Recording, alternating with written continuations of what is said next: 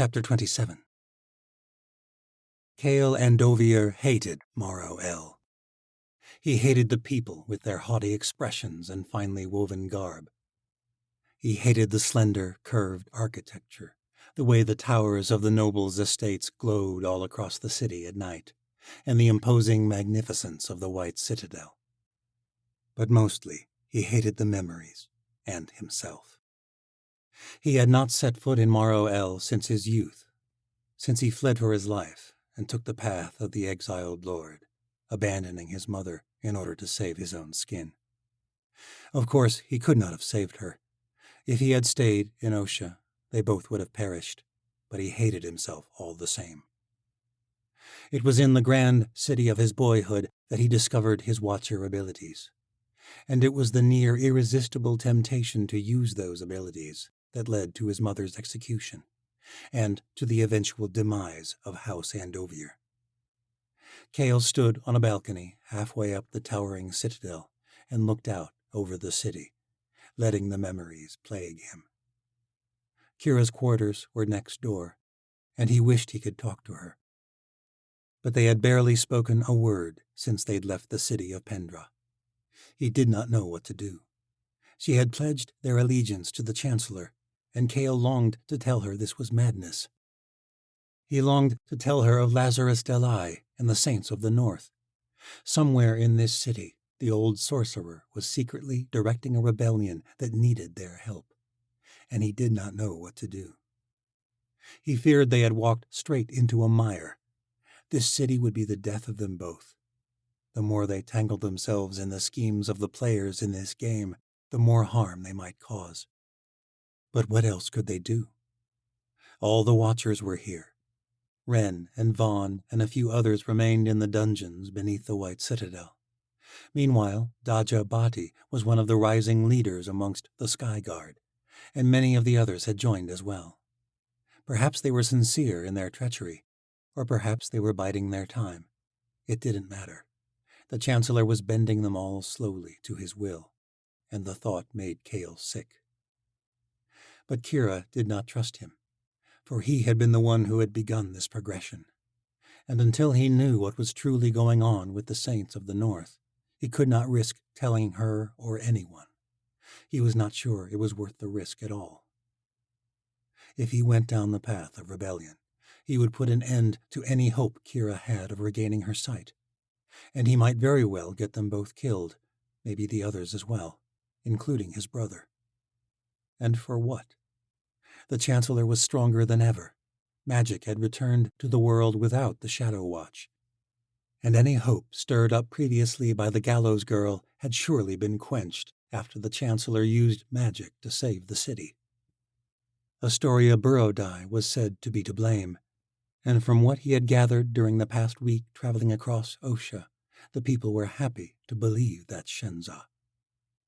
According to Nyla, before the war with the Rulocks, the Saints of the North had been gaining influence amongst the Lowborns.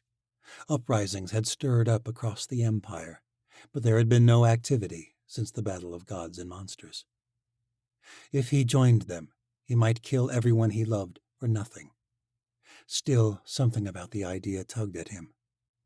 What is Lazarus up to in this wretched city? And how in the abyss is he the one leading this rebellion? How is he even alive? The old sorcerer had once taught him that, despite his mother's tragic death, his gifts were not a curse. Cale had discovered the beauty of his magic under the man's tutelage. Cale had believed, then, that he had been given his gifts for the purpose of bringing magic back to the world. He had helped Lazarus gather the Watchers that formed the commune on the Isle of Jala, and Lazarus had led him to Kira. And somehow the man had returned from the dead. According to the Nightling, he had truly risen from the dead, which made no sense. But nevertheless, he wanted to see Cale. Nyla had said that Lazarus would find him once they were in Morrow El, but there was little time now. The Gallows Boy had plans for Cale to show his loyalty.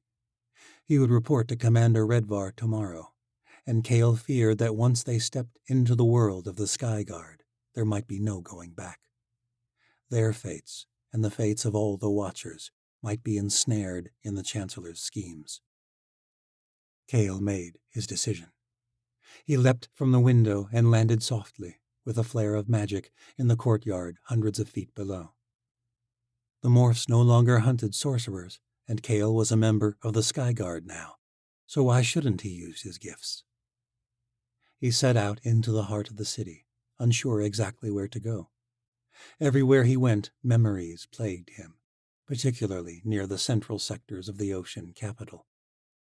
The estates of nobles towered over the streets near the White Citadel, homes of lordlings with whom he had grown up, attended noble academies, played the courtier. It had only been 8 years, but it felt like many lifetimes ago. Cale wandered past the mansions, through the central square, and beyond to the lesser markets in the western parts of the city. Morrow El was in disrepair, but it would soon be grander than ever, Cale had no doubt. Slave crews were laboring by the light of immense fires to rebuild the ruined streets and buildings. In mere weeks since the devastation, the districts surrounding the citadel were already in remarkable shape. Near the western walls, though, the city was largely in shambles. The walls themselves bore giant crevasses where the Ruloks had broken into the city.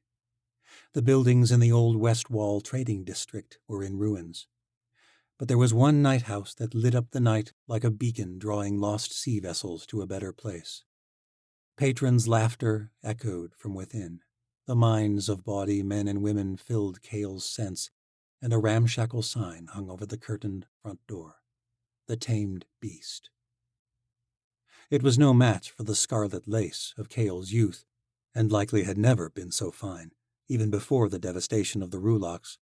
But a pair of beautiful nightlings in emerald gowns stood at the steps and ushered people into the run-down building. Cale nodded to them as he entered. A minstrel played jovially within. Nightlings danced seductively in scanty clothing from a stage at the center of the room, and patrons howled in drunken pleasure. Cale found a seat near the back of the room, ordered an ale, and waited. He hated these establishments, but he supposed a run-down joint like this would be the best place to look for someone connected to Lazarus Delay. He reached out with his mind for thoughts directed at him, but the room was a muddle of lust and drunken stupors. He kept expecting someone to approach him, to notice who he was, maybe even sneak him another slip of paper with that treacherous gallows symbol. But the nightlings hardly paid him any mind. When it became clear he was not looking for a journey to the upstairs rooms, the nightlings began avoiding his corner completely. He noted their scathing glances from afar. He was taking a seat away from a more profitable patron. An hour passed, and no one came. The frivolities increased. The dancers reached greater degrees of undress as the night went on. Another hour, and still no one approached Cale. It was near midnight, and the tavern was filled to the brim with men and women, murchers and small house lordlings, even a few lowborns. Estate managers and guards, most likely. People pressed into all corners of the place, and their minds became a weight on Cale's sense. But still no one came. More than a few eyed his table, which bore nothing but an empty mug, but he kept his hood up, glared, and they moved on. At last, a beautiful ocean woman in a fine and not quite as revealing gown, who Cale suspected was the mistress of the establishment, approached from across the room. Cale had noted her gaze on more than one occasion. Perhaps this was the informant he was looking for. Her sardonic voice informed him she was not. "Look here, lordling, we don't cater to loiterers. You've been here for hours, and you've not bought company nor a bed." "I bought a drink," said Cale. "Aye, and your mug's been warm and empty for 2 hours. My girls say you rejected their advances as well as their offers for another mug. You're making them nervous." "I'm a paying customer. What's it matter?" "You're a waste of space, lordling. This is the only night house in the West Wall that survived the war, and in a few weeks more taverns will be popping back up, and it will be business as usual. Far as I'm concerned, this is our chance to roll in this opportunity. And you're hurting my goddamn business. 4 gents could sit in this corner, And you're back here making my patrons wary just by your brooding face. Now you can make a choice. You can purchase a tumble in the sheets and keep the drinks coming, or you can find someone else's tavern to mope around in." A pair of immense guards came and joined the mistress, and Cale took the hint. All right, I'm leaving." Cale cursed and exited the tamed beast. He left the west wall and was wending his way south toward the more refined Merching district, sticking to narrower, less traveled lanes, when a sudden hand grabbed his cloak and pulled him into the shadows. It was Nyla. "What in the abyss were you thinking, showing your face in a place like that?" Cale was impressed with her strength for someone so small. Lazarus was training her well. "What are you doing in Morrow El?" Nyla grinned slyly. "I followed you here. Lazarus owns most of the establishments along the South Road, so we're able to travel easily between ocean cities. You were supposed to wait until he's ready to see you. It's all over the city that a company of Yanavi arrived with recruits for the Sky Guard, and with a long-lost member of the cursed House of Andovia." "Really?" "You've been away from court a long time, haven't you, Lordling?" Cale rolled his eyes. "I need to see Lazarus, now." "Can't happen. The hangman doesn't show his face on demand. It's too risky." Cale cursed. "If he wants anything from me, it will have to be now. I report to Commander Redvar tomorrow morning for a special mission." Nyla was silent a moment. She blocked him from her mind, but her silence was enough. "So soon?" "He wants me to prove my loyalty. I have a feeling the Chancellor plans to use my cerebro abilities for his schemes again." "The Queen's wedding gift," Nyla mused. "They're going to use you to find the gallows girl." Cale nodded. "The commander never said it outright, but I suspect that is his intention. So now would be an excellent time for Lazarus to tell me what he wants." "Shenza," said Nyla. Then, without another word, she turned and walked away, making for the end of the lane. "What are you doing?" Nyla turned, her movements soft and fluid. "Come along, Cale. Keep close and shut up. I'll take you to see your old master." The Nightling led Cale to the edge of the Merching district. Though it was not a district for high nobles, outwardly there was little difference. The higher Merchers lived like nobles. Some were from lower houses, but many were foreigners and lowborns who struck fortune in trade. Cale guessed the most successful were those who dealt in human fare. The high estates of the district sat on a hill, which was walled off from the lesser parts of the city. The area appeared to have been untouched in the recent war. The estates were made of marble, with high towers and windows made of magnificent stained glass. "Thought you'd find Laz in the back of a night house, did you?" Nyla said bemusedly. She giggled to herself, and again Cale was struck with how young the girl was. "How old are you?" "What's it matter?" "Have it your way." "You're no fun. You give up too easily." She giggled again. 16. "Gods." "What?" Nyla asked disdainfully. "Do I look younger?" No, you've been through much for your age." The Nightling shrugged. "Who hasn't?" They approached one of the finest mansions in the district. A wall hid most of it from view. Nyla led them around the back of the estate, and they slipped in through a small gate, which required a key Nyla kept round her neck. They crossed a vast lawn, which was still green despite the cooling weather. They entered by a servant's passage. In the great room, a jerkin man was seated in a large chair beside an intricately crafted stone hearth. He was unfamiliar, but seemed to recognize Cale, for he jumped to his feet upon their entrance, a smile stretching wide. "Welcome, my friend." Cale eyed the man warily. "Do I know you?" "Ah, my apologies. I sometimes forget that I once wore a different body back on the Isle of Jala." "A different—" The voice possessed a different timbre, but Cale recognized it all the same. "Lazarus?" The old man nodded, though he did not appear old any longer. His olive skin showed a few wrinkles, but otherwise he had the lean body of a middle-aged jerkin man. He laughed, and Cale knew the bubbling brook sound anywhere. He had heard that laugh for 3 years during his days in the Far East. Cale and Lazarus clasped shoulders in greeting. "I saw you die," Cale said. Lazarus laughed. "So you did. So you did." "How are you here? Was that even you who died when the morphs attacked?" There was an edge to his voice. He felt like a fool. He had beaten himself up for years over the events on the Isle of Jala, all the innocent young watchers who died. And here was the most prominent of them, back from the dead. Nyla came to stand by the man's side, and Lazarus smiled. "Of course it was me, Cale." "What of the others?" he said hopefully. Lazarus's smile waned. "I am sorry, Cale. All were lost but me. And you and Kira, it seems." "How? I don't understand."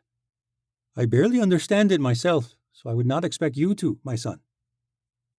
There was a time when being called this by Lazarus Delay would have filled Cale with a sort of pride. But he had been young and naive when the old Watcher first recruited him. Cale was not that same impressionable young man. "Try me." "All right. As I said, I do not fully understand it, but I will tell you what I know. Long ago, I received a strange gift. I did not realize it until I died the first time. Firsts are always the most memorable, and that goes for resurrections, too." Lazarus paused, perhaps waiting for a laugh from Cale. He did not laugh. "It was in the old world, before the Watchers first formed their orders. I was killed by a vile man bent on resurrecting the ruined empire. He betrayed me. I remember the hate in his eyes as he slit my throat. His image faded as my mind went black. I woke up some time later with no pain. I did not realize I had woken in a new body until my mother came to wake me. My mother had been dead for some years, and this woman looked nothing like her, and yet I knew she was my mother. Every time I die, I awake in a new life, sometimes as a child, sometimes as an old man, sometimes as a young woman even. I carry my old memories, and I gain those of my host. When I died on Jala, I woke as the slave of an ocean lord." "You've come far from that, haven't you?" said Cale, gesturing about the fine room. "Indeed I have," said Lazarus. "But all this, you should know, is but a facade." "They call you the hangman, leader of the saints of the gallows girl." "That is what they call me, yes." "Your little rebellion seems to be in shambles, from what I hear." The man's calm spirit annoyed him, and Cale sought to stir a rise from him, but without luck. "And what do you hear?" Lazarus said without emotion. "The people, even the lowborns, blame the gallows girl for the Rulock attack, and for all those other foul beasts who've returned to haunt our world." "And do you believe them?" "No," said Cale evenly, "but it doesn't matter." "It's all that matters. You believe the truth. And as long as there are some that do, there is hope." "The people once put their hope in Astoria Buradai, but she has not been seen in months. The Chancellor and his darkling witch, however, are fixed firmly in their memory, their songs and their myths." Lazarus sighed and nodded. "You speak truth, Cale. You have never been one for foolish talk. It is a trait I have always admired in you." "You wish to recruit my help, but it seems to me I would be signing my own death warrant. And for what?" Lazarus turned to Nyla. "My dear, would you have Harl and Jury ready my carriage?" The Nightling smiled sweetly at him and left. It was clear that she admired him a great deal. Cale had once, too. "That's it," said Cale. "You're not going to try to persuade me?" Lazarus shook his head. "It seems your mind is already made." Cale grimaced. It ought to be made, but there was still a part of him that wanted to know what Lazarus had planned. Lazarus walked toward the door. "But if there is any part of you that wonders whether there is still hope for revolution, I would invite you to accompany me on a brief expedition. There is something I'd like to show you." "I report to the Sky Guard in the morning." "Well, it will only take a few hours, and as I recall, you have never been one for beauty rest." Cale cracked a smile. "All right, show me." Chapter 28. Cale and Lazarus rode through the dark streets of Morrow El in an ebony coach made of sleek balak wood from the southern world. The plush seats were extraordinarily comfortable, and the ride was smooth. Cale marveled at the finery his old master had accrued while being a revolutionary. This fact did not make him feel better about this revolution. While Lazarus Delay lived in a mansion and rode carriages pulled by finely bred horses, his revolution was crumbling. But Cale's judgment was softened shortly. They only rode a few blocks before they switched coaches beneath a bridge at the edge of the Merching District. This coach was run down and rattled terribly as they left the city and crossed the Meridian Bridge east of the capital. "The fringes?" said Cale as they ventured south, then west along Citadel Road. "If you spend all your time with highborns, you will see the world only as highborns see it," said Lazarus. "Though I have strategically climbed the social strata of Morrow El, as much as any non-ocean is able to climb, I have never forgotten where I came from. When I died on Jala, I woke a slave here. I spent 2 years in the fringes, and I never go a week without returning for fear I might grow comfortable amongst the highborns." "Comfortable?" "It is how the system works in Osha. It is the reason the Legion indoctrination works so well. Soldiers are given glory and prestige beyond anything they have received as a slave. But rather than using that position to institute change, they become mindless servants, pacified by pleasures that ought to be granted to all people. It is the reason so few servants in Morrow El rise up. They come from this hellhole. Even servitude seems a mercy in the city." Lazarus pulled back the curtains so Cale could see the grimy streets and ramshackle buildings as they rumbled past. "I've seen the fringes before," said Cale. "Yes, but have you seen the people of the fringes?" Cale had last been here the day he and Wren had rescued Astoria from the Metamorphi. He had only come one other time in his life, the day he fled Morrow El for good. Of course, he had heard tales of the wretched lowborns while growing up in Morrow El. They swarmed at the edges of civilization like flies over rotten meat. He had been taught to believe they were a sort of necessary evil. Some could still serve the Empire. Some might even rise above their station, but they were not ocean. They could never contribute the way a noble could. During his years in exile, he'd forgotten most of the Shenza he was taught in his youth, but in truth, he had never given the fringe rats much thought. Cale gazed out at the bleak shanty town, illuminated by the pale light of the sisters. Few people wandered the streets at night for fear of being mugged or worse over coppers or stale food. "I see them." "What do you see?" Lazarus asked him. "People downtrodden and mistreated by the rich, worked and starved to death, serving an empire that rules over them with an iron fist and an inescapable hierarchy." Lazarus smiled, but shook his head. "Then you have not seen the fringe rats at all, my son." Cale raised a brow. The carriage came to a stop, and Lazarus stepped out. Cale followed. The dark street was empty, save for the rubbish and excrement that lined most fringe lanes. Lazarus pulled up his hood and led the way. They wended between shanties and jagged stone walls, lined with shattered glass to keep thieves from climbing over into the fringe factories and storehouses. They approached a small square, but Lazarus paused mid-step and shoved Cale up against a wall, covering his mouth. He held his finger over his lips as he released him, then pointed behind them. Fear crept into Cale's gut. He could not afford to be spotted with a revolutionary. This was a grave mistake, just as he'd feared. They remained perfectly still, clinging to the shadows cast by the moonlight. After a minute or two, Cale heard soft footsteps. It was not a soldier, but rather a cloaked figure who moved slowly and methodically down the lanes from the direction they had come, keeping close to the walls. Lazarus pressed his hand against Cale's chest, and he held his breath. The figure was slender and stepped lightly. A woman. She came within 10 yards and froze, turning her head back and forth. She was almost certainly following them. But had they been spotted? Cale reached out with his sense, but the mind was closed to him. No one but a morph or one of the Ilia has such training. Cale shuddered to think what might happen if either the Chancellor or Sala discovered him with the hangman. He reached for his blade. The figure crept forward again. It would have to be quick. Cale tensed, anticipation rushing through him. The stalker did not seem to sense them, continuing her path along the wall.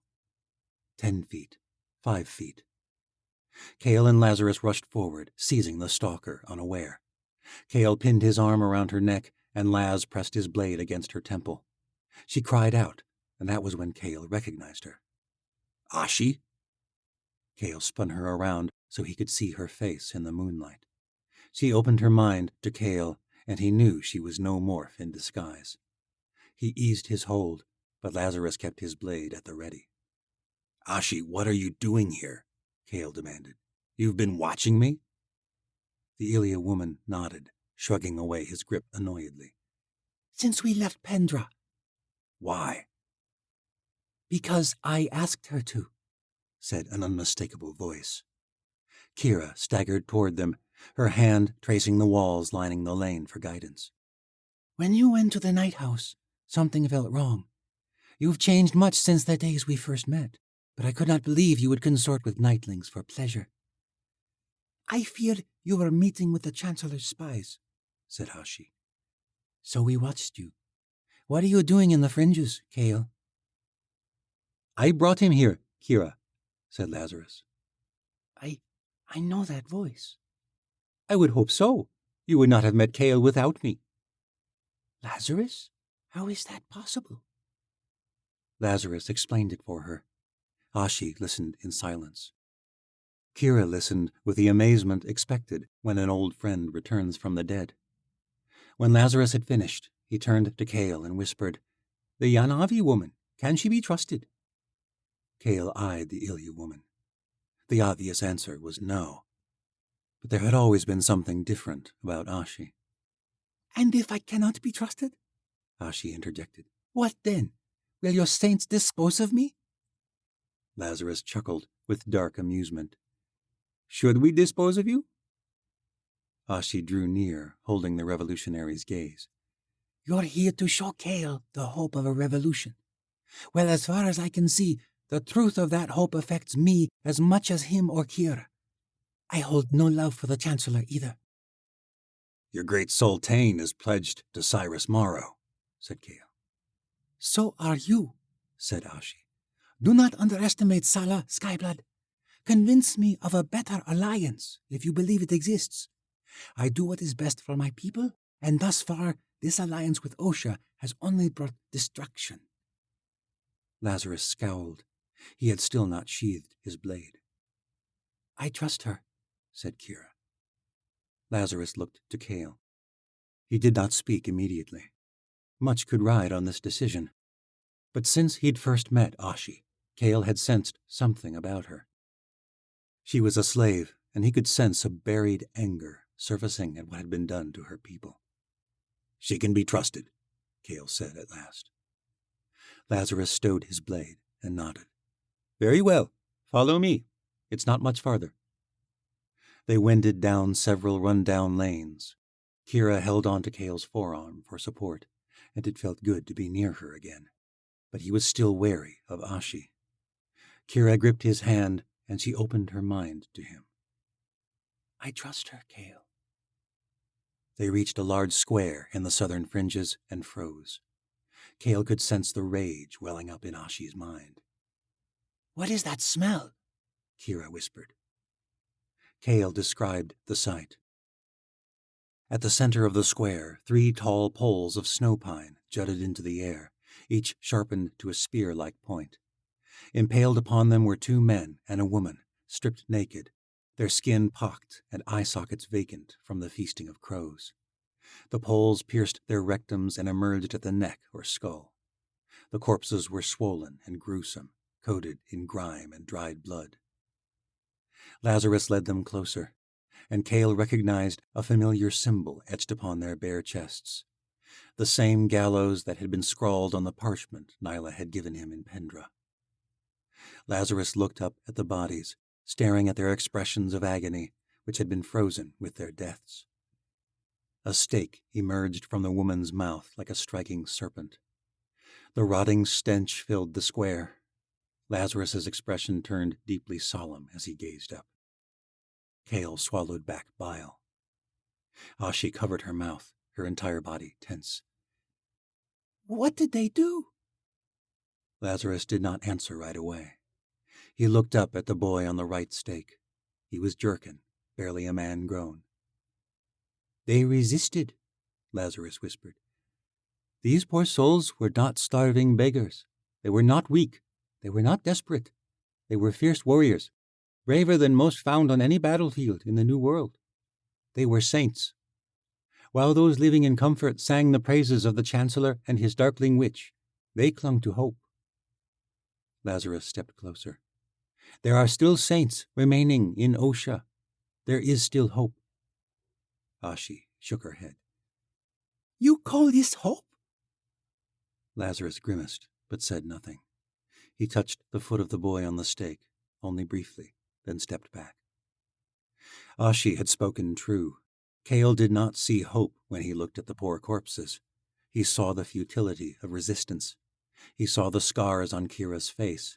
He saw Daja and the others who had joined the Sky Guard, rather than face such a horrific fate. Was this all Lazarus had to show them? A few executed rebels? This was no inspiration. This was a needless slaughter. It was just as Kale had imagined. There had been many reported uprisings since the day of the gallows, and they had all been crushed. And those had all contained much greater threats than these three. Kale shook his head, irritated that he had risked his and Kira's lives to come see how fruitless this resistance was. Ashi would never trust them after this. "Lazarus, 3 dead revolutionaries means nothing." Lazarus's gaze turned cold. Kale felt as though the light had dimmed. Lazarus looked back up at the dead boy. 3 died today for the sake of all the others." "The others?" said Ashi. "I hear them approaching," said Kira. Chills shot up Kale's spine. They were not alone in the fringed square. Kale's heart raced as his senses filled with angry minds. From the shadows emerged a pair of dark figures. 3 more followed, a dozen others, and more. The square slowly filled with people in ragged cloaks drawn to hide their faces. 50 at least, maybe 100. They gathered around the impaled corpses in silence. Kira gripped his hand tight. Lazarus gazed up at the boy on the spike. He did not turn to them as he spoke. "We saints have not yet begun to rise." The saints silently removed the stakes from the ground, then carefully, almost tenderly, removed them from the bodies of their fallen comrades. The rotting stench grew worse, but the people seemed unfazed. The corpses were wrapped in dark cloths. The emptied stakes were replaced at the center of the square, but not before a young boy attached to each one a black banner emblazoned with a crudely painted gallows symbol. Cloaked figures bore the martyrs upon their shoulders, and they stole back into the shadows of the fringes. Within a few minutes, the square was empty, and Kale, Kira, and Ashi followed Lazarus through the narrow streets. The saints took different paths, wending through the fringes, making their way to a factory at the southern edge of the shanty city. They were among the last to enter. "What is this place?" Ashi asked. The expansive room was filled with immense furnaces. 3 of them were being stoked with coal and burned brightly. There were no windows. The only evidence of this meeting were the 3 stacks emitting smoke from the roof, and Kale doubted it was uncommon for factories to run through the night. He had not thought twice about the site until he saw the gathering within. "You own this forge?" Kale asked, turning to his old master. Lazarus shook his head. "This is not just a forge."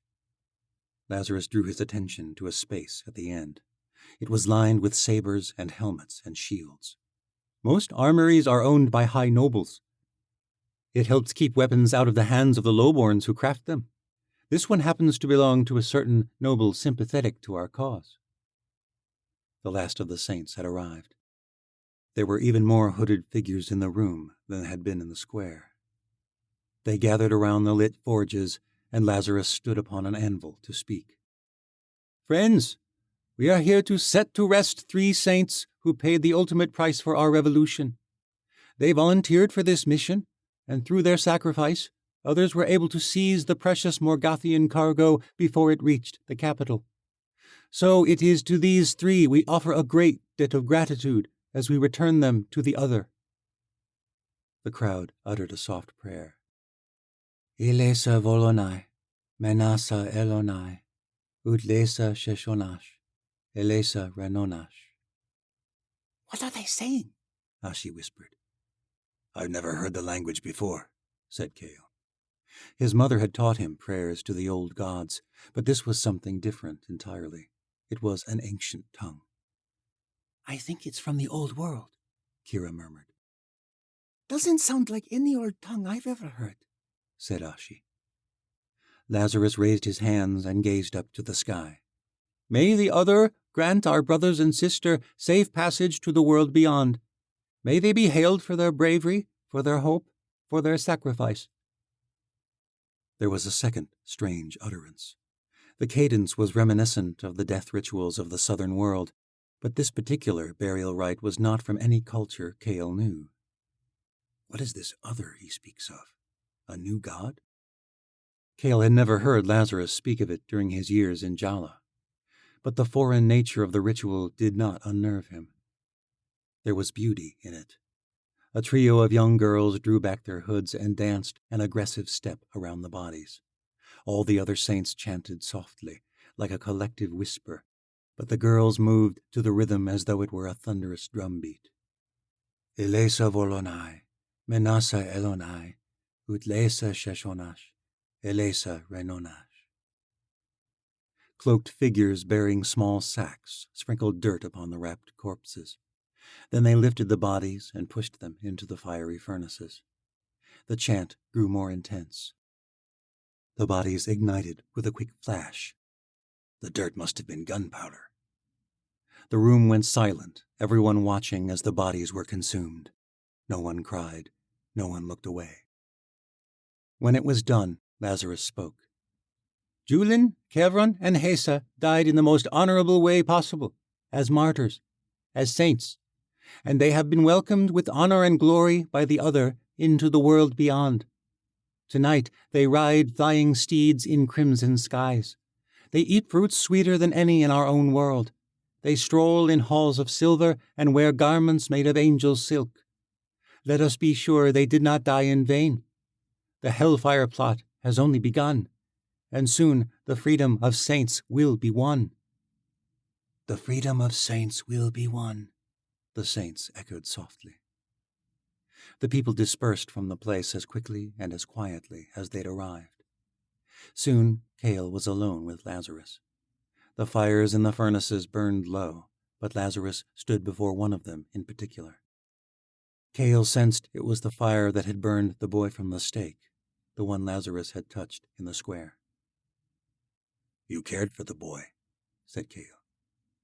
"You're in my head," said Lazarus. "Good." "Who was he?" said Kira.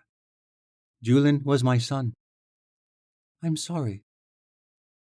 "Rather, he was the son of my host. I fathered him only in the years since I left Jala. I brought him up, showed him the truth about this world, showed him his potential. Similar to the way I guided you and Kira and all the others. In a way, I suppose he helped me mourn their deaths. He was a fine boy." Ashi watched the fire closely. She had not said a word. "He died well," Kale said. "Yes, he did. Kale, I cannot tell you how relieved I was when I heard you were not dead. And I am glad to see you too, Kira. It saddens me to see what the Chancellor has done to you. So tragic for one with your incredible gifts. Even more for the guilt you both carry." Kira held on to Kale's arm, and her grip tensed.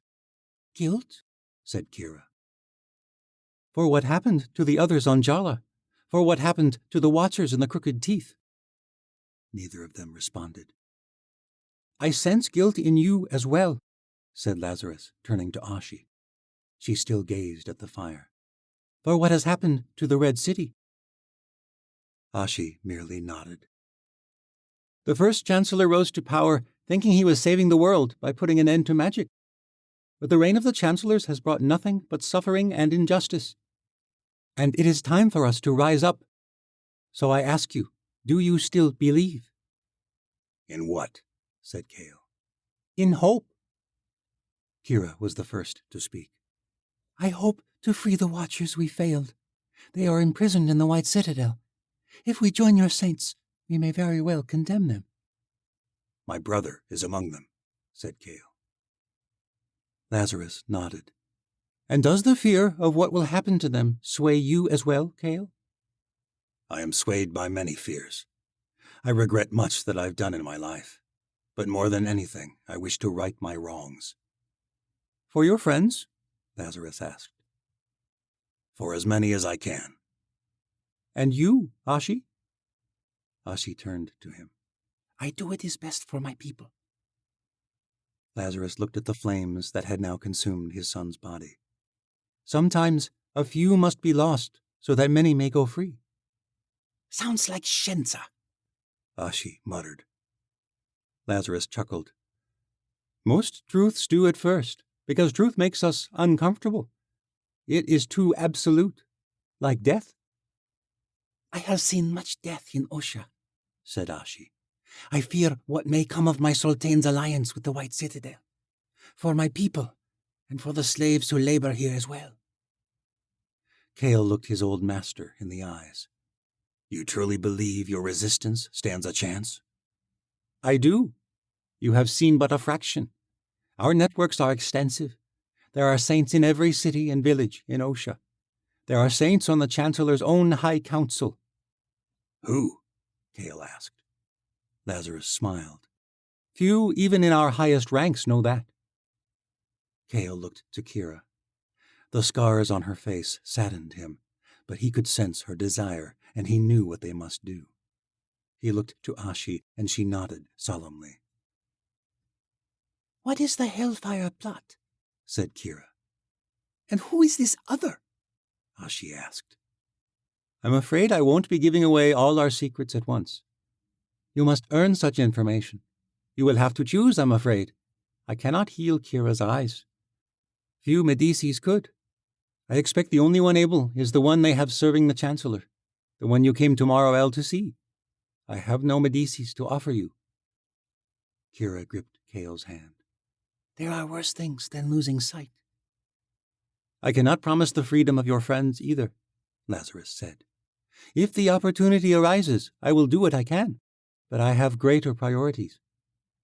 Kale and Kira nodded. Ashi scowled. And the Yanavi? The saints fight for all people, the Yanavi included, but no one receives special treatment, and no one wins until the Chancellor is brought low. Kira grabbed Ashi's hand, and the Yanavi slave nodded her agreement. What can we do? Your new position in the White Citadel offers a true advantage to our plot. In what way? Said Kale. The Chancellor wants me to track down the gallows girl. Yes, word has spread of the new queen's request for her head at their wedding feast. And when I refuse, we will be forced to flee, Kale said. Lazarus shook his head with a dark laugh. Not at all, my son. I don't want you to refuse. I want you to find Astoria just as the Chancellor requests. I want you to bring the gallows girl to Morrowill for the wedding. How else can her saints be expected to rise? Chapter 29. Tension that rivaled wartime strife filled the chambers of the High Council. A series of small uprisings had occurred in the night, and to make matters worse, the Chancellor had invited his queen-to-be to the council meeting. Though the nobles did not voice their outrage at having an outsider in their inner circle during such sensitive circumstances, Cyrus Morrow could feel it dripping from their breaths. But he had won the battle of gods and monsters. He had won the love of the people, and the high nobles needed to be reminded that it was he who ruled in the White Citadel. and he needed to keep Vashti Borodai happy for the time being, especially since her brother's spies had arrived in Morrow El. Though he would never speak it to the council nor anyone else, he knew his empire stood at the edge of a great precipice. The alliance with Sala Borodai was of paramount importance, especially with the latest whispers of the Witch Queen's suspicious activities. There are so many pieces to this goddamn game. When Cyrus and his brother Loras were children, they used to play a war game called stratagem. Two sides began with equal pieces: archers, foot soldiers, trebuchets, even giants. Each of them had to keep their citadel from toppling. Loras had taken to the game quickly. He had a knack for battle tactics. For years, his brother lauded over his triumphs at the game.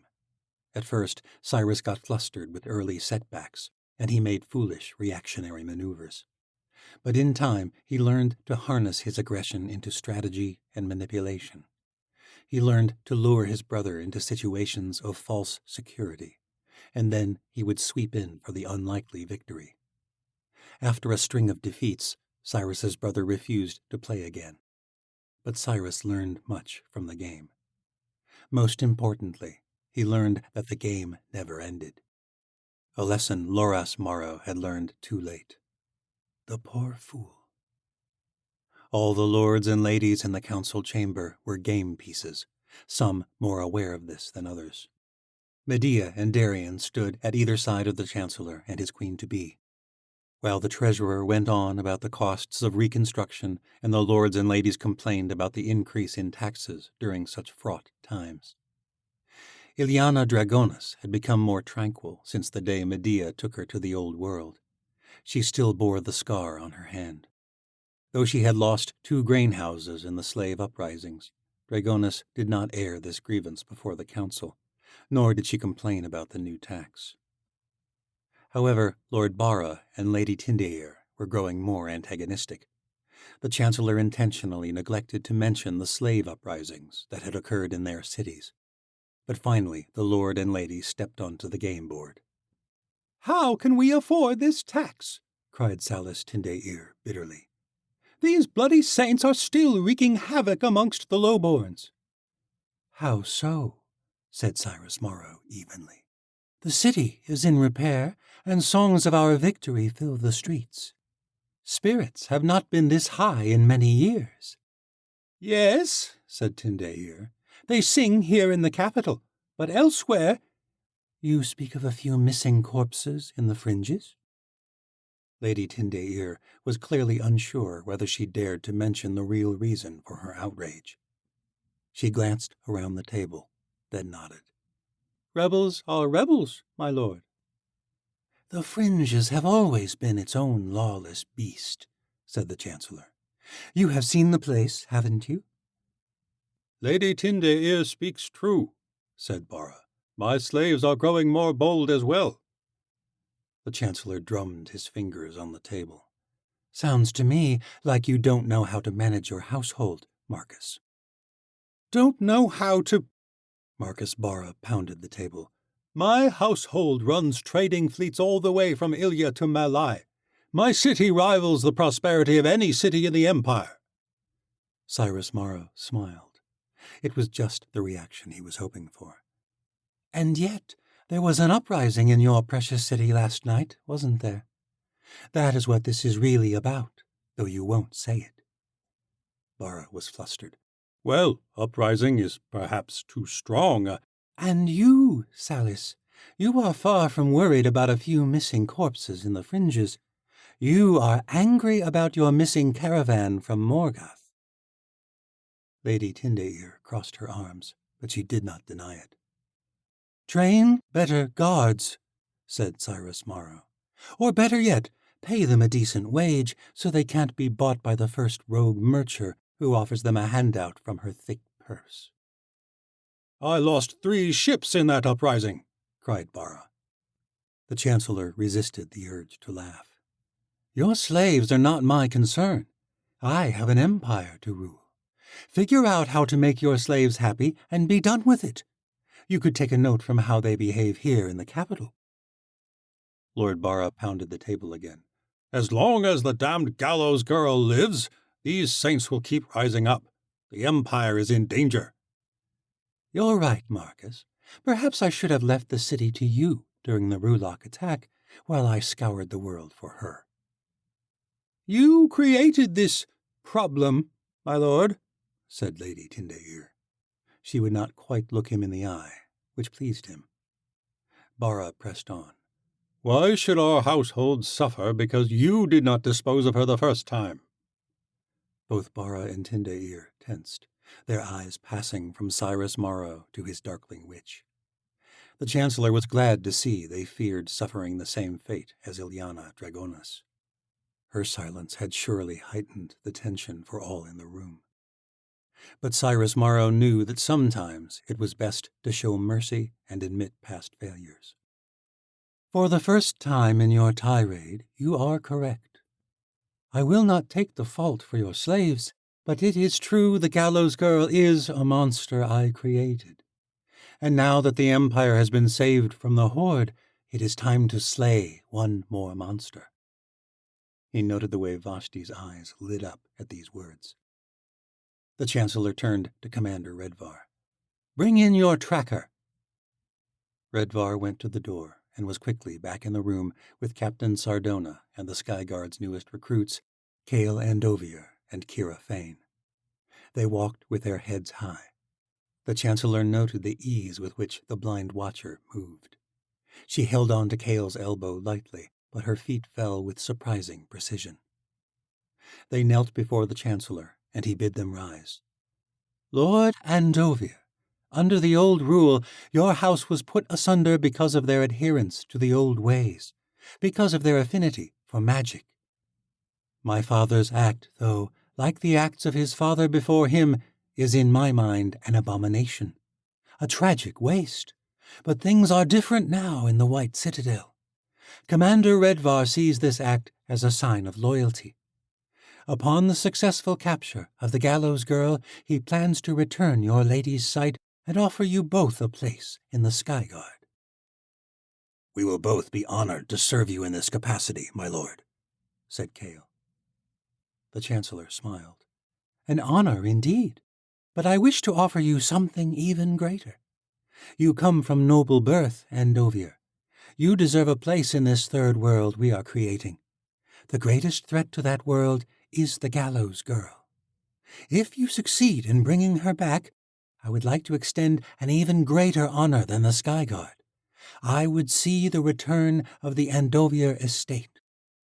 I would see you raised back to your rightful station as High Lord of House Andovier.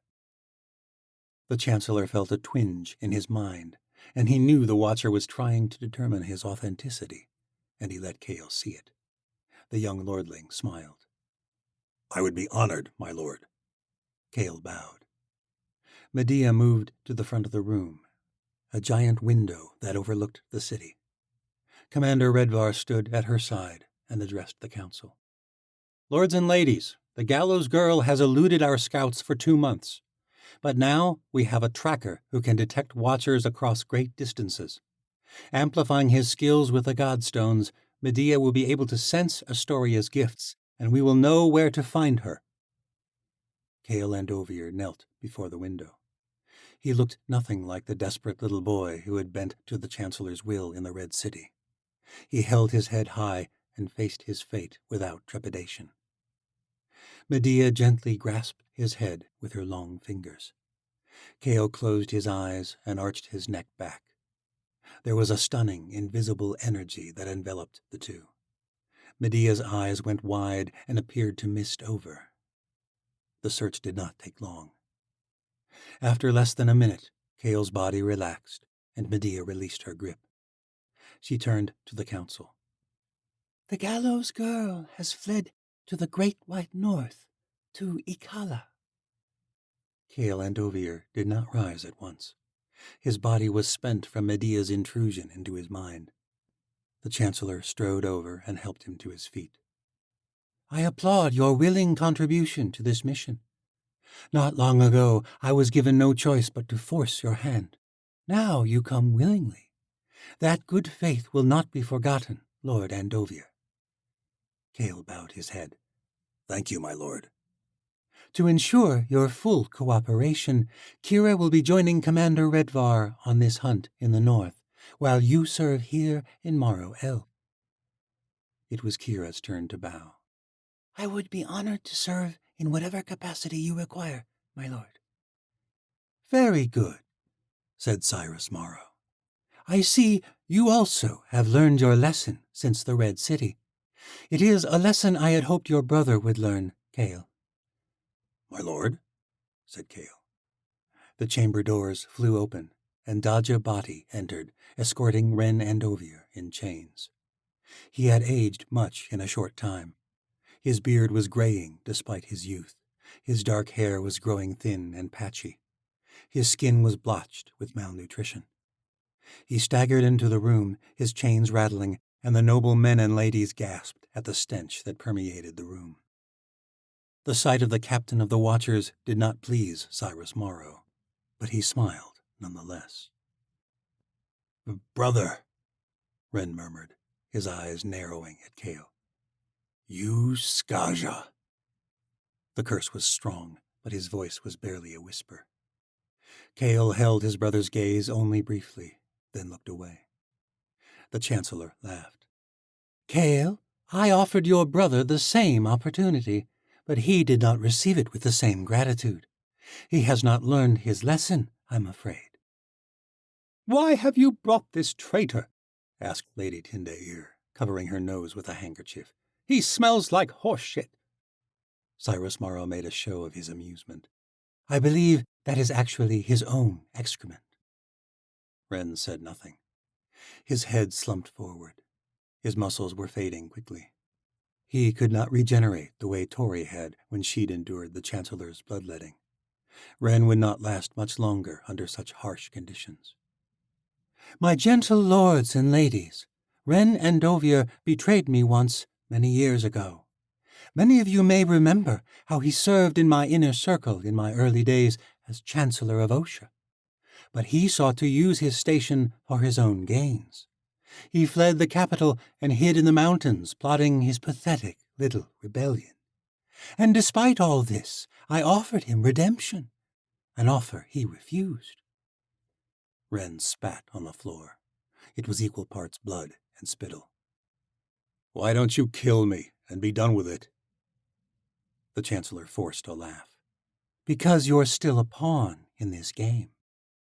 Tori cares for you, as she cares for the other Watchers bleeding out in my dungeons. And I suspect she may require some convincing to come quietly to my wedding. At the Watchtower I promised her I would keep you safe, so long as she did as she was bid. But if she did not, I made another promise, a promise I intend to keep." "So you are going to kill me," Ren murmured. Was that relief in his voice? Cyrus Morrow noted that Cale Andover betrayed no reaction. "Shocking as that might be," the Chancellor said, "it wouldn't exactly convince her that there is hope for you, now would it? You see, I need Astoria to hope. I need her to feel desperate. So no, I am not going to kill you. Yet. For now, I only need a token, something that will show her without doubt the gravity of her decision. Sergeant Bhati, chain Ren to the table." There was a flurry of murmurs amongst the High Council, which gave Cyrus Morrow the utmost pleasure. Daja hesitated for only a fraction of a moment, but it did not go unnoticed. And then the Parjan guard shoved his old captain to his knees and fixed the chains to the table with a mallet that a servant provided him with. The nails held Ren's shackles in place, so both his hands stretched out in front of him, flat against the ornate woodwork, palms down. Cale and Kira stood silently in the corner, but the Chancellor could sense their tension. The entire room was brimming with it. "Lord Andover," said the Chancellor evenly, "which of your brother's hands does he favor?" Cale blinked hard, but did not hesitate. "The left, my lord." Commander Redvar stepped forward to do the deed, a large dagger in his hand. In a way, Cyrus Morrow admired the Watcher captain. Ren did not protest, did not plead. His only words were for his brother. "If I live to be free of these chains, I will kill you, brother." Kira was gripping Kale's arm now. Lord Bara groaned and spluttered. "Surely you do not mean to subject high nobles to this savagery." The Chancellor shook his head. "You sensitive lot are the reason this empire is in shambles. You let others do your dirty work. You sit in vast estates and turn a blind eye to all that transpires around you. I mean to remedy that. Commander, give Lord Bara your blade. I would have him do the deed." "You can't be serious," Bara exploded. "Would you deny your Chancellor?" The room was silent, save for Marcus Bara's splutterings.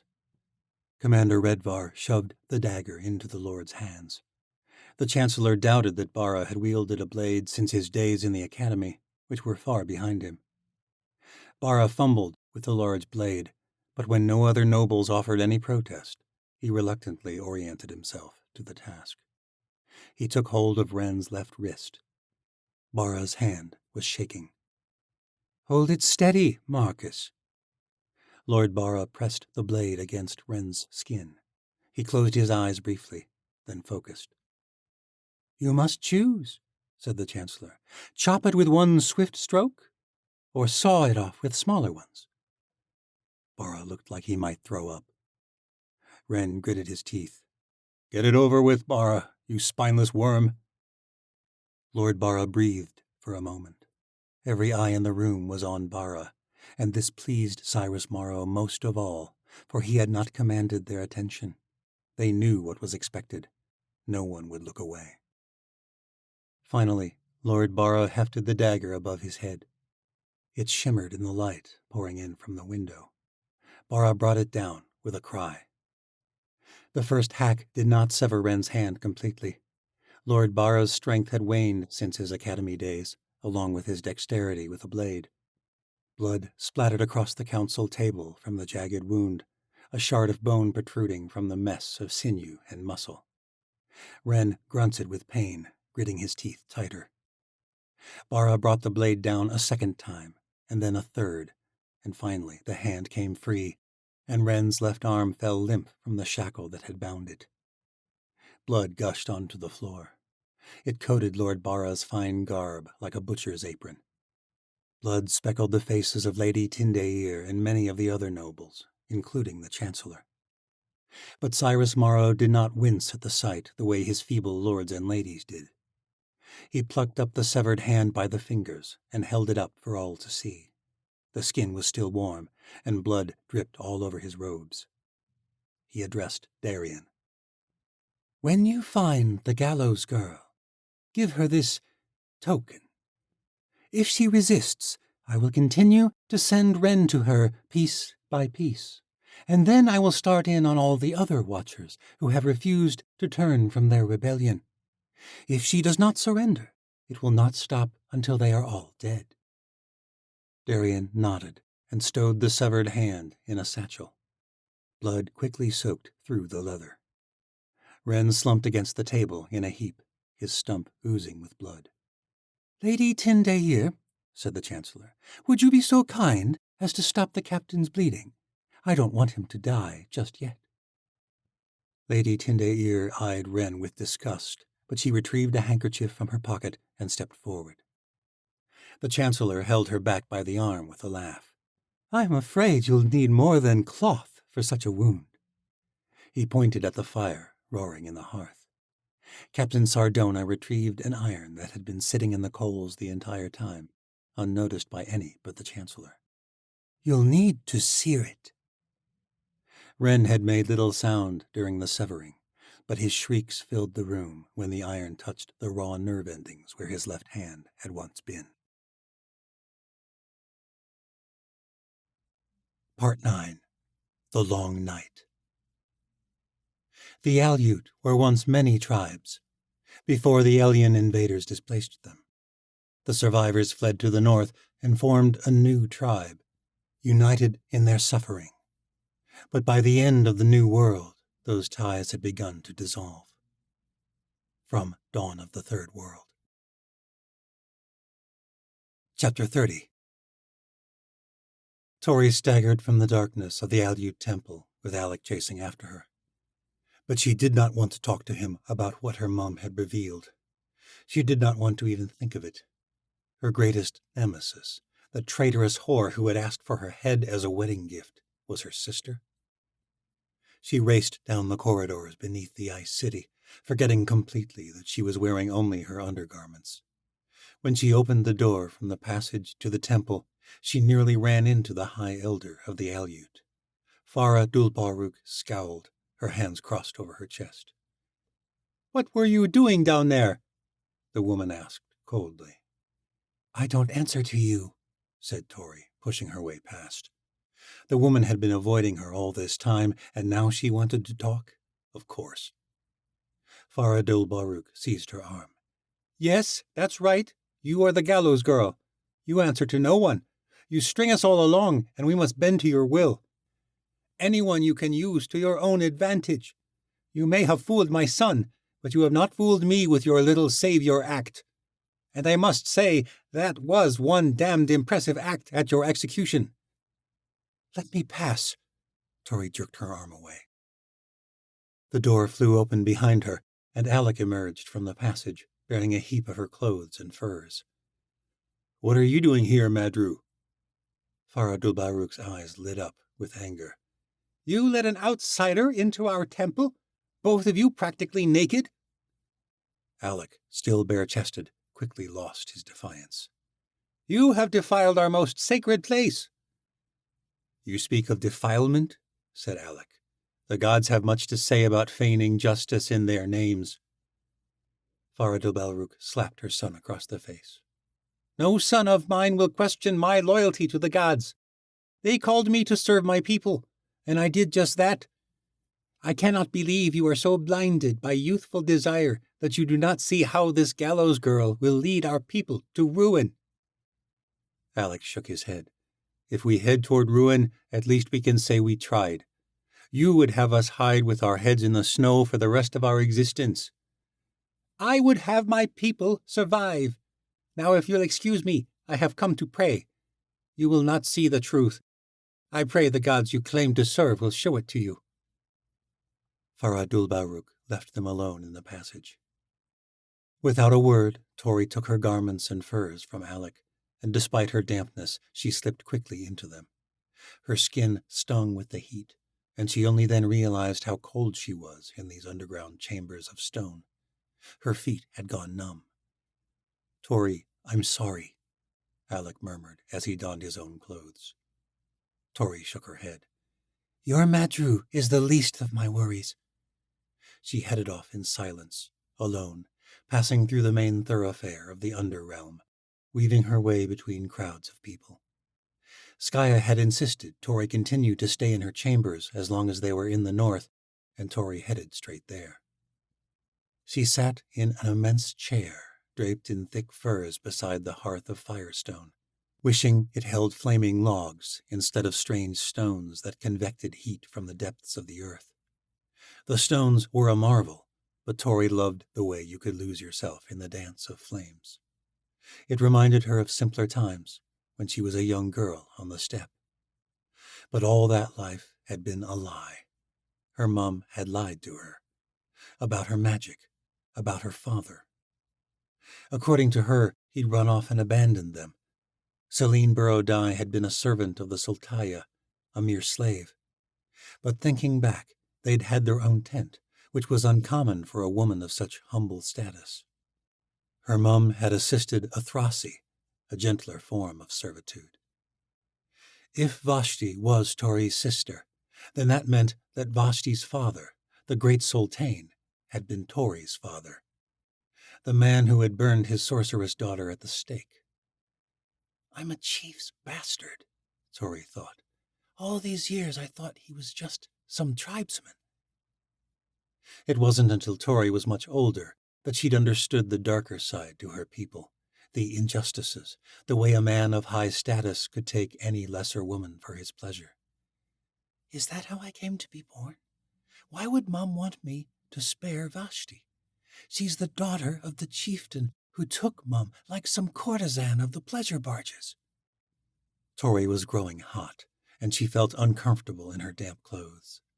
She changed into a lighter pair of pants and a thin shirt and sat for a long time on the floor, with her back against the chair.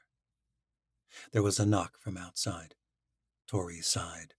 She did not want to talk, but she did not really want to be alone either. Finally, she said, "Come in." Alec entered softly, bearing a flask and a pair of whalebone goblets. "Thought you could use a drink." Tori managed a slight smile. "Might need a few." "There's more where this came from.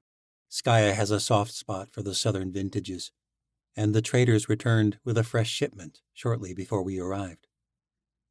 Tori chuckled at this and took the goblet once he'd filled it. She drank it down quick. "Easy there," Alec said. Tori filled the goblet again. "I told you I needed a few." Alec sat on the arm of the chair, but Tori pulled him down beside her, thigh against thigh, on the floor. The skin of his forearm brushed against her own, and warmth rushed through her. He looked handsome in the soft blue glow of the ice fire crystals lining the walls, and Tori thought briefly of kissing him. She'd thought of it before, and it would be the perfect distraction. But Tori didn't want it to happen like that. She'd tried using a boy to forget her troubles before, and the last time it had been the trick of a morph. Tori pushed the dark memory away and set her goblet down. She stared at the dark firestones, which glowed ever so subtly with whatever fueled their heat. Alec said nothing for some time, and Tori was grateful. He could read her, and she liked this about him. She was glad she had him to help her lead the people of the North. She was glad he was here now, by her side, his skin against hers. But he would never make the first move. He was rather reserved that way. Tori slipped her hand into his, and they sat in silence, fingers intertwined. Finally, Tori voiced what was tormenting her. "Do you think that was really her?" "Really your Madru?" Tori nodded. "The ghosts of Gen were liars. They played off my fears." Alec shook his head. "I wish I could say it might be true, but the temple does not work that way." "So she must have been telling the truth." "I'm afraid so." "Well, that complicates things." Alec laughed softly. "Family always does, I think." Tori leaned closer, her head against his shoulder. Just then, the door flew open, and Tori and Alec quickly moved apart. It was Skaya. The warrior's expression was serious, but she still smirked at the sight of them. "I'd tell you to get a room, but we've got to go." Her voice was stern, worried. "What's wrong?" said Tori. "The ice," said Skaya, grimacing. "The long night is setting in early. The sea passage is closing over. In a few days, the frozen sea will be impassable." Alec cursed, jumping to his feet. "So soon?" "I've already given the order to gather in the palace. Come on, the people will need to hear from our saint." Tori's stomach twisted as they hurried from the room. "We were supposed to have weeks left." Weeks to train, to strategize, to deal with any resistance the High Elder might pose, to wait for Queen Seren to gather her fleets in the south. "What do we do?" Skaya shook her head. Alec said nothing. None of them knew. There were hundreds gathered in the great halls of the Palace of Ice. Tori stood upon the steps outside the throne room, Alec and Skaya Dulbaruk on either side of her. The two remaining Aleut elders, for Farah Delbaruk was not present, and Garen Dulnarsuk had flown south with Seren Latal, stood at the base of the steps, their faces betraying their concern about this dark turn of events. On their way to the palace, Tara Dulhesek had implored Tori to stay in the north. "It is a sign from the gods, my saint. Surely you must see this. We must heed this warning." "Thank you for your counsel," was all Tori had said, hurrying past the elder. But the thought plagued her. Was this truly some foul omen? She had never considered herself superstitious, And despite the influence of Alec's firm shaman's faith, Tori still had doubts about the very existence of the gods. But nevertheless, she wondered, is something trying to warn us against rushing to this war? Or was it simply one more obstacle to be overcome?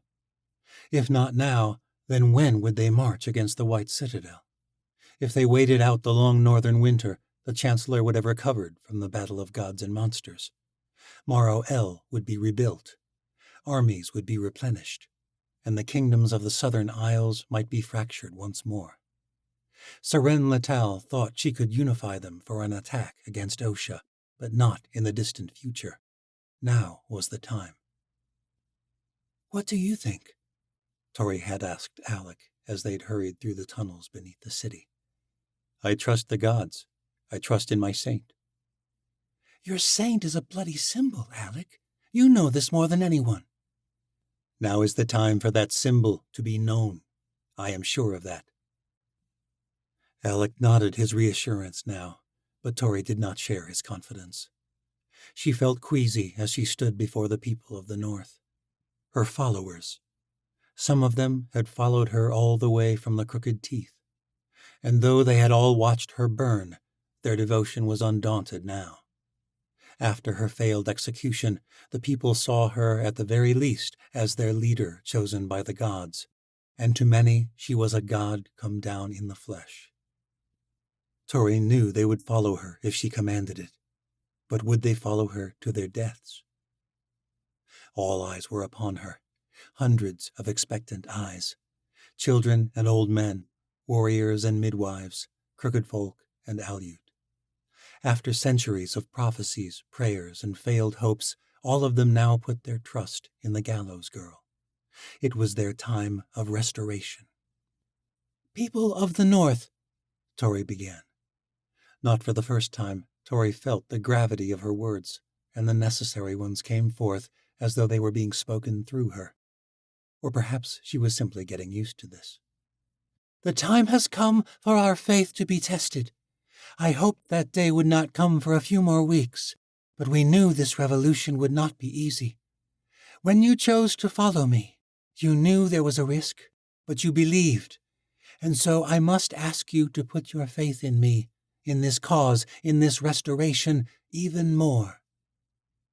The elders were shaking their heads, but Tori continued. "The ice is setting in across the channels from Ikala. Every hour we wait, the greater risk it will be to sail south, and that is our greatest chance at surprising the Chancellor. He does not know what lies here in the north. He does not know of our alliance with the southern isles. Our numbers will not match those of the legions.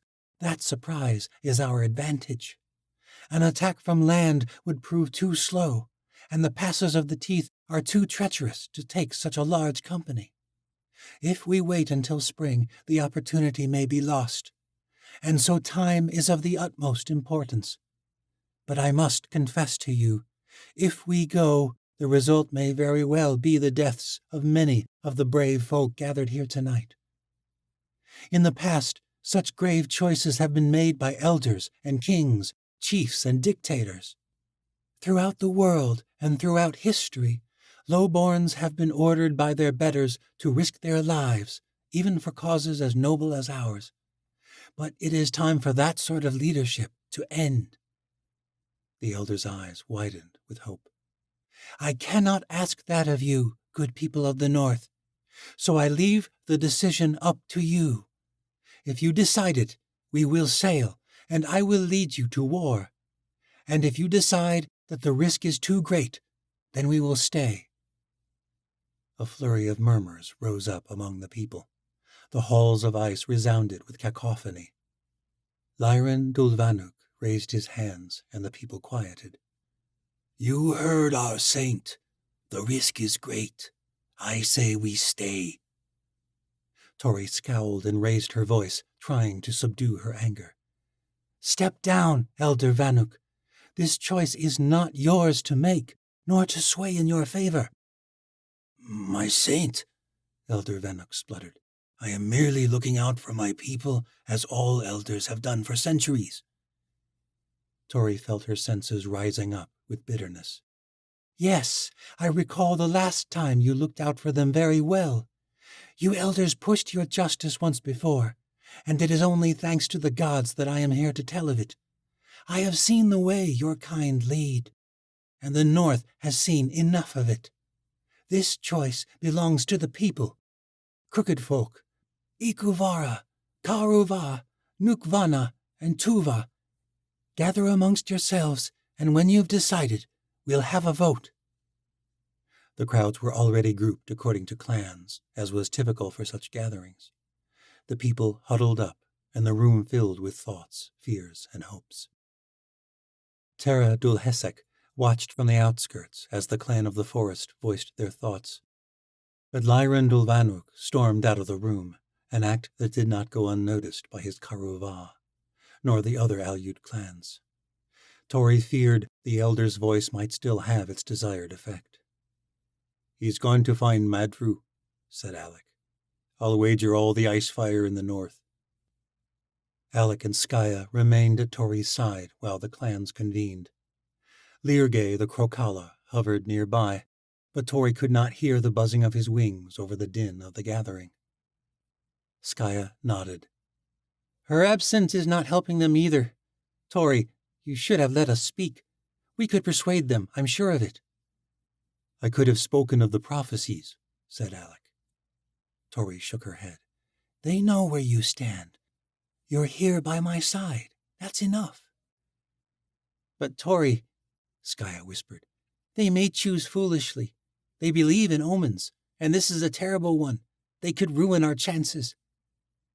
"This war is only as strong as these people," said Tori. Of that she was sure. "The choice must be theirs. If their hearts are not in this, then we would fail from the start." "Have faith, Saru. Our people are stronger and wiser than you give them credit for." Alec gripped Tori's hand, and she was glad he was not voicing his sister's doubts, though she was sure he felt them, for she felt them as well. Benja Starzan had assumed a leadership role amongst the crooked folk, and Tori felt confident that they would choose to sail south. The fact that Terra Dulhesek had remained was promising for the Tuva, but the bear riders were led by Elder Baruch, and Lyran Dulvanuk's cave folk would be doubtful as well. Meanwhile, the Ikuvala were without their leader. And if they chose to stay, what then?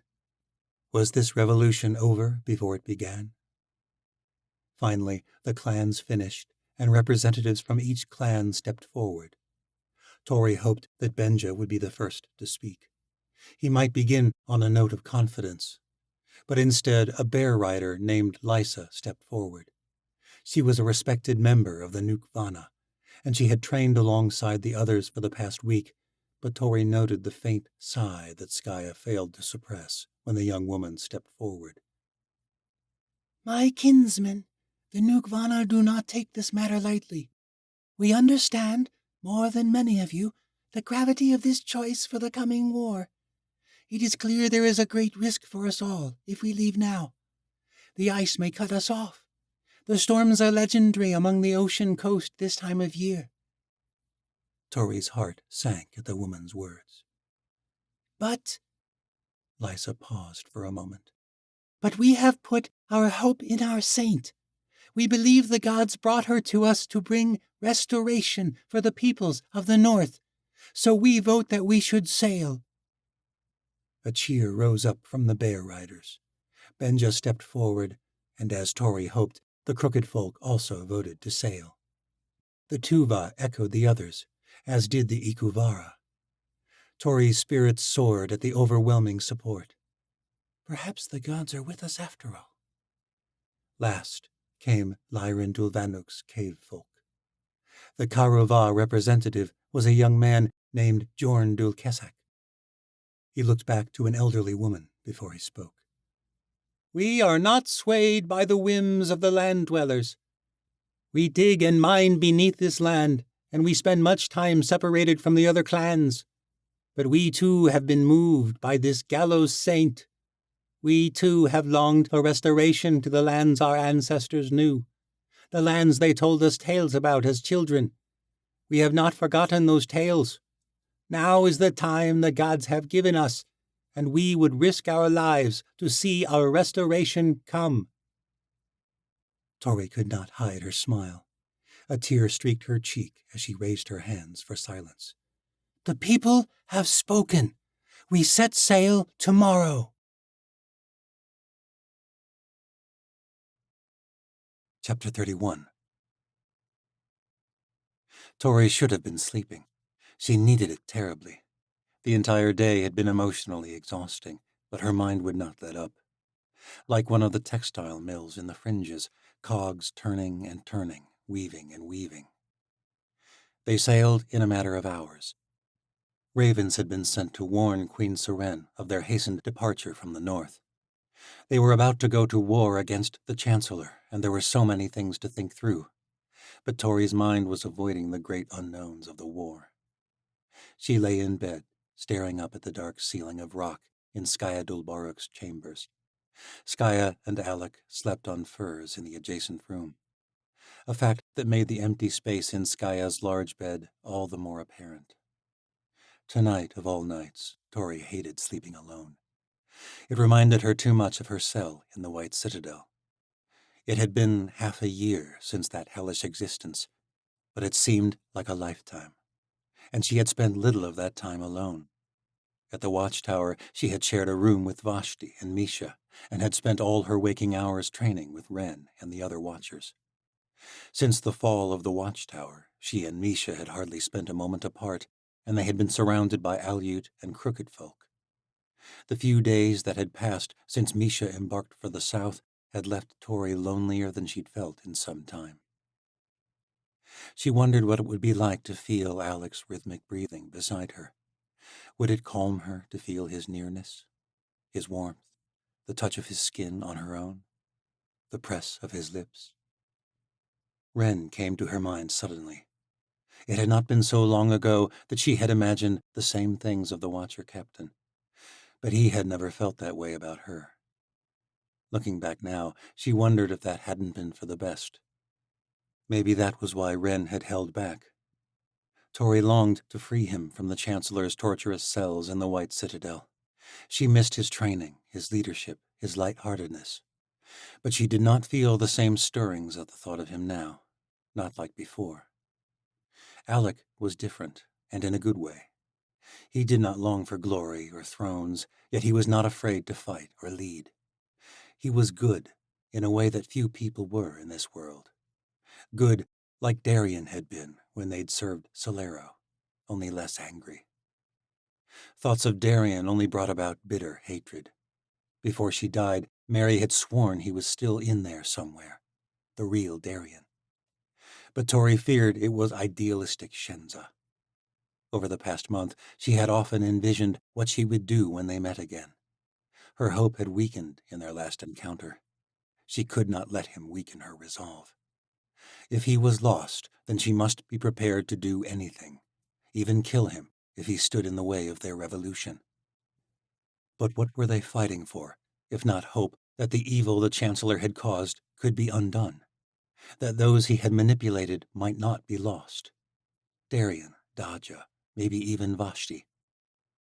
But the thought of the Yanavi princess made her utterly sick. My Skaza of a sister. How is that even possible? Had her mum been a whore of the Sultaya, and Tori had simply been too young to understand? What other explanation was there? And why in the abyss had her mum asked her not to be too hard on her sister? She wants my God's damned head, Tori nearly screamed. The thoughts tumbled around in her mind like a great storm rolling in from the sea. Finally, she could take it no longer. Tori wrapped herself in her cloak of mammoth fur and left Skaya's chambers. To her surprise, Skaya and Alec were not sleeping. They were not in the next chamber at all. From another room, she heard whispers. With an ice fire lantern in hand, Tori stole out into the tunnels beneath the ice city. The underground thoroughfare was more crowded than she'd expected. Porters were hauling crates of weapons and provisions to the world above. She kept her hood up to avoid any attention. She did not want word to reach the High Elder of where she was going. Within minutes, she was stripping her clothes outside the temple again. The door groaned as she entered. The humid air was nearly suffocating, it was so thick. The ancestral pool churned softly with white water as she stepped in. The mists swirled. And then the room disappeared. The world filled with gray vapor. Tori felt like she was floating somewhere far above the world, but there was nothing to see. Nothing but grayness and emptiness. There was no one there. Perhaps she'd done something wrong. Perhaps she needed a shaman to work the pool. The depth of her loneliness sunk in further and further. She was about to step out of the roiling water when suddenly there was a pulse of light from the strange veins that bled into the pool from deep within the earth. And then a warmth enveloped her. Mom? The mists swirled, and her mum's face emerged, fluttering like a reflection in water. I had a feeling you'd come back, Celine Borodai said. Her voice was too casual, too bright. Tori shook her head, clenching her fists until it hurt.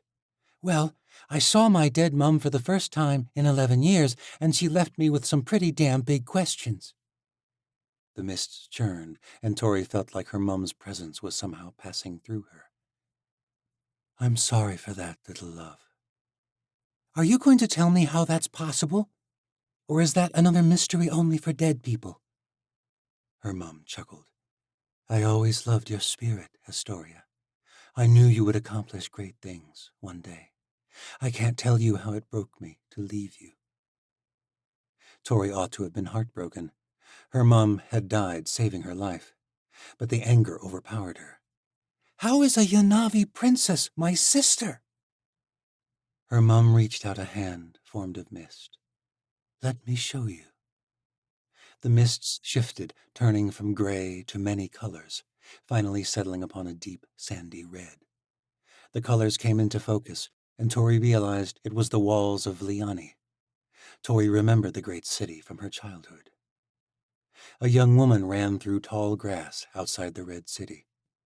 A Yanavi man on a bay steed rode down a steep hill toward her. It was dusk, and the city glowed behind them with a setting sun. The girl's fair skin reflected the warm light. She was Ocean. That's you? Tori asked. Yes, I fled to the steppe when I was no older than you are now. I came from a mercer's house, and when I realized what I could do, what I was, I knew it was the only way I would survive. Perhaps if I had been born into a greater house, it would have been different. High lords and ladies with the curse often lived, so long as they did not practice their innate sorcery.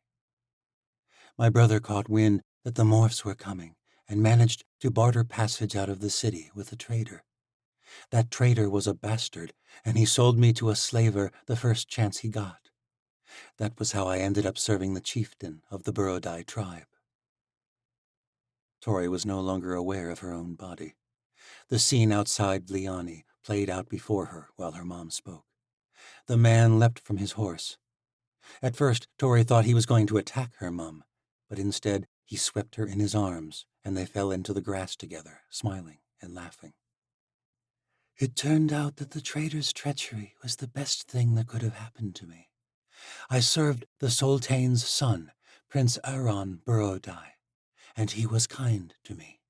His young wife had died giving birth to their second child, Vashti. I tended to his children. I grew to love them as my own, and I grew to love their father. The Yanavi man ran his hand through Celine Borodai's hair, tenderly, and she kissed him. This was Tori's father, the same man who had ordered Vashti to be burned to death for her sorcery. I thought you served a Thrasi, said Tori. I don't remember ever being close to the Sultaya. Our affair lasted only a few months, but I loved him, and he loved me. But when I became pregnant with you, it was not Aaron's choice to send me away. He wanted me to continue to serve his household. It was not uncommon, after all, for a servant to bear a bastard, so long as no one knew who it belonged to. But another prince from a rival tribe discovered us. Her mum lay on the grass. Her belly had begun to swell, and Aaron Burrodai brushed his fingers over the small bump. Her mum and father whispered inaudibly, but she could see the love in their eyes. Was this real? Or had her mum glossed over this memory, turned it into something she wanted to remember? Even in Osha, it was known that Sultan Burrodai had been a heartless ruler. Tori started at a distant shape. There was a cloaked figure hiding behind the trunk of a tree. The man ran away, unnoticed by the lovers, back toward the city. "That is Xander Mina," said Celine. "He was always envious of Aaron's charisma. They were rivals from boyhood, and their tribes for many years before that. Mina used the information about our affair against Aaron's father. Noble bastards are slaughtered among the Yanavi, along with their mothers, in order to keep the bloodlines clean. Aaron came unhinged when his father passed the sentence.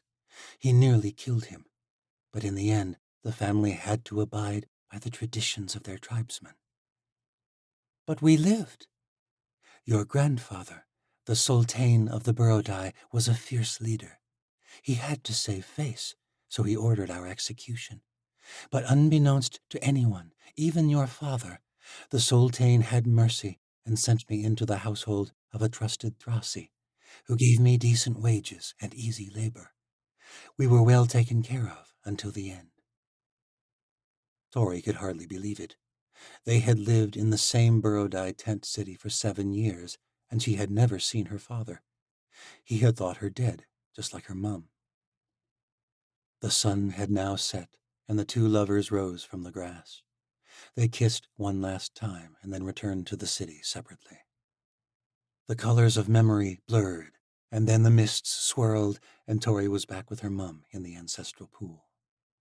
"He changed since you knew him," said Tori. "My father." Celine's voice betrayed invisible tears. Tori could not even see her face in the mists. "I know. I saw it from a distance. After we were ripped away from him, he turned cold and bitter and ambitious.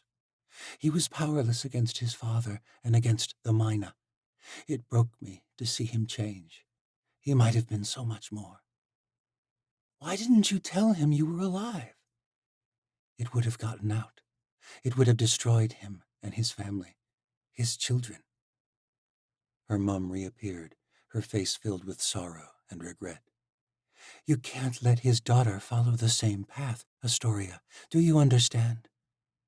Her mum's voice was pleading. "I'm afraid she's too far gone," said Tori. "She serves the Chancellor now. She wants my head for her wedding present." This fact seemed more tragic now. "No one's too far gone. You must keep believing that." "The way you believed in my father?" Tori began backing away from the mists. "Those were fool's hopes, Mum. I can't believe in that. I'm sorry, but I have a war to win." The mists swirled violently and then disappeared, and Tori staggered out of the pool. She slumped onto the wet stone and cried. It was some time before Tori was startled by a strange voice. It was wispy and did not seem fully comfortable with the common tongue.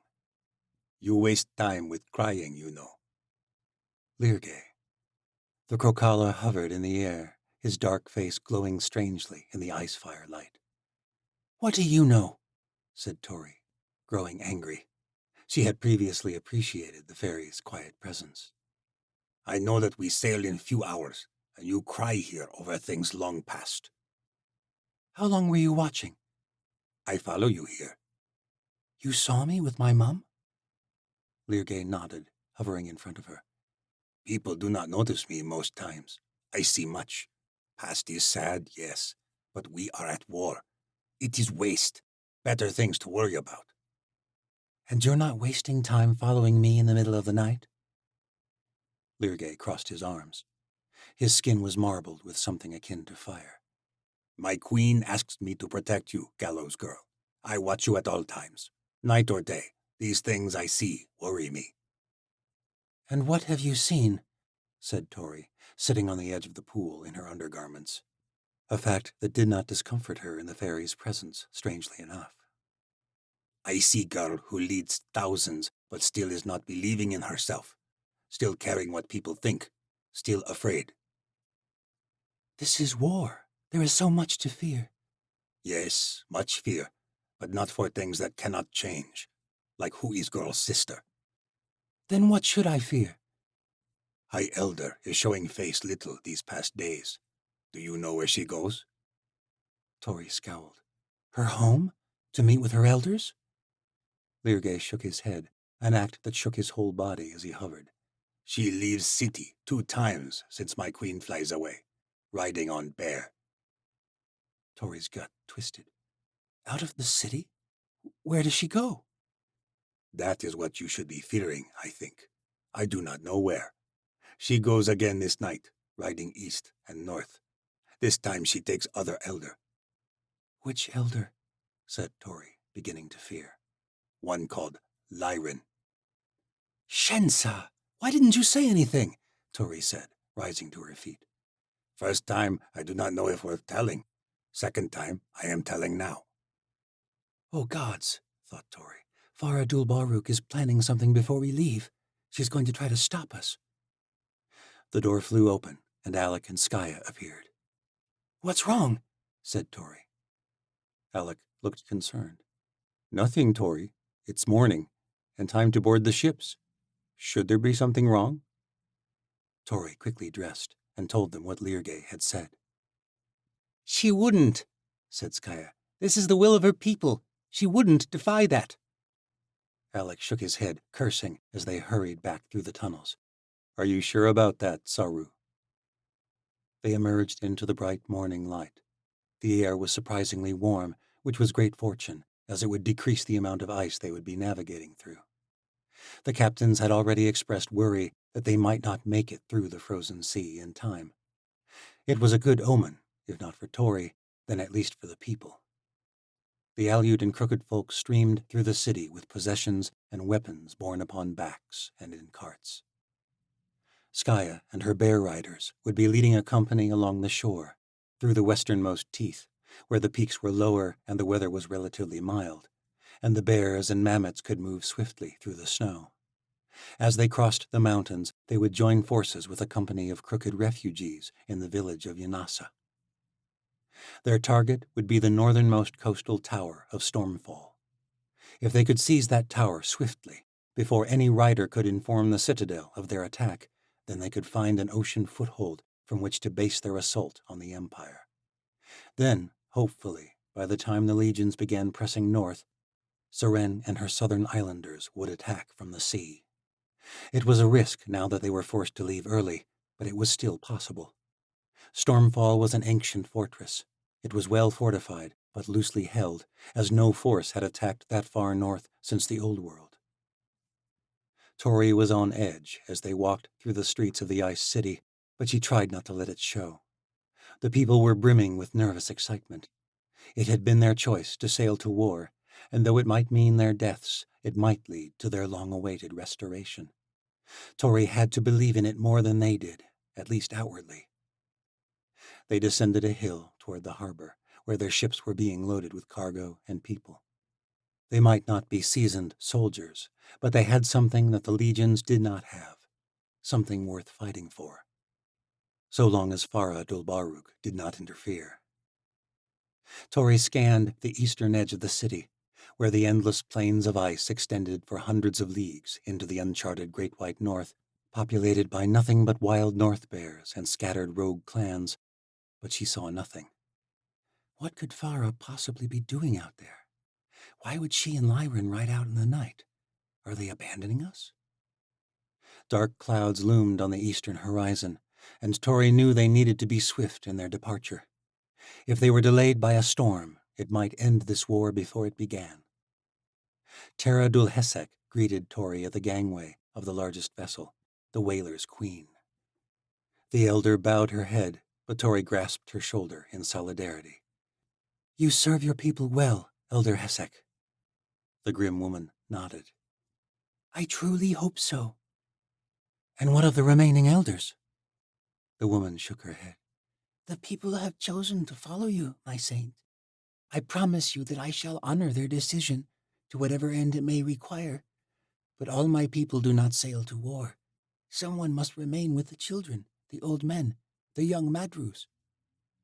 Tori nodded. As much as she distrusted Farah Dulbaruk, she knew her absence would be felt. But this, at least, was better than outright defiance of her people's will. Tori had to be grateful for that. Perhaps it was for the best. Without her questioning the gallows girl at every turn, the people might be better served anyway. Elder Hessek gripped her hand. The weather is good, but a storm approaches. And either way, the seas may prove treacherous before we reach the warmer waters of the boundless sea. The people need reassurance. You should speak to them, my saint. When Tori stood upon the stern of the Whaler's Queen, the great crowd fell silent. Many were gathered upon the docks, but most had already boarded one of the Aleut vessels. Less than 2,000 strong, Tori thought, looking at the sight of the crowd. All bunched together on the decks of the Aleut vessels, they looked like a great number. But Tori knew they would stand no chance against the legions in open combat. They might take Stormfall, but what then? They had heard nothing still from Seren. What if something went wrong? The people of the north looked to her with expectant smiles.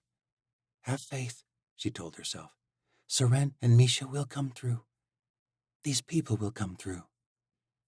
People of the north, Tori cried, this harsh world was thrust upon you by ancient tyrants. Forced from the lands of your ancestors, you made this world your home. And the gods blessed you, provided for you, preserved you.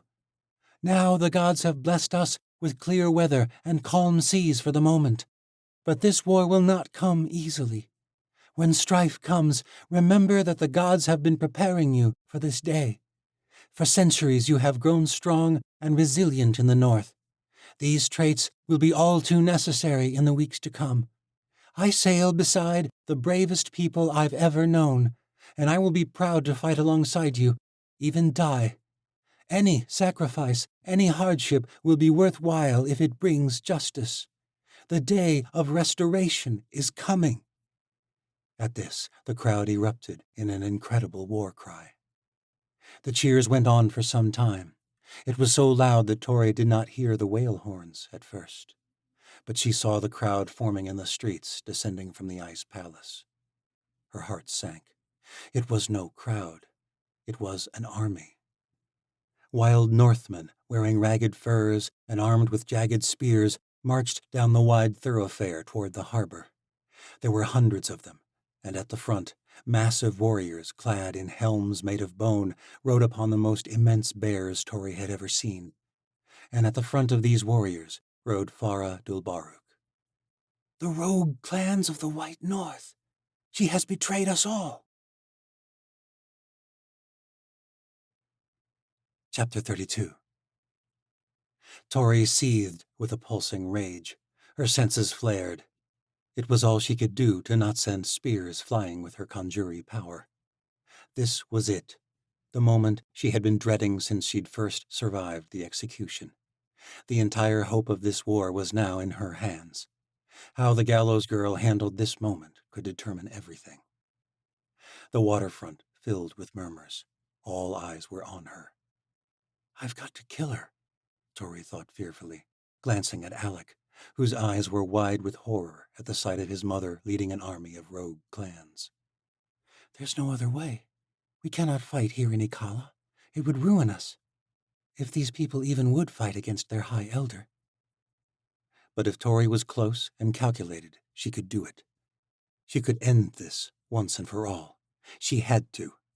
Elder Baruch was defying the will of her own people, and that was the worst kind of treachery.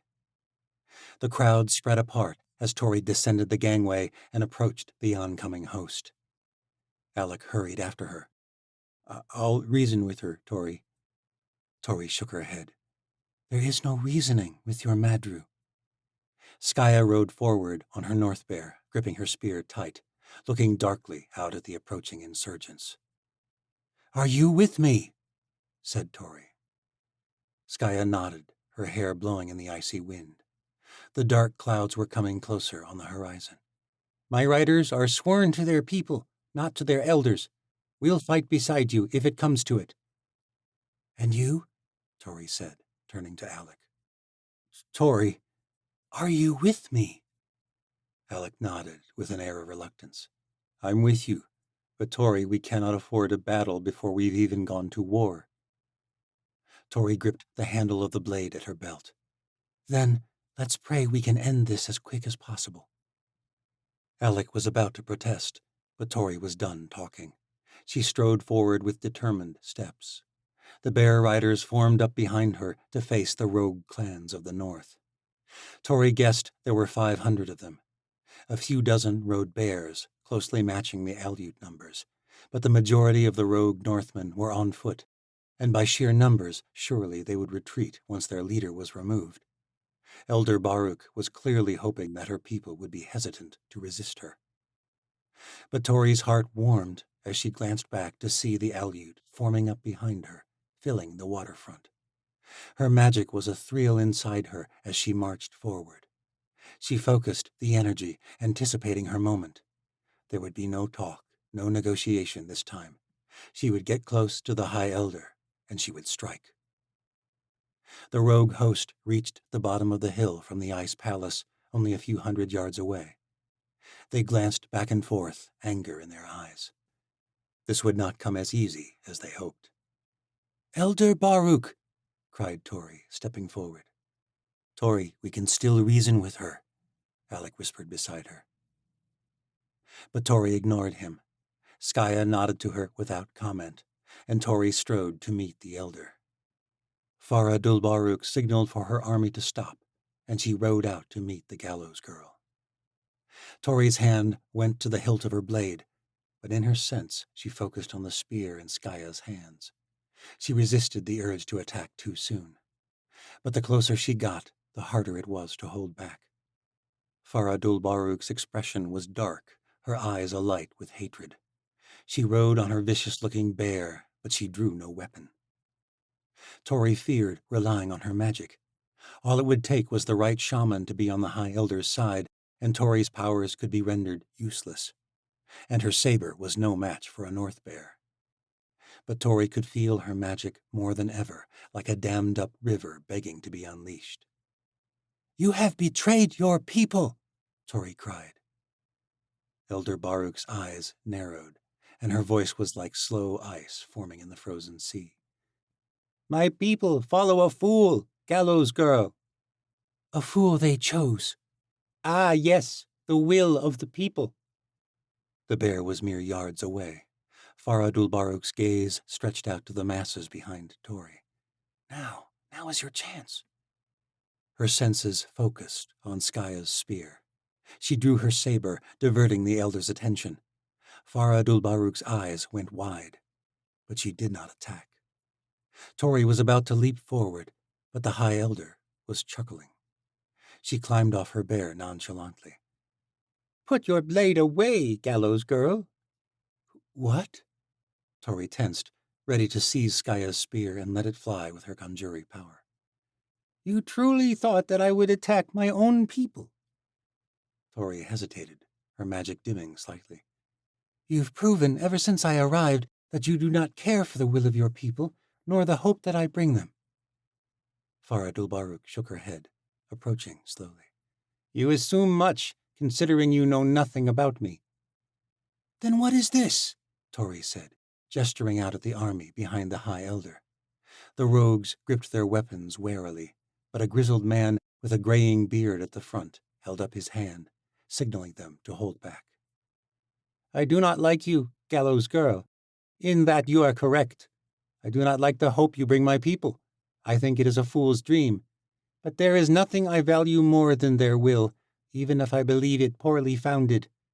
It has been a great deliberation for me these past days as to how I should move forward after they so wholeheartedly supported you. It is why I was going down to the temple when we ran into one another last night. Tori let her magic subside completely, and she lowered her blade. Then where did these rogues come from? My people have chosen to follow you into war, to seek their restoration. I wish it were not so. But if they should die in the attempt, I will die alongside them, and I will give them the best chance they have at victory." Elder Baruch gestured at the rogues behind her. Their faces had softened now. The grizzled leader rode forward. He dismounted and stood by Farah Dulbaruch's side, clasping her hand in greeting, to the amazement of the Aleut people. Farah Dulbaruch addressed them. "The rogue clans were formed over petty squabbles long ago, but these people are Aleut. They long for the old lands and the old ways, just as we do. They also dream of restoration. Let us put aside our past differences. If we are to win this war, we must be united as ever. If you will have them, they will ride with us, fight with us, die with us, if it will return our people to the lands of our ancestors. Will you accept their allegiance?" A roar chorused through the streets, echoing off the buildings, carrying across the air and the icy seas. "The people have spoken," the High Elder murmured to Tori. "Then let us set off," Elder Baruch cried, raising her spear toward the sky. "A storm is coming, but victory is on the horizon. To war!" The people shouted, "To war! To war!" The rogue clans joined the cry. The icy streets trembled at the sound. Farah Dulbaruch led her new recruits through the streets, and the people returned to the ships. Alec and Skaya greeted their mother with warm embraces, uncharacteristic affection for their family, and they led the way back to the harbor. The ships were soon brimming with brave warriors. The rogue riders would join Skaya and the other bear riders as they rode through the mountains to rally the crooked folk. Tori watched, waiting until all were aboard the Whaler's Queen. The dark clouds had nearly reached the city, but still Skaya pulled Tori aside before she boarded.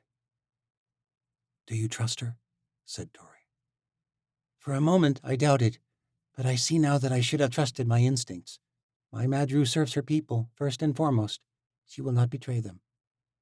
"It was a close call," said Tori, "but I'm glad to be proven wrong." "It was a very close call, almost a terrible mistake," said Skaya, gripping her spear and meeting Tori's gaze. "I felt your magic, Tori." Tori's stomach tightened. It had very nearly been a catastrophic mistake. If she had attacked the High Elder, she would have undone everything. Tori nodded to the warrior. "I'm sorry." "I don't think Alec realizes how close you came to murdering our Madru, and I won't tell him. We avoided a tragedy, and our army is stronger than ever, and that is what matters. But from now on, we must trust one another." "Your Madru still hates the fact that your people follow me." Skaya gripped Tori's shoulder. "Then show her she's wrong. She's with us. She's proved that. Now prove you're worthy of being followed." Tori managed a grim smile. "Be safe." "Oh, I will," said Skaya, grinning. "I'm not going to let cold or rulox or war keep me from seeing your watcher friend again. I'll see you in Stormfall." Skaya mounted her North Bear and led the bear riders and rogues out of the city. They set off at a swift pace. Tori marveled at the speed with which the bears and mammoths could cross the snow. Tori smiled as she watched them leave. A great crowd of Aleut waved and cheered from the docks as the others set sail. The seas were calm and the ice was minimal, and the ice city soon diminished to a faint point on the horizon. Alec stood alone on the foredeck of the Whaler's Queen. He would not meet Tori's gaze at first, and so she drew near and took his hand. "I should have listened to you," she said. "I shouldn't have assumed the worst about your Madru. You were right." Alec squeezed her hand. "I hope so. I hope I'm right about all of this." Great bergs of ice drifted past them. They were like incredible mountains floating upon the sea. Alec said they were normal this far north, shed by massive sheets of ice in the great white north. Tori prayed the weather would hold and the ice would wait a few more days to set in. The storm clouds had shifted north and were disappearing on the horizon. She hoped it was a good omen. Chapter 33. Misha, you've got to come see. Tesla tugged on Misha's arm and hurried them both up to the foredeck.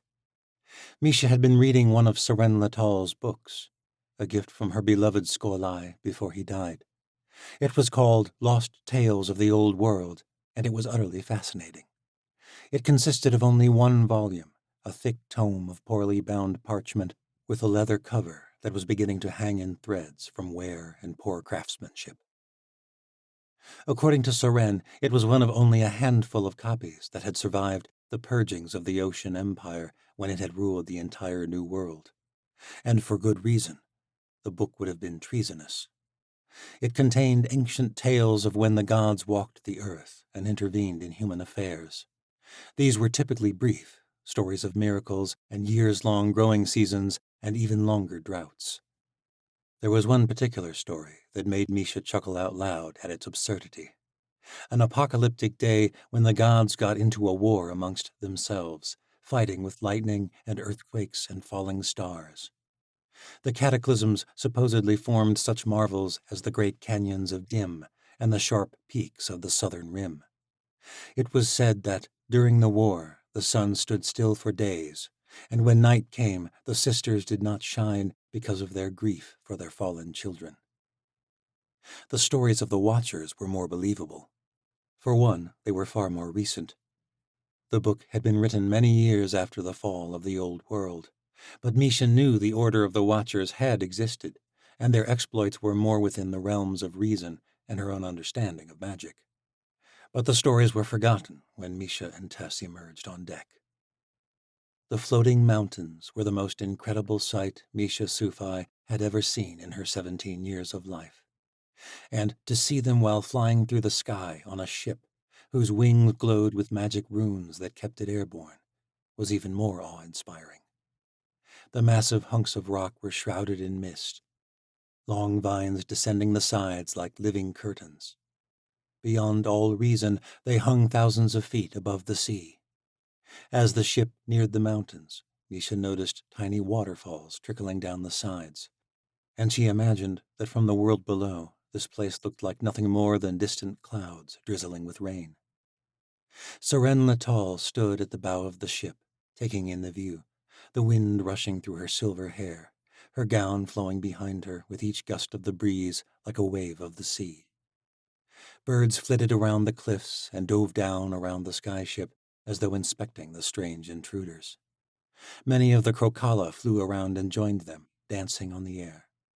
The amalgamation of birdsong and fairy buzzing filled the world with a beautifully chaotic symphony. "Gods above!" cried Tesla, running across the deck toward the Queen, pointing at the magnificent mountains. "Seren, aren't they grand?" Misha was about to tell Tess not to disturb the Queen. She often withdrew for solitude and meditation on deck, but Seren turned and smiled, messing Tess's hair when she reached her. Misha joined them, her eyes rarely leaving the sight of the floating mountains, which grew larger and larger as they approached. They must have been 1,000 feet tall or more. "What do you think of them?" said Seren, patting Tess on the shoulder. "Amazing!" According to tales, this was the home of the Order of the Watchers, said Misha. She'd read about it yesterday in Lost Tales of the Old World. "If Watchers ever lived here, it was long before the orders were formed," said Seren Latal. "I've flown over the mountains several times, and there are no Old World ruins that I've seen. I'm afraid that was likely a myth." "Maybe their houses were underground," said Tess. Seren laughed. "You're a sharp one, Tess. I'm glad to have you along on this voyage. How's your training coming?" Tess crossed her arms. "Makes my head hurt. The fairies make too much noise. I can't concentrate." "Well, if it was easy, it wouldn't be training," said Seren. "Misha is a wise teacher. Be sure to listen to her." Tess nodded, though with a slight pout. Garendul Narsuk came to join them briefly, his hands clinging to the railing, his mouth agape.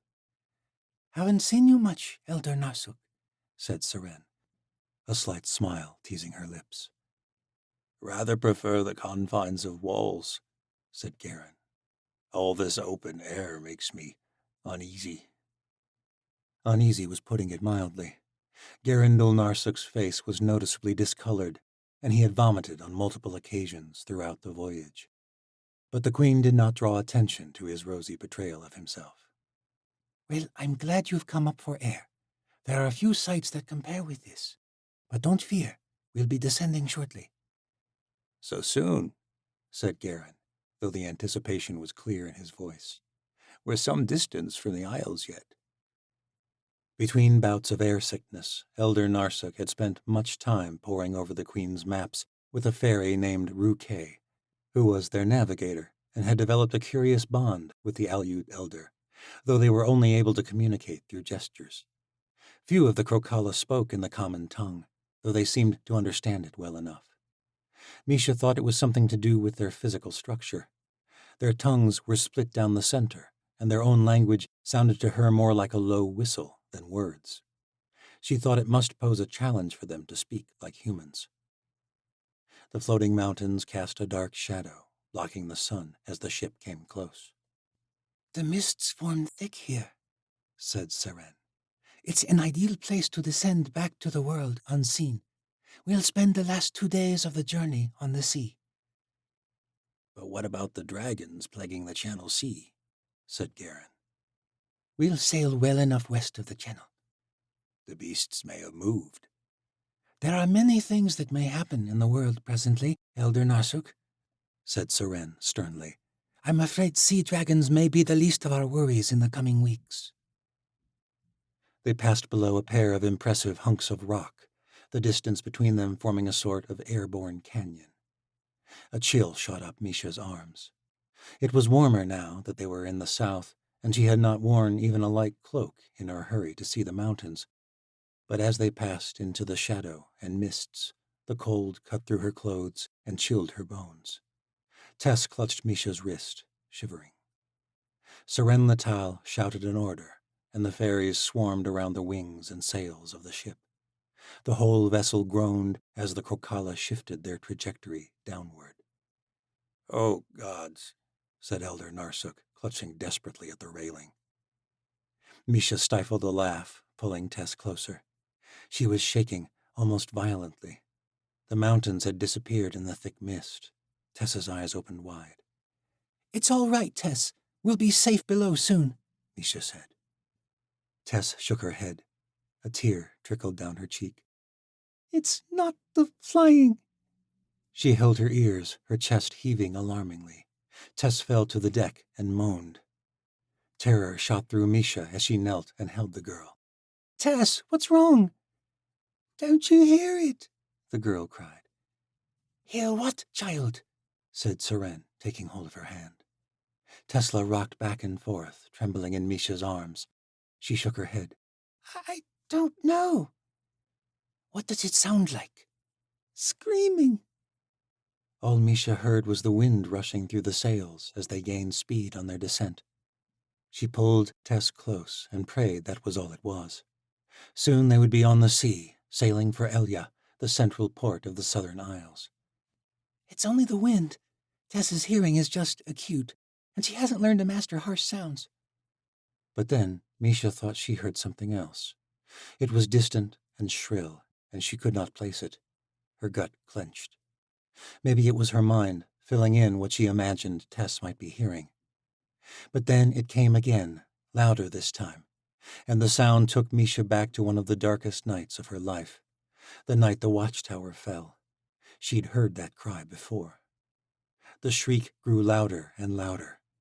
"What was that?" cried Garen. But Misha knew, and it filled her with cold dread. She clutched Tess tighter. A shadow loomed above them, growing larger and larger in the mists, and it did not belong to the mountains. Another shadow appeared, and another. "Morphs!" Misha cried. "They found us!" "Dive! Dive!" shouted Seren. The Krokala shifted the sails, the shadows growing more threatening with every breath. Misha held Tess's hand tight, envisioning the beasts snatching the young watcher away from her like an eagle capturing its prey. The vessel's nose dipped, and Misha, Tess, and Garen clutched the railing as they hastened their descent to the ocean below. The winds turned turbulent with the gathering speed, and Misha wondered darkly at what speed the sea might turn into something like stone on impact. "Should I take the girl below?" asked Garen tremulously. "It's too late!" cried Misha. "Hold tight!" Seren was at the helm, barking orders to the Krokala. Her face was deathly pale, and her eyes were dark chasms. An outline of black wings emerged from the mists, and the queen's eyes went wide. Tess screamed, holding her ears. "Ree!" Seren shouted, in a strange tongue Misha guessed belonged to the Krokala. The demon fairies shifted the sails, and the skyship banked hard to the left. A morph shot past them, only clipping one of the sails. "Do you think it's only the one?" shouted Garendil Narsuk. As if in answer, another shadow appeared in the clouds. Misha's teeth clenched. This beast descended even quicker, its wings tucked in a fierce dive, the claws of its feet stretching toward them. Seren shouted, "Kal!" The ship shifted again, and the second morph shot past. Its claws missed them all, but there was a loud ripping sound as it passed. The ship jolted to the side, and Misha could see light through a slit in one of the sails. 2 more shadows came in quick succession. Seren barked an order, and the ship arced left again. The first beast missed entirely, but the second shot straight to the spot where the ship had moved, and its claws shredded 2 large holes in the main sail. "Gods!" cried Seren. "They're trying to bring the whole ship down." "What do we do?" cried Garen. Misha gripped Tessa's hand and then let go of the railing. "We fight! If I can make it to the muskets down below, we might be able to ward them off." Seren nodded and gripped the helm even tighter, bracing her feet as the ship gained speed. There was a brief lull between attacks, and Misha seized the opportunity. Without another word, she scrambled across the deck on all fours. She feared if she stood, she would be swept away by the intense gusts of wind. She gripped the decking with mad determination. Wind hissed in her ears, louder and louder, but finally she reached the stairs and leapt into the cabin. She sprinted as fast as she could down the hall below decks, bracing herself against the walls as the ship spun around her. The weapons were stowed in a locked cabinet in the navigation room. Misha smashed the glass of the door and slung a pair of muskets over her shoulder, along with a bag of shot and a horn of powder. The ship rocked, and she fell to the floor. Blood splattered on the wood, but Misha did not have time to worry about the injury. "Gods, how much longer before we hit the sea?" Before she left, Misha grabbed a saber and strapped it to her belt. She flew back to the deck. The sails were in worse shape now, with several more gashes. Misha shoved one of the muskets in Garen's hands. "Can you shoot?" The Aleut elder nodded, his eyes wide with fear. Misha handed Tess a small sheath from her belt. Despite the covering, the ice fire still managed to glow. "If one of those beasts comes near, you stab them with this, you hear?" Tess nodded, clenching her teeth, whether from fear or determination, Misha did not know. "It'll kill them quick. You can do it." Tess clutched the blade tight. "Incoming!" cried Seren. A shadow materialized above them. Misha planted her feet, aimed, and fired. But Tess's scream threw off her aim, and she missed. Tess pointed a trembling finger behind Misha's shoulder. Misha spun to find one of the morphs climbing onto the deck from the clouds below, its claws reaching for her. She raised her musket, only to realize that she'd not reloaded. The creature's claws latched onto Misha's cloak. Elder Narsuk fired, and the beast fell away. But its claws were locked on Misha's clothes, and Misha was yanked from the deck and plummeted into the mists. She wrestled with the falling beast for several seconds before she realized it was dead. Its fingers were stuck in the thick wool of her cloak. Together they shot toward the earth. The clouds began to thin. Misha focused her senses, becoming aware of the forces behind the world. With determined clarity, she flicked the flints around her wrists and conjured a small spark, praying it would not simply be blown out in the wind. She focused all her Fieri power on one sharp explosion of flame. Her cloak ignited in a quick burst. The fibers disintegrated. Her chest roared with pain, and the morph slipped away. The sea loomed below, but Misha was free. and she caught a current of the wind with her magic and flew through the air, narrowly missing the roiling waves. Rain drenched her cloak. They were landing in the midst of a storm. There was a strike of lightning above, and Misha caught a glimpse of the ship descending quickly toward the sea. 2 beasts spun through the air, attacking from either side. It seemed Garen had managed to fell another of the creatures. He's a better shot than I gave him credit for. Misha drew a dagger from her belt and flew with all her might, back into the thick clouds above. The cold rain pelted her face like tiny bullets of ice, and she squinted to see through the tempest. There was a gaping hole in the mainsail. The ship weaved violently through the air, and Misha did not think it was one of Soren's maneuvers. A loud cry echoed in the clouds as Misha neared. The beasts had landed on deck, forcing Soren to release the wheel. The ship jerked hard to the right, one of the wing masts nearly clipping Misha's head. She ducked, caught a sharp upward draft, and landed on deck.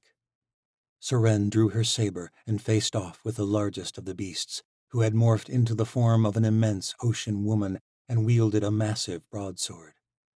A frantic shot fired. The other beast was taking on Tess and Garen had missed. He scrambled to reload the musket, but the beast was upon them.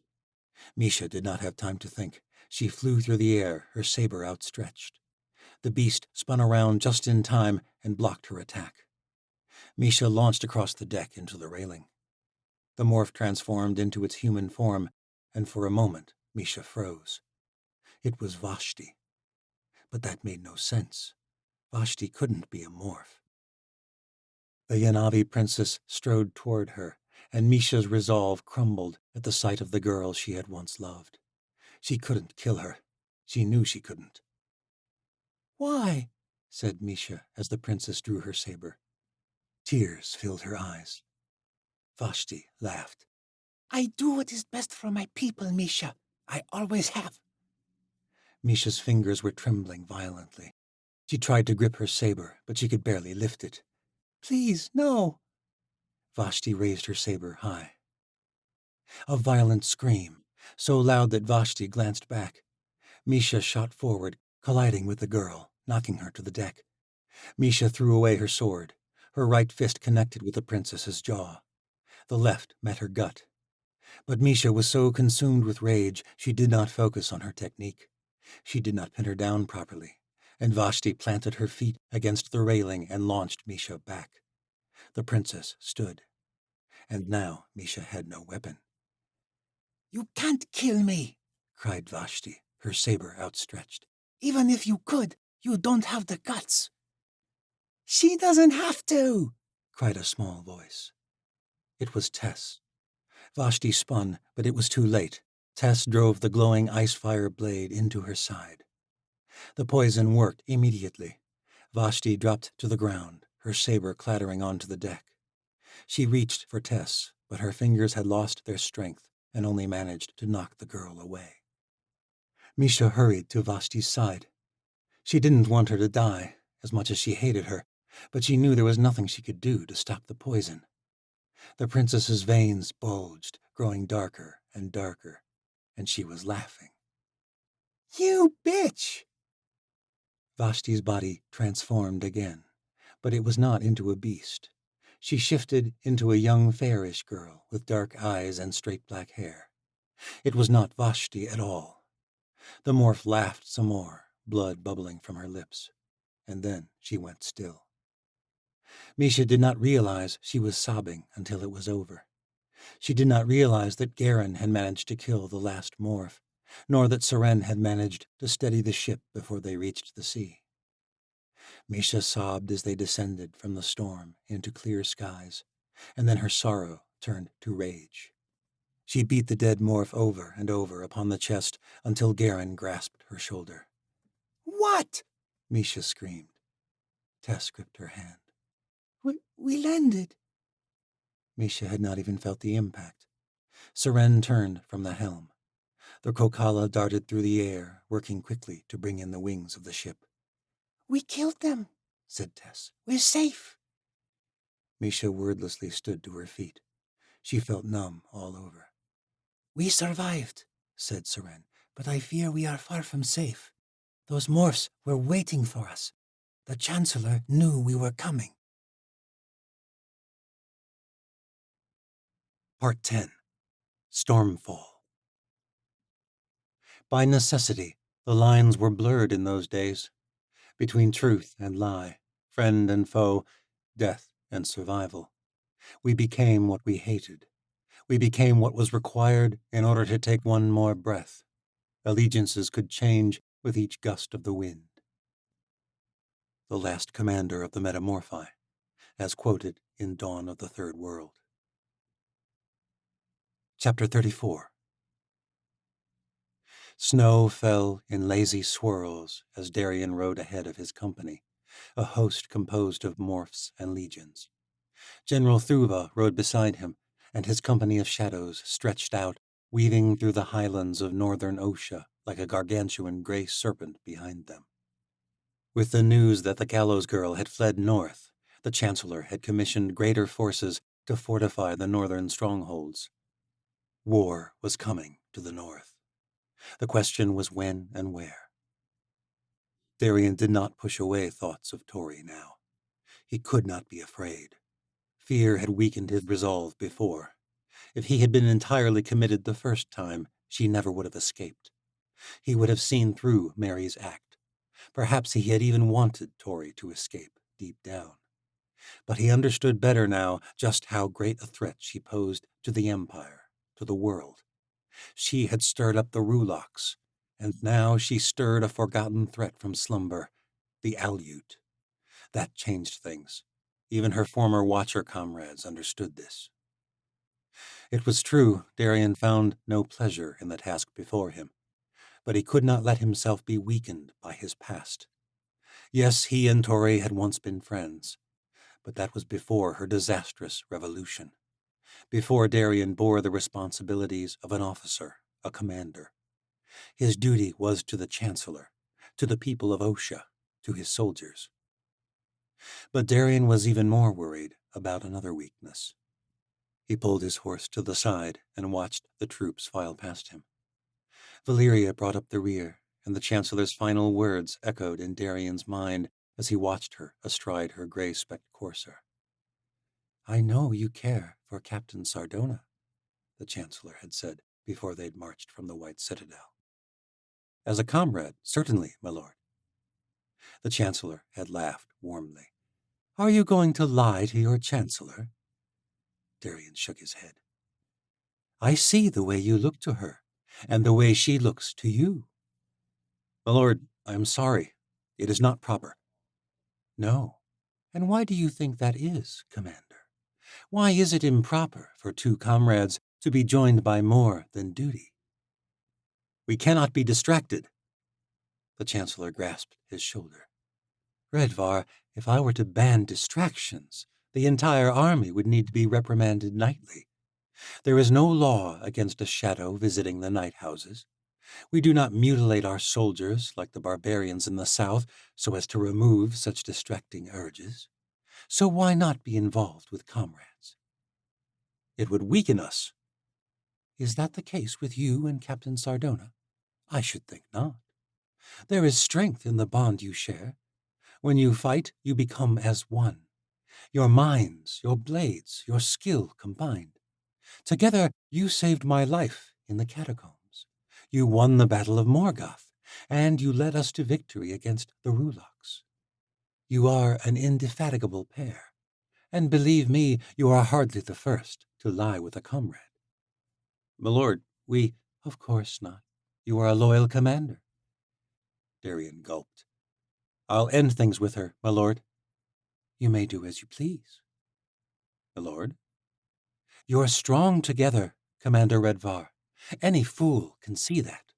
But even our greatest strengths can be held against us by our enemies. I should know, for I do not hesitate to exploit such weaknesses within my own adversaries." Darien thought of the way he had manipulated Kale and Kira. "You are my chosen commander. I trust you'll ensure that nothing compromises your duty." "Of course, my lord." "The gallows girl must die. I may not like it. Truth be told, I rather fancy young Astoria. You may laugh, Commander, but there was a time I entertained the thought she might make a fine queen when I brought magic back to the realm. Tori, my lord? She's a fierce young woman, but she is the world's greatest threat. You must bring her to Morrow El, and you must not let yourself be put in the awkward dilemma of choosing between your duty and the life of someone you love.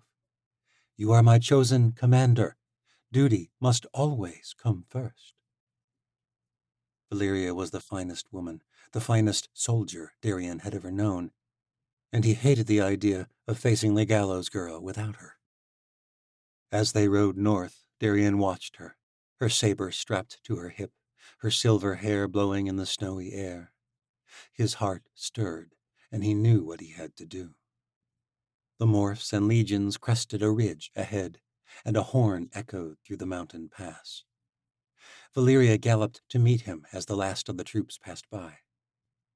"We've reached the fortress at last," she said, her eyes twinkling.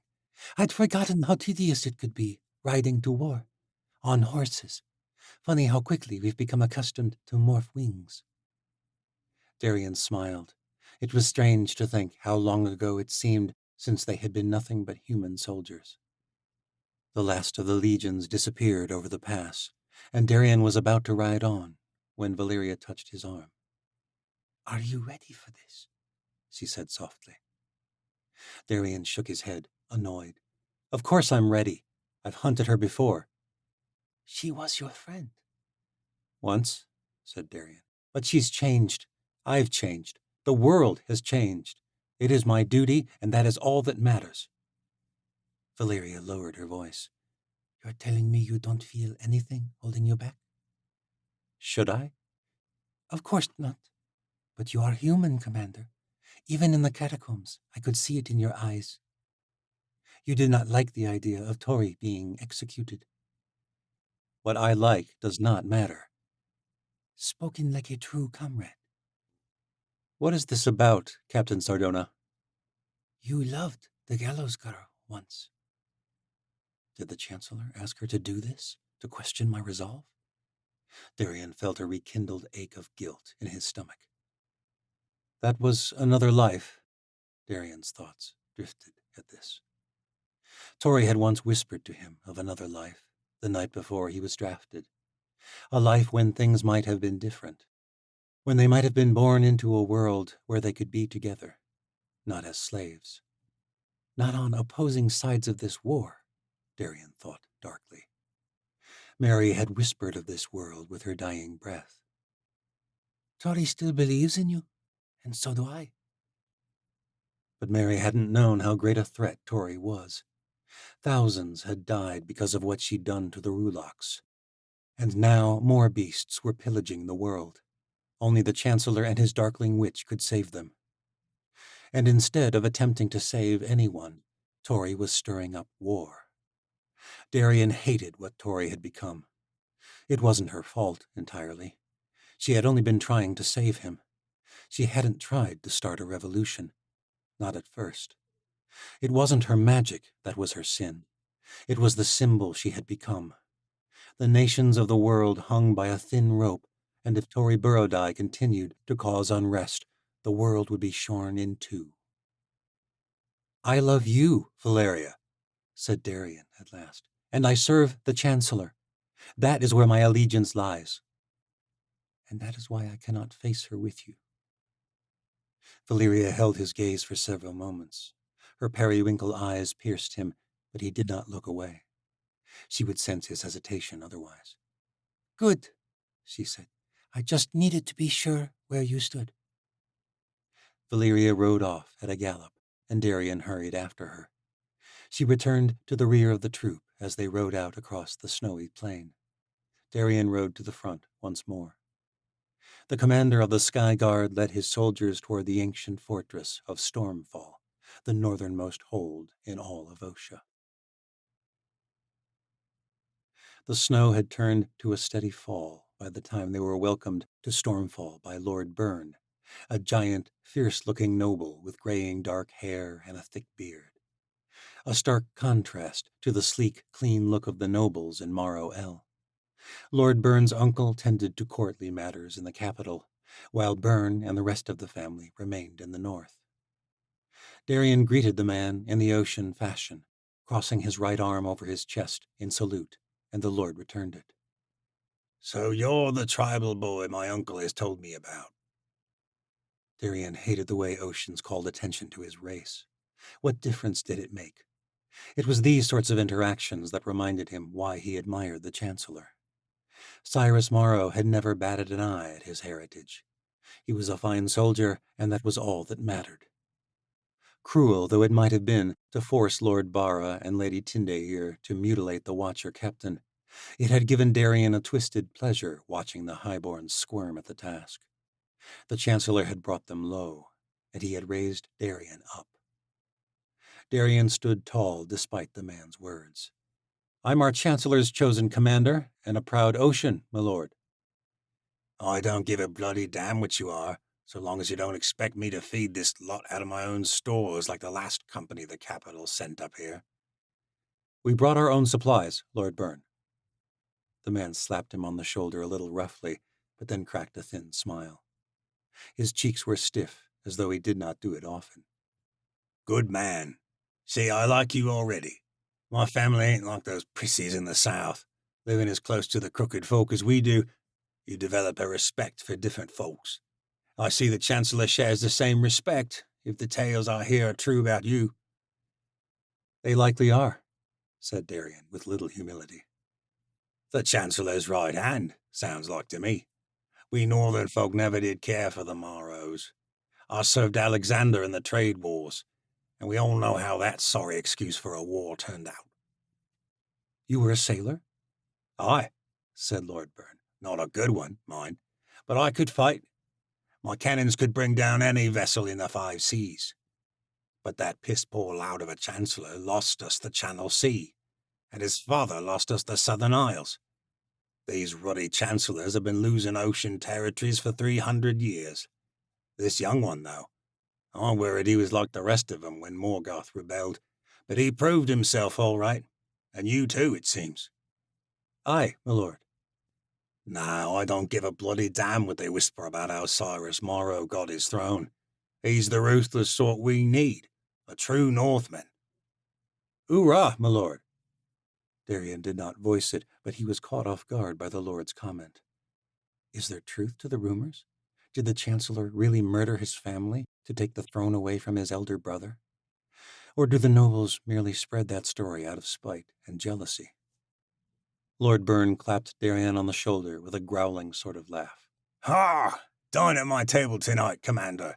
I've got a fresh Alkine bull just finished roasting, and a good mead. The company feasted on venison. Stores were scant and expensive this far north, so the Chancellor had provided ample supplies. Another reason they were slow in coming to Stormfall. Darien and General Thuva ate at Lord Byrne's private table at the head of the hall, and Byrne grew more rowdy as the night and the ale progressed. Darien felt a little guilty accepting Lord Byrne's offer. He preferred to dine with his soldiers. He had always respected General Thrain for such actions, but it was an excuse to avoid Valyria. If she expected what he planned to do, he feared he would lose his nerve. More than once she eyed him from across the great hall, and he feared she suspected his plans to leave her here. He had spoken with the morphs he had chosen to take with him. They would leave in the night. It would be cold, but Darien thought it easier. She might talk him out of it if he told her himself. Darien drank little of Lord Byrne's mead, but he devoured the roasted Alkine. He would need the strength for the night's flight.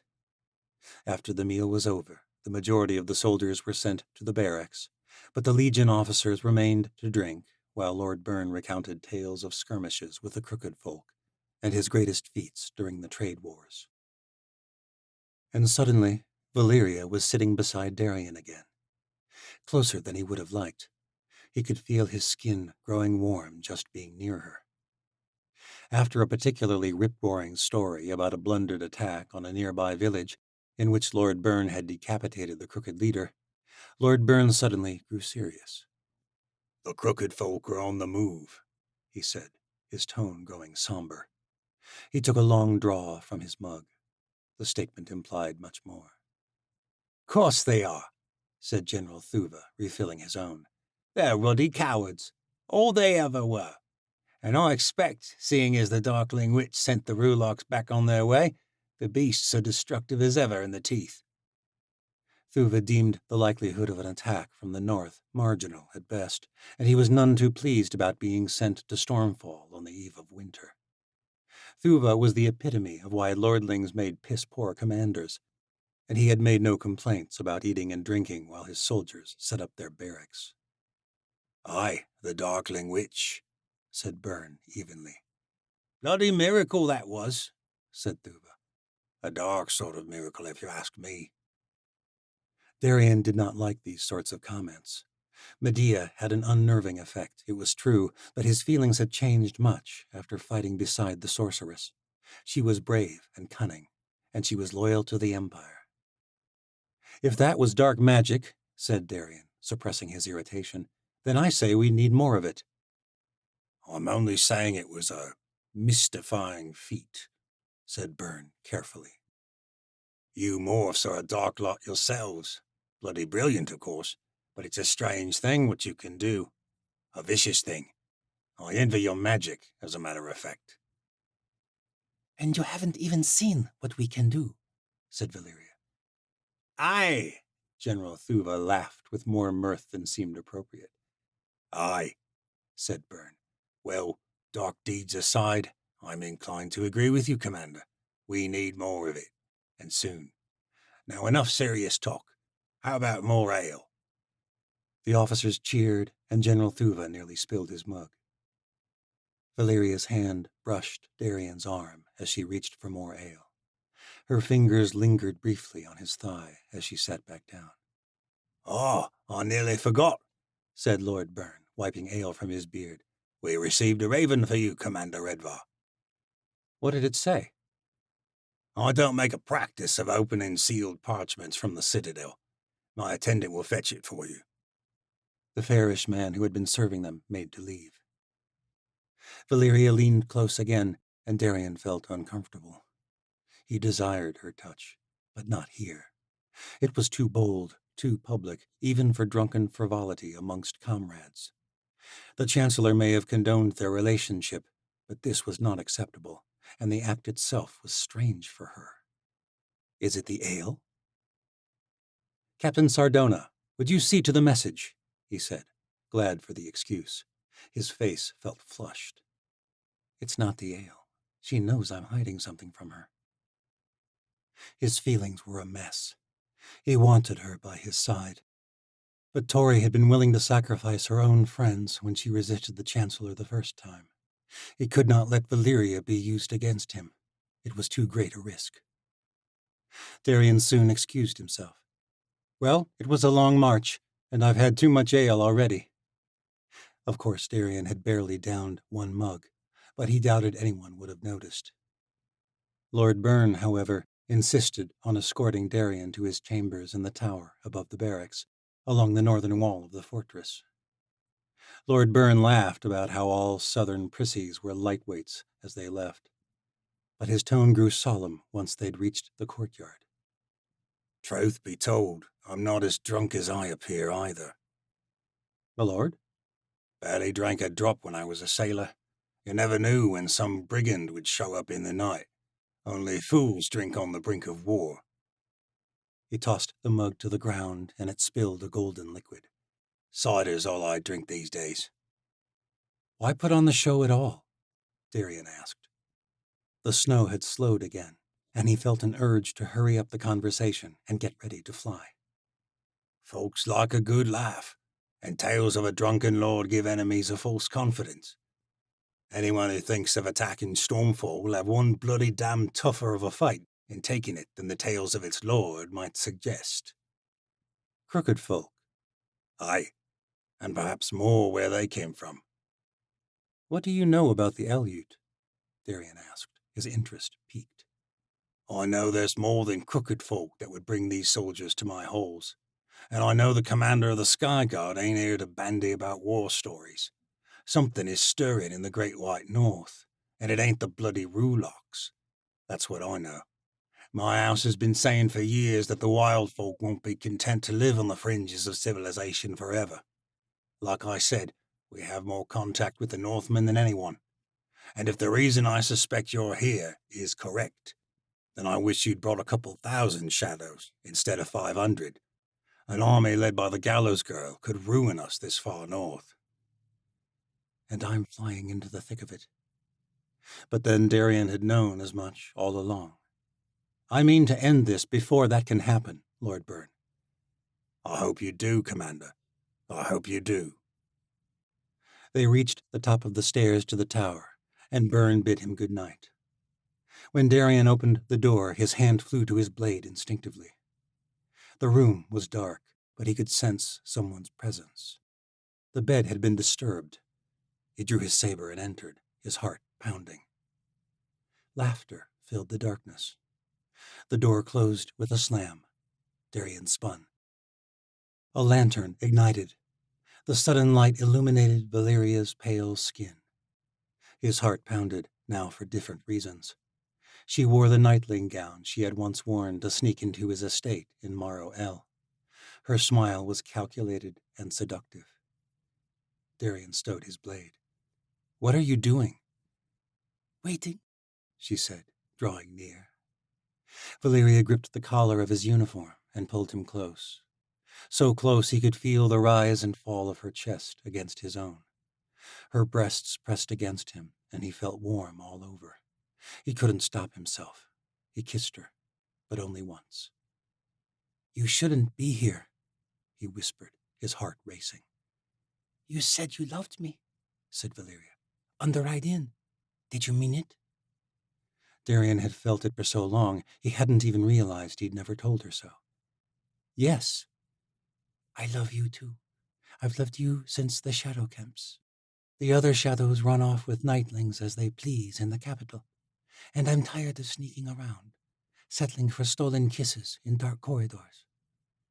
"This isn't sneaking around?" "I thought this was what you wanted." It is." "Isn't that why you sent me away from Burns Hall?" she said. "I sent you to fetch a letter," he said, unable to hold back a smile. "What did it say?" "Little of significance. Sala and his attendants have arrived in the citadel, and Chancellor Morrow expressed every confidence you would succeed." "Which is why this is a bad time for this to happen." "It's the only time, and you know it."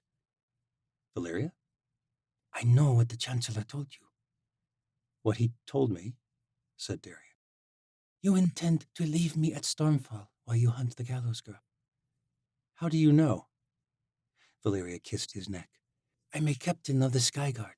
Did you really think you could just run off in the middle of the night without me knowing it?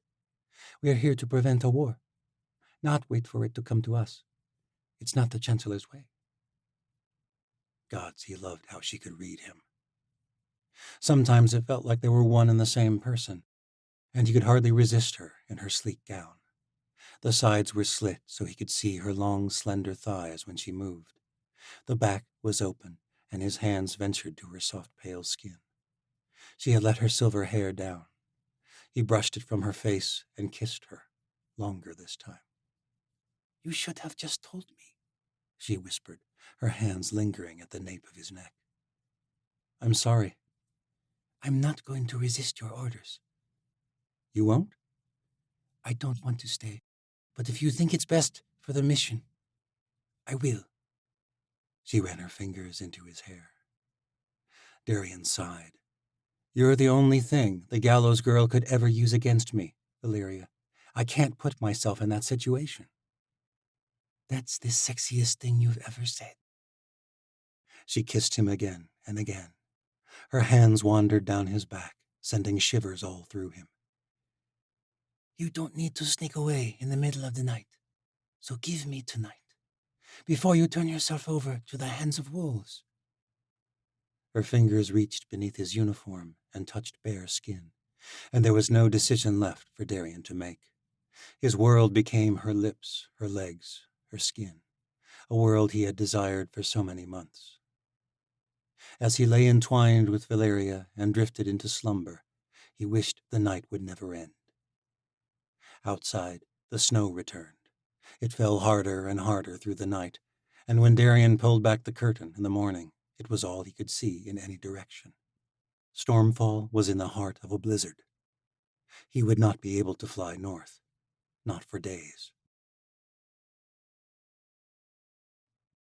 Chapter 35. The sky had turned dark, though there were still hours of daylight left, as the whaler's queen led the Aleut fleet into a narrow channel off the northwestern coast of Osha. Massive cliffs towered hundreds of feet above them on either side. Snow drifted in the air lazily, and Tori hoped it would not worsen before they reached shore. But the darkness above them hinted that winter was setting in fast. The voyage south had proven long and arduous. The frozen sea was a maze of massive sheets of floating ice. The small fleet had nearly been cut off when an ice shelf that stretched for many miles passed in front of them, colliding with the sheets forming in the shallow waters along the shoreline. If they had not had a conjurer, they would have been forced to turn back. But with some of the greatest magic Tori had produced yet, she was able to force a channel through the surface layer ice. The act had filled the warriors with even more hope. The gallows saint had proved herself yet again, and more than ever the people believed their restoration was at hand. Even Tori's own belief had begun to require less acting. Stormfall would be the first step toward victory. There they could rally all the Aleut and Crooked folk and then launch a full-scale attack on Morrow El when Queen Seren returned with her army from the southern isles. And if they could take the ancient fortress swiftly and by surprise, they just might have a chance. Cyrus Morrow's eyes would turn north, and Seren could attack from the south. But Tori's hope was short-lived. They had just received word from Seren Letal by Raven, sent shortly before she arrived in the southern isles. They had survived a morph attack, a fact that made the darkness seem to press around her. She only told Alec. The last thing they needed was to spread unnecessary doubt and fear. But fear was certainly warranted. The Chancellor had tried to kill Seren. What else he knew was a mystery. Tori had the sick thought that they were sailing into a trap. "Perhaps it will work to our advantage," Alex said, returning the parchment. His hand rested on her shoulder, and she leaned into his touch. "How?" He pulled her closer. "If the Chancellor's worried about the southern isles, then we might just pull this thing off by surprise." The snow specked his dark hair. "You should be worrying of important things." The voice made Tori jump and spin around. It was Leargay, hovering just above her. His dark eyes and fierce expression made him look sinister against the backdrop of clouds. A young soldier scowled from across the deck. The Aleut were still unnerved by the demon fairy, even though he had proven incredibly useful in helping them navigate the frozen seas by scouting ahead for icebergs. Tori was not angered at his appearance, but at the creature's tendency for eavesdropping. "You were listening in?" Tori said, moving away from Alec. "I hear you speak of my queen. You should be telling me anyway, but it is no matter." "You're not worried about her? About things in the south?" Leargay crossed his arms. What if? What if? Worrying does nothing for my queen. She will do what needs done. We are on the brink of battle, Gallows Girl. We must be worrying about this only. The channel is growing narrow. We are nearly to shore." They had been winding through cliff-lined channels for a full day. They seemed to be an endless maze with no shore. "These cliffs are just as high as ever." "These channels are always being like this," said Leargay. "But there is shore." "How do you know?" "I fly ahead, and only now I'm returning." The demon fairy shook with something like laughter. Tori shook her head with relief. These towering fjord walls reminded her of the narrow canyon that had led to the watchtower. The last time she had been there, Wren had been about to bring the canyon walls down to block out the rulocks. She pushed the thought away. Every time she thought of Wren, she was reminded of her failure the night the Chancellor attacked. It pained her to think of what Wren and the other Watchers were suffering because of her failure. She had agreed with Sir Wren that freeing the Watchers could not be their first priority.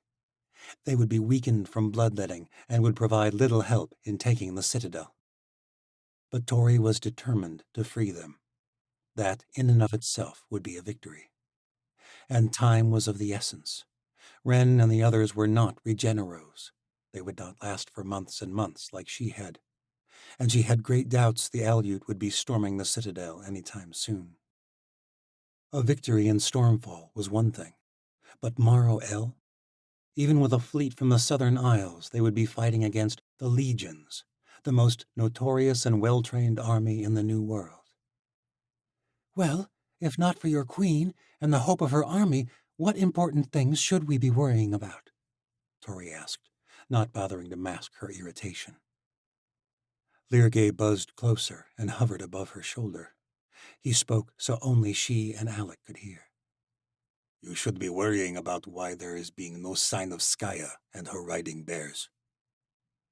They had lost several days due to the heavy number of icebergs in the frozen sea, in addition to the ice shelf encounter.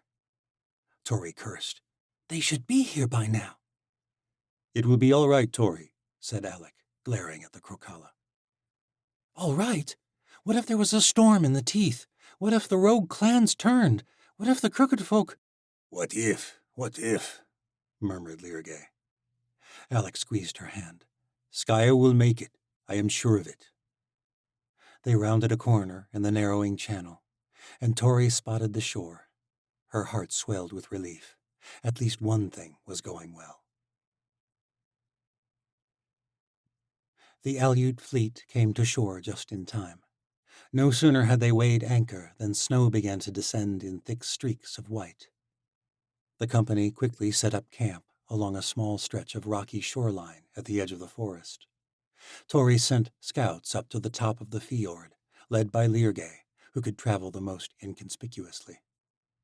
After a supper of cured seal meat, Tori gathered the elders and warrior leaders in a tent coated with mammoth fur to hear the scouts' report. A gnawing anxiety picked at her insides. She had eaten nothing for supper. So much needed to go right, and there was still no sign of Skaya. The fortress is near, said a young Tuva boy named Renak. 3 miles south, at the top of a fjord.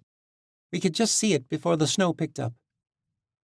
It's larger than I thought it'd be, said Jorn of the Karova. Aye, and the fortress is strongly held as well, said a spear girl named Dala. What do you mean? said Farah Dulbaruk. Dala glanced at Leargay, who hung in midair at the center of the group. Leargay saw him. He told us not to say so, but— Say what, demon? The High Elder's eyes were filled with spite. The fairy held her fiery gaze and shrugged nonchalantly. Numbers are no matter. Numbers are everything, said Farah Dulbaruk. We're missing much of our army. We thought this place would be loosely held. Without the bear riders, we will be no match. And if we wait, we risk being spotted by rangers from Stormfall. We're not even started, and this is a fool's war. This is being subjective, said Leargay. How many soldiers are there? Tori asked, more gently, though she too was angry at the fairy's dismissive response. 1,000, said Leargay. There were only supposed to be a few hundred, said Lyran Dulvanuk. I reckon there were, said Dala, until the new troops arrived. Leargay saw him when he flew ahead to scout out the terrain around Stormfall. New troops, roared Elder Baruk. Leargay crossed his arms and scowled. This is why I am not wanting to say. Now fear is taking over. Well-founded fear, I'd say, said Elder Vanuk. Gods, the High Elder murmured. The Chancellor already knows we're coming. Alec shook his head. How large was this new regiment, Leargay? 500. I count while I am scouting. And did you see the Chancellor? No. Tori understood what Alec was getting at. If the Chancellor knew, he would be with them. He would have sent far more troops. He is suspicious, at least, said Farah Dulbaruk. Why would he be? Tori thought of Soren's letter. How had the Chancellor found her skyship? The High Elder went on. 1,000 will leave us evenly matched, considering they'll be behind that fortress. We'll lose many taking those walls. Lirgay huffed and flew close to the High Elder. His voice grew hard and strangely upset. Enough fear-mongering. If elders are not believing, we will never win this battle. Besides, you are fearing for no reason. No reason, Elder Baruch cried. This is why I ask scouts not to tell of numbers. Yes, it will be harder in taking walls, but we do not need to take them. What do you mean? Said Tori hopefully. I see many things in scouting, but most importantly, I am seeing a way in. Lirgay explained his plan in detail, and with the storm beginning to thicken, now would be the only time it would work. Farah Dulbaruk hated the idea of attacking before Skaya and her bear riders arrived, but Tori agreed with Lirgay. There was a furious debate, but they all finally came to a compromise. They would wait for Skaya for 1 day. Tomorrow night, they would attack. As Tori trudged through the snow to her tent, hoping to sleep a little, Lirgay buzzed along beside her. She stopped and gazed in the direction of the top of the fjord. She could see a little now. You think this storm will last through tomorrow night? She asked. Lirgay nodded. I am thinking the Northmen are knowing their storms better than me. If they believe, I will also. Tori shivered, despite her thick layers and mammoth fur cloak. Do not be fearing this, the fairy said. There's something more important, I take it? Lirgay buzzed closer and perched on her shoulder. Tori had only ever seen him do this with Soren Latal. There is more, I see, but I'm not wanting to share in front of warriors, only you. Why only me? Because it matters only to you, I think. The one leading the new troops to Stormfall. It is not the Chancellor. It is the one known as the Gallows Boy. Darien is here, at Stormfall. Tori's gut twisted, and despite her exhaustion, she did not sleep all night. She thought through the coming battle over and over and over. She knew what she had to do. She envisioned it. Every scenario she could imagine. Every time she closed her eyes, she saw Darien. His dark eyes and brown skin. His muscled body in proper uniform. She saw the boy she knew from Solero's estate. And every time, she was killing him. Chapter 36. Darien was not sure he trusted the blind watcher, Kira Fane. She had willfully joined the Sky Guard. She had stood by wordlessly while the Chancellor took the severed hand that Darien had carried in a small satchel since they'd left Morrow El. But Darien had been there when Kira had tried to steal the Godstones from the Chancellor in the Red Palace of Vliani. It was for this act that she had received the wounds that scarred her face. She was different now, and it was more than her scars or her blindness. Then she had been fierce and daring. Now she kept her head down, her expression dismal. And the way her sightless head moved, as though she were searching for something, but with no eyes to search, unnerved him. Kira was doing this when Darien discovered her at the parapet, staring off into the snowstorm that had consumed the fortress of Stormfall. The wind howled. Snow swirled in the infinite void that stretched beyond the forest walls. Only one side of Kira's head still bore hair, and this hair lashed about in the violent wind like a skiff in a hurricane. Yet she stood still, gazing out sightlessly into the abyss, her head turning back and forth. What is she doing? Darien stood at a distance and watched her from the archway of one of the castle's towers. Darkness was approaching, and the snow had still not let up. Lord Byrne claimed winter storms this far north could last days, sometimes weeks, a fact which made Darien increasingly nervous. It was too soon for such turbulent storms. Winter was descending early this year, and this felt like a dark omen. Darien had spent the entire day pacing around. His room, the great hall, the barracks, and now the towers. At supper, he could not eat. Valeria told him to relax. The storm would let up. His mission would be accomplished. She'd even teased that they might have another night together. Darien had restrained himself and quietly left. He felt guilty about what they had done. The Chancellor had cautioned him against letting his feelings be used against him, and he feared that if he had only resisted the temptation to stay with Valeria, if he had only left last night before the storm arrived, as he had planned, he might be in the north right now. Valeria would say that he couldn't have known, and even if he had, he would likely have been caught in the storm high in the Crooked Teeth, a prospect he did not like to think of. In a way, he was grateful to be trapped here, and he secretly longed for another night with Valeria. Last night had been everything he'd hoped. All the passion and desire and tension that had been building inside him for months had finally been released. It had been glorious. Until morning came. Now guilt plagued him, and another darker feeling as well. He could not shake the sense that his mission was doomed, as though some force was holding him back. "It's the gods."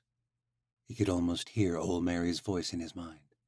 "They still believe in you, and so do I." Why did those dying words linger with him still? "Gods, you are tense." The voice made Darien jump. What? Kira did not turn away from the storm. "Your heart is pounding, Commander.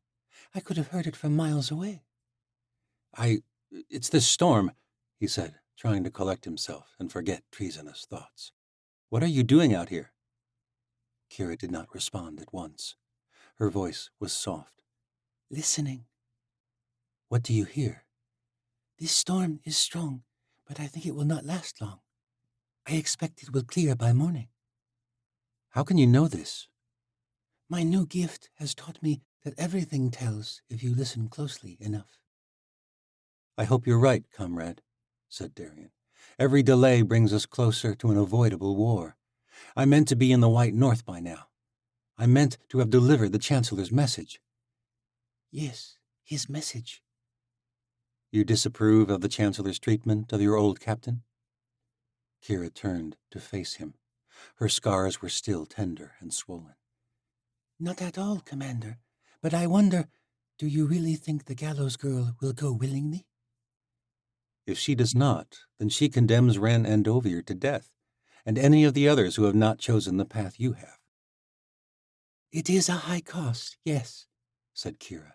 "But if the army that marched with us to Stormfall tells me anything, it is that the Chancellor suspects the same thing I do." Darien nodded, then realized she could not see him. "You're correct, comrade." "He fears the gallows girl has formed new alliances in the north. Do you think she will forsake that for a few friends?" Darien cringed. In truth, it was a doubt he bore as well. Tori had put her friends in danger before, at the watchtower. Had she learned her lesson? Darien was not sure Tori would be so easily manipulated. But there were other ways. "I don't know," Darien said. "Why are you asking about this?" "You're a skilled commander. I just hope you have thought through your plan if the gallows girl does not surrender. If you are captured." Darien nodded.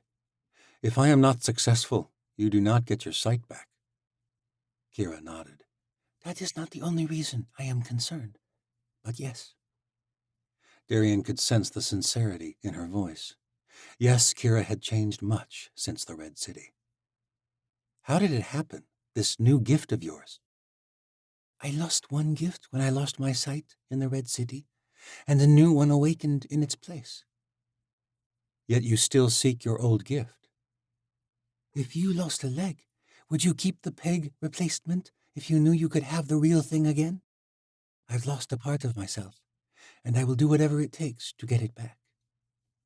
Is that the only reason you joined the Sky Guard? Would you have brought me here if you thought it was? Darian smiled. No, I can tell you want this mission to succeed. But why? Kira spoke carefully, as though weighing her words. Most of my friends have already joined the Sky Guard.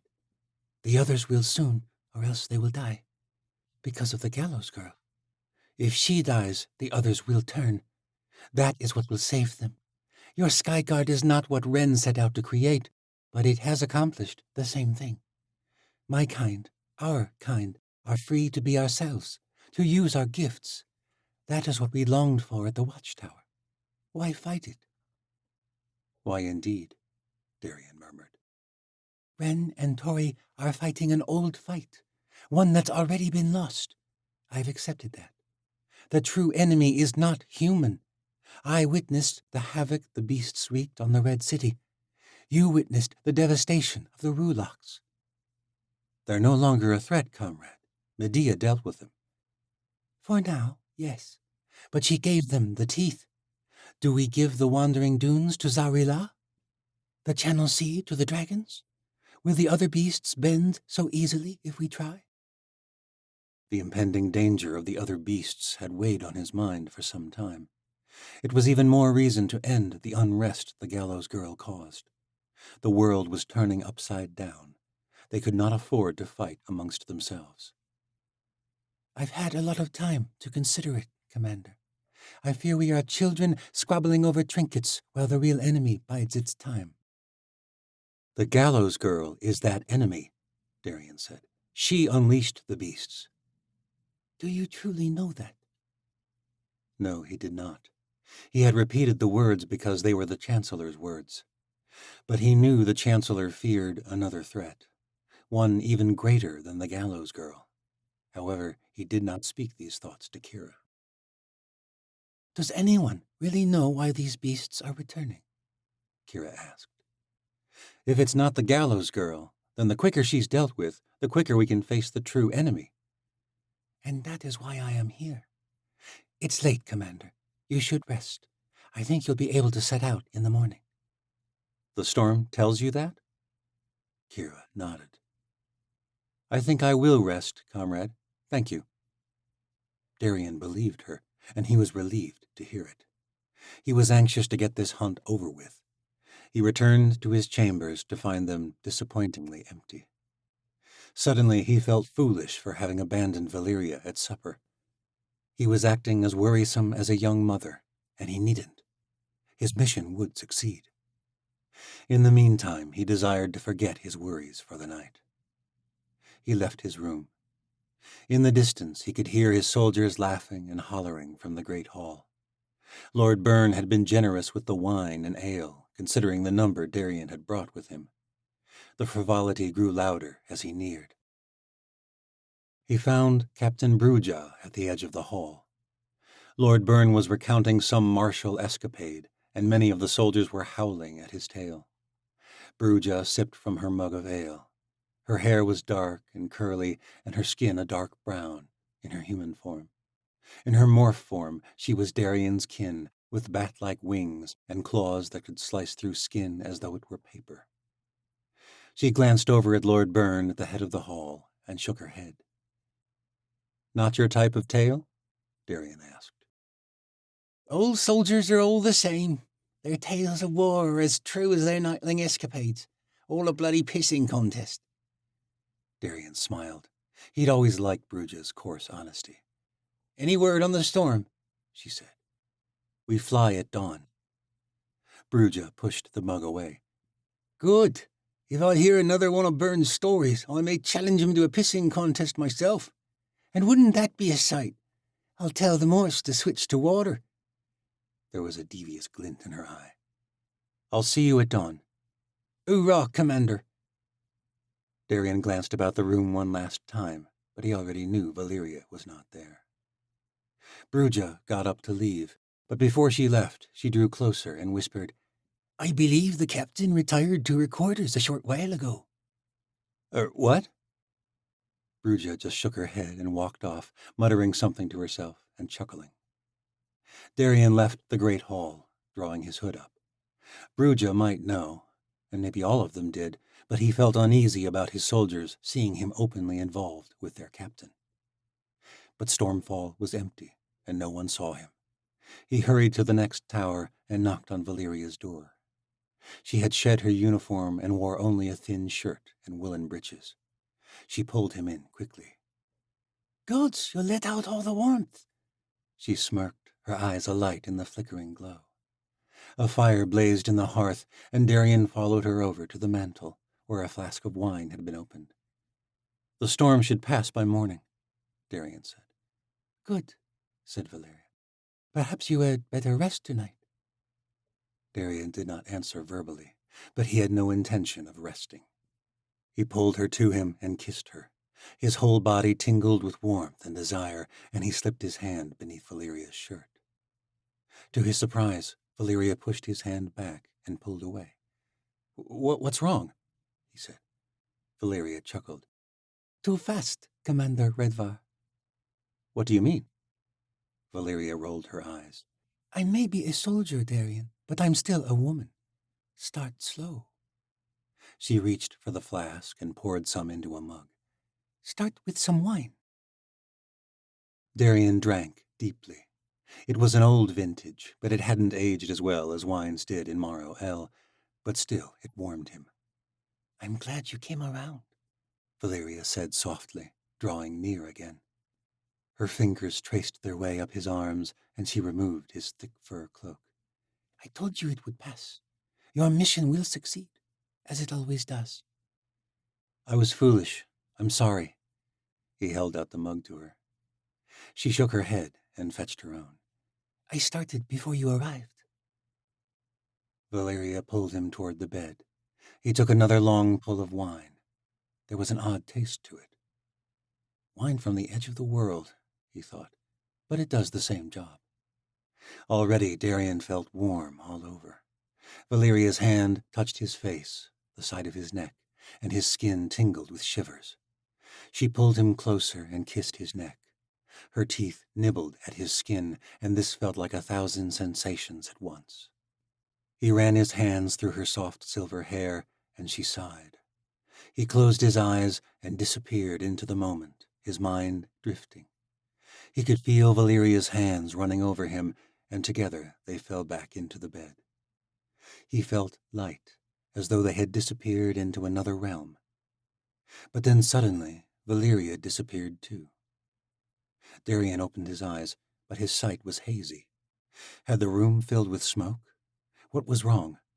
He tried to sit up, but his limbs felt like they weighed 3 times their normal weight, and he fell back. "What's going on?" he slurred. His tongue felt like a stone in his throat.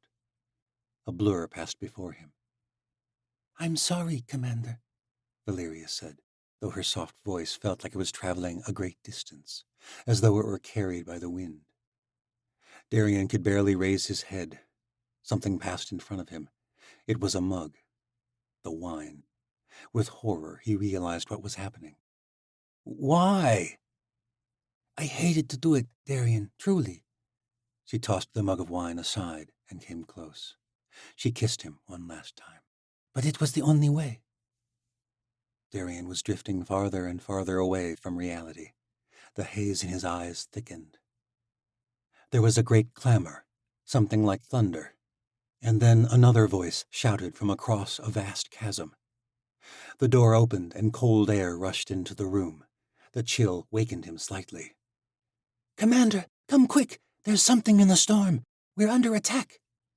It was Kira. The last thing Darien saw was a flash of silver as Valeria approached the blind watcher, her saber outstretched. Darien tried to warn Kira, but his shouts were swallowed by an endless fog. The world churned like a raging sea as Darien woke from the darkest nightmare he'd ever had. No, that was wrong. He woke in the darkest nightmare. His head throbbed, but the foggy effects of whatever Valeria had laced the wine with had worn off, and he saw the nightmare with distinct clarity. Blood streamed into the room from outside. Kira lay in the doorway, sprawled on her face, unmoving. The blood was hers. The sight made Darian sick. Frantically, he wrapped a cloth around the wound. The blood was warm, which meant she was alive for now. The clamor of war echoed from the courtyard. They've penetrated the fortress. How did they get in? But Darian already knew the answer. Valyria had betrayed him. Betrayed all her comrades to Tori's Northmen. Suddenly, Valyria's strange questions outside Stormfall rang true. She had been evaluating her next move. Had she known all along what would happen here? Had she been a traitor all these months, since the shadow camps? Darian staggered across the room, pulling on his leathern armor and grabbing a dirk from a belt draped over a chair. His fingers thrummed with rage as he gripped Valyria's blade. The screams of dying men and women filled his ears. When he reached the door, he nearly retched. The courtyard was filled with bodies, most of them wearing Legion uniforms. Soldiers in thick white furs tore through them with jagged spears. Their form was like nothing he'd seen. The Northmen didn't move like trained regiments. They moved like wolves, working in groups to take down shadow after shadow. The legions could not organize. Gunfire throttled the world in random bursts. It was sick chaos. Darian grieved as he watched his comrades fall. Where are the morphs? None of the creatures he'd brought from the citadel filled the air. There were no warg-like beasts taking down spearmen in the courtyard.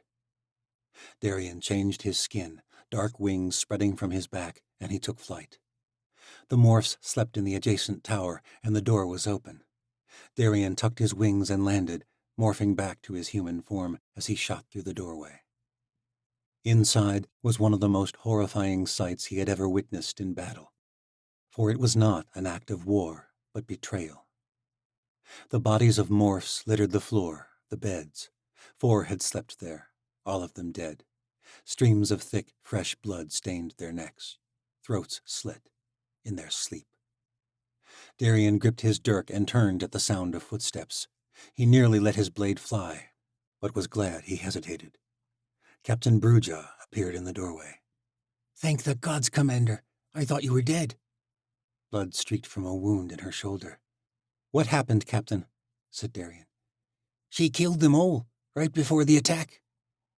And not you? Darian realized if Valyria had been part of this, anyone could have been.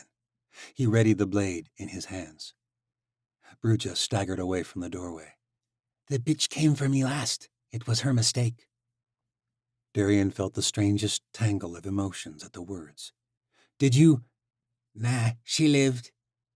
A damn shame. I didn't have my armor, but I still gave her a goddamn fight. She flew when the Northmen reached the gates. I'd have followed, but I can't fly with this. She gripped her shoulder to stem the flow of blood. Valyria killed the morphs and then let the Northmen in to finish off the rest. He tasted bile. Darian took hold of Bruja's other arm and helped her. An idea had come to him. The Great Hall. We have to regroup or they'll tear us apart. She nodded, and together they staggered from the room. But as soon as he stepped outside, a pair of Northwomen raced forward. Darian shoved Bruja aside. The first woman lunged with her spear. Darian dodged it. The walkway was narrow at the top of the tower. Only one could attack at a time. It was a risk. If he missed, it was over. But he waited until she lunged again, stepped aside, and let his blade fly. It hit its mark in the woman's neck. As she slumped forward, he seized the shaft of her spear, whipped it around, and faced the other Northwoman. Their pack tactics might work in open quarters, but up here in this narrow space, one-on-one, her lack of skill would be the death of her. She jabbed at his head, whipping her spear around with skill. But Darian was quick. He backed up, blocking another blow. She shot forward, farther this time, and Darian morphed so fast the woman could not react. He flew to the side and whipped the spear around, slicing through her thick furs and splitting open her back. She screamed. Darian landed behind her and drove the spear through her spine. A cheer rose up at the sight of the commander in his morph form. Bruja staggered, and Darien gripped her around the waist to steady her. The world below was a swarm of madness, smoke, and blood. "We'll get you to the hall." He motioned to the steps, but already another Northman was approaching. Bruja shook her head. "I've got a better idea." She pointed to the dead Morph's quarters. "Their muskets are still there. I'll cover you." Darien squeezed her hand. "It's been an honor serving with you, Captain." While Bruja loaded weapons, Darien dispatched the Northmen. Bruja came out with 4 muskets. Now it was time for Darien to join the fray. He took flight. Below the tower, Lord Byrne sparred with a giant beast of a man. Darien swooped down and let his spear fly, skewering the man through the neck. He landed in the courtyard, morphing back to his human form, and more shadows formed up around him. He gripped Byrne's shoulder. "We must fall back to the Great Hall. We're too spread out here." "Hoorah, Commander. Glad to see you survived the assassinations." Darien turned to the shadows around him. "Stay together. Work in groups. When there's a way, make for the hall." "Hoorah!" A massive warfare stood between them and the narrow lane that led to Lord Byrne's hall. General Thuva sparred with a pair of Northmen. He wasn't bad for a noble. Darien raced over to help, but before he reached them, a shot rang out. One Northman dropped, and Thuva made quick work of the other. Darien found a saber on the ground and did what he did best: kill. He kept close to Byrne and Thuva, and slowly more soldiers formed up around their leaders. They formed a circle of defense and slowly began to open a path toward the Great Hall. Bruja picked off several more northern fighters, and soon they were able to begin pressing their way through the lane. Bruja picked off 2 more Northmen and was reloading when the gallows girl appeared. Tori flew across the courtyard in the span of a fawn's breath and stabbed Bruja through the chest. Darien cringed as his comrade fell. Another figure appeared at Tori's side, Valeria in her morph form. Darien did not have time to react. He screamed at his soldiers, "To the hall! Now!" The shadows sprinted through the narrow lane, cutting down the last of the invaders. If they could take back the hall, the narrow entrance might allow them to hold their own against this horde. Darien did not follow. He stood to face Tori and Valeria, his face growing hot with rage. Chapter 37. The morph sharpshooter gasped her last breaths with violent blood-filled coughs as Tori withdrew her blade. Darien's eyes were on fire as they locked on her. Tori knew what she had to do. There was no denying it now. Even without Skaya's bear riders, the Aleut and Crooked Folk had infiltrated the fortress easily with Valeria's help. Tori had never been so glad to see a morph in her life. Lirgay had flown ahead to warn Valeria. Tori marveled at the way the Witch Queen had been orchestrating rebellion against the Chancellor for years. Valeria had helped Misha and Tori escape the Chancellor's clutches in the catacombs beneath the Crooked Teeth, and she had been waiting for the ultimate moment to reveal her treachery against the White Citadel. Valeria landed beside Tori. The morph traitor gripped her hand. Nothing had held her back, and nothing could hold Tori back now. Tori gripped her saber tight. Where did he come from? Suddenly Tori realized something. "You spared him. All the other morphs are dead." "I couldn't do it," said Valeria. "I couldn't kill him, and this is my fault. The legions are regrouping. But without Redvar, this is over. You have to kill him." The legions were falling back. It must have been Darien's plan all along. If they regrouped beyond the courtyard, their smaller numbers might make little difference. They were better trained. Gods, where in the abyss are the bear riders? Darien strode forward in the courtyard below. A young Aleut warrior brazenly attacked, but Darien cut him down easily. The entire square was littered with bodies. Aleut, Ocean, Crooked Folk, all of their blood mixed together in the snow. Another warrior, a crooked woman this time, and Darien slew her with a quick maneuver and a sweep of his blade. Tori tensed, marveling at his skill with the saber.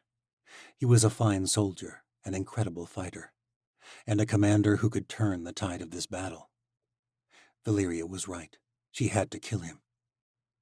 Tori was about to fly and attack when Darian shouted, "Is this what you wanted, Tori?" Darian killed one attacker and then another. The Northmen began avoiding him, chasing after the others. The courtyard thinned as the shadows retreated to the inner halls of the fortress, and a wide space opened up around Darian. "All this blood is on your hands, Gallows Girl, and on yours, Captain Sardona." Valyria shook her head. "You chose the wrong side, Darian. I'm sorry." "If this is the wrong side, what do you have to be sorry for?" A brash young crooked girl attacked from behind, but Darian ducked and spun around, slicing open her stomach with a flourish. Her blood and entrails joined the growing pool in the snow. Valyria gripped Tori's hand. She was trembling. Tori felt like she might retch. "Is this your hope for the new world?" Darian bellowed. "These soldiers you've killed are like you and me, Tori. Do you remember how legions get drafted?" Darian was drawing closer and closer, and Tori's resolve was teetering. "I remember the monster who drafted them, Darian. I remember what you once were." "This is who I am." Darian exchanged blows with an Aleut man. In 3 moves he had dealt the death blow. "And I am damn good at it. I protected the realm from the Rulaks you stirred up, and I'll protect it from you again." Now Tori was angry. She dropped from the tower and landed in the courtyard, her saber extended. "I didn't open up that portal, Darian. That was your precious Chancellor." "The Chancellor is not what you want him to be. He raised me up, Tori. He took a scared mountain boy and turned him into a commander, someone who can make a difference." "This is your difference?" Tori shouted, stepping closer. "You attacked us, remember? I came here for you, no one else." With that, Darian sprinted toward her. At the last second, she took to the air, but Darian anticipated the maneuver. He morphed into his winged form and joined her there. Their sabers clashed. Tori spun around, exchanging blow after blow, but somehow Darian seemed to see her moves before she'd begun. Their sabers danced a dark dance through the air. But he wasn't ready for her magic. As he moved on the offensive, she reached out with her senses. A large stone shot through the air. Darian saw it in the corner of his eye and ducked. Tori lunged with her sword and grazed his leg. She shot past him and landed on a parapet overlooking the great hall. The legions had regrouped inside. There were only 2 entrances at the top of the wide staircase, and the shadows were cutting her northern warriors down. The stairs filled with bodies. The tide of the battle was turning. Darian landed farther down the rampart. He didn't even limp. The wound was barely a scratch. He took in the sight below and grimaced. His army is gaining the upper hand. Why would he be upset? He stalked forward. Tori hated the sight of him in his morph form. The monster the Chancellor had put in Darian's body. But one person had believed in him.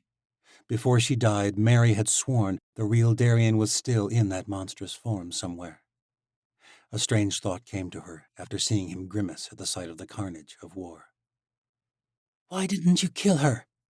Tori let her sword down. Darian came closer. "Who?" "Old Mary," said Tori. "You knew her. You knew she'd never turn dark." Darian grimaced again. "She played me. It was a mistake I won't make again." "You chose to bring her to the watchtower. You chose her to drain my blood. You let her get close." "You don't know what you're talking about, Gallows Girl." But the more she spoke, the more she understood what Mary had seen. "You're a brilliant commander. Anyone can see that. You're no fool. It's almost like you wanted Mary to set me free." Darian leapt into the air, and Tori barely raised her sword in time. She parried the blow and spun through the air. He struck again and again. She might not have possessed his skill with a blade, but she had learned much at the watchtower. They swept over the battle below, swords flying, snow swirling around them. But Darian's strength began to wear on her. Tori reached out for her sense and sent a brick flying. It clipped his wing, but as he fell, he lashed out at her with his saber. Tori's side ripped open. She landed on a tower roof. Darian recovered and flew to her. His left wing was weakened, but not by much. They faced off, circling the angular surface. Tori groaned as her wound closed over.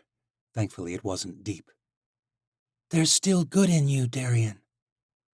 Darien glared at her, his morph eyes flashing in the early morning light. Who are you to say what's good? Are you really naive enough to think you bear no guilt for what's happened to our world? Look below. Do you see the cost of your rebellion? Tori clenched her teeth at the death. You have no idea what guilt I bear. Darien morphed back to his human form. His expression turned. It was not anger, but sorrow. He looked out at the bloody chaos that had overtaken the fortress of Stormfall. I do not revel in bloodshed, Tori, but I do my duty when it needs to be done. I mourn my comrades, but I grieve especially when they die for no purpose. He gestured at the carnage below. Is this worth it? Aleut lives, crooked lives, the lives of Legion boys and girls who never chose this? Tori saw so much blood, and suddenly she felt the weight of Darien's words. Was she good? Was this any different than the blood that had once been drained from her body? Was this her blood harvest? She did not know what to say. She knew war would be like this, but she hadn't understood the cost. Not until she saw the blood and guts of men and women littering the snow, only their shells left behind. What about Wren's life? Darien asked. The other Watchers? What are you talking about? I did not come to the north seeking war. I came to bring you back, to end this. For Vashti's wedding gift? Darien nodded. Everything has a cost, Tori. If you don't come, you damn Wren and all the others who refused the Chancellor's mercy. Darien lowered his saber. Call this off, before more innocent people die. The Chancellor wants this to end. He'll spare them if you turn yourself in. Tori did not know what to do.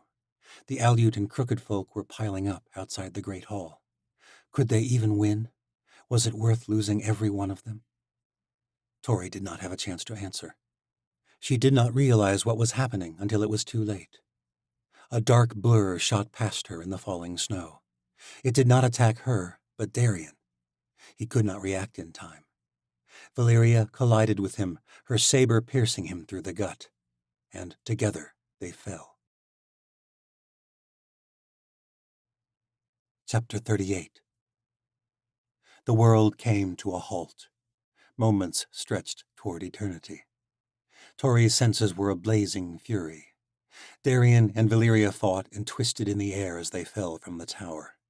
If the wound did not kill him, the fall certainly would. Tori could not let him die. She wanted to believe he was a monster. A monster was easy to kill. But whatever Darien was, it was more complicated than that. And despite what he had become, Tori cared for the man inside the morph. The man who was still good, deep down. She had seen it. Tori reached out with her senses. The world became infinitesimally small. She sensed Darien's body, Valeria's body, the energy that flowed between them, between all things. She reached for it and slowed their descent. They sprawled out in the snow. Valeria spun around to face Darien as he staggered to his feet. She gripped her blade tightly. It dripped with his blood. Darien's blade launched from his fingers in a flash, but the blade froze in mid-air. Tori released her magic and let it fall to the snow. Darien clutched his stomach, blood pouring onto the snow. Go on, Sardona, he shouted, extending his arms vulnerably. Finish it, you backstabbing whore. Valeria stepped forward, crying, her saber outstretched. Damn you, Darien Redvar. Tori shot to the ground, landing between them. No! Don't be a fool, Valeria shouted, tears streaming down her face. It's the only way to end this, Tori. Tori held out her hands, ready to let her magic flare if she needed to. You're wrong. Darien dropped to his knees, clutching his wound. He was turning pale, agony stretched across his face. It's over, Valeria, Tori shouted. What are you talking about? Listen.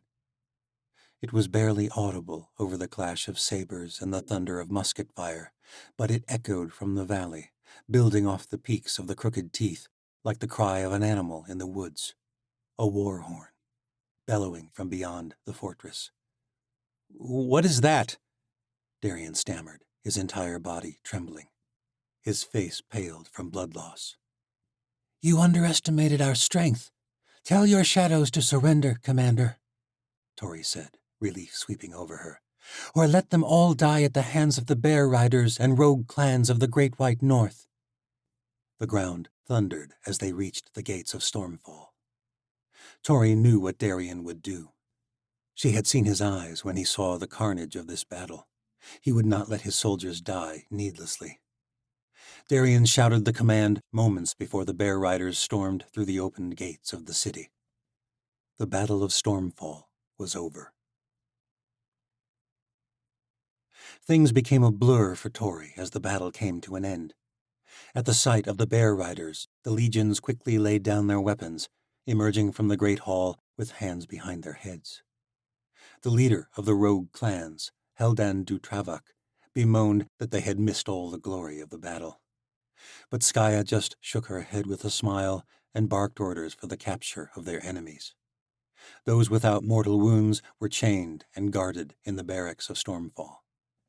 Tori ordered that the rest, along with Darian, be tended by the shamans. This came at the protest of Farah Dulbaruk. "You're making a grave mistake, Burrow-Dye. We should execute every one of them. Do you think for a minute that they would have done the same for us?" Tori hoped they would have, but she did not say so. "We cannot become what we are fighting against, Elder Baruch." "They showed no such mercy when they ripped our homelands from our ancestors. They showed no such mercy when they came for your kind. If we spare them, we give them another opportunity to stab us from behind." But Tori knew where Legion soldiers came from.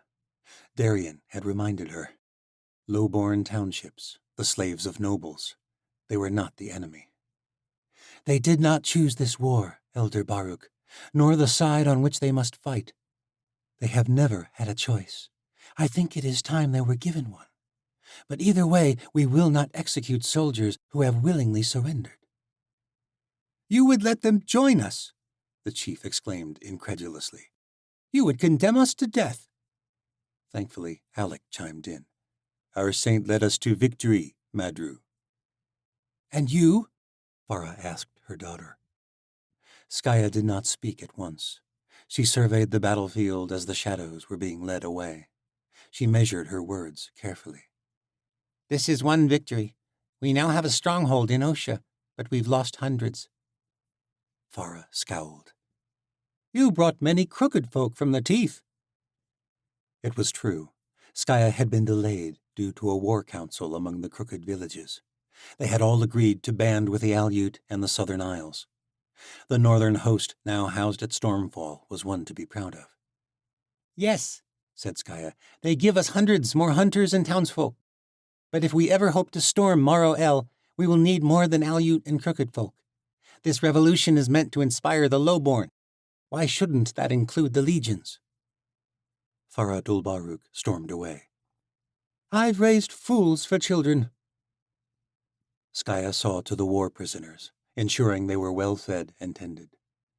Alone, Alec and Tori embraced. The fog of leadership and duty faded for a moment, and relief washed over her. She pulled away, but held onto his hand a moment longer. "I'm so glad you're all right." Alec's expression fell as he surveyed the carnage.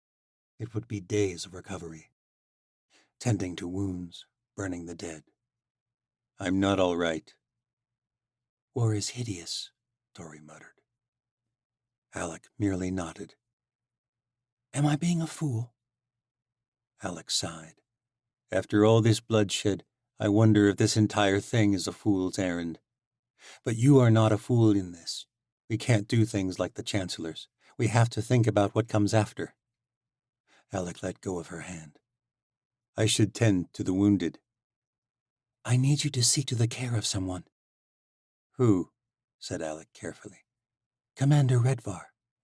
"The gallows boy?" Tori nodded. "His wounds are severe." "I should be seeing to our own wounded first." "He could die." He's the commander of our enemy, Alec said, grimacing. Which makes him a valuable prisoner, Alec. Alec sighed. All right. The great hall was transformed into a makeshift hospital, with Northmen and shadows laid out on tables. Tori joined Alec and the other shamans in seeing to the wounded. It was important she be seen by those who had nearly given their lives for her. She stopped by their bedsides and held their hands and offered words of encouragement. She spoke of hope and justice to warriors as their gaping wounds were cleaned and limbs were prepared for amputation. She helped where she could, but her conjuring magic could not heal flesh and sinew. She could help set broken bones, but she could not fuse them back together as she could her own. The legions were housed on the other side of the room. A young boy was shrieking in pain. Several of the Northmen complained, Gods, just put the bastard out of his misery. Tori frowned. He's just a boy. He's the bloody enemy, cried a thick-set crooked man. This sentiment was not his alone. Tori had to make a statement, both to the Northmen and the shadows. She approached the boy's bedside. His leg was in shreds. A spear had nearly shorn it off. It was a jagged wound, and the lower half of his leg hung by exposed tendons and strips of flesh.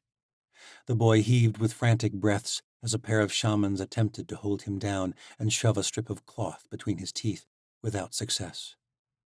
At the sight of the gallows girl, the boy's eyes went wide, and he twisted and turned in bed. Use your sorcery and be done with me, he shouted at her. Tori's eyes filled with tears. This boy was Yanavi, her own blood. I don't want to see you dead, but that leg will be the death of you. You've got to hold still.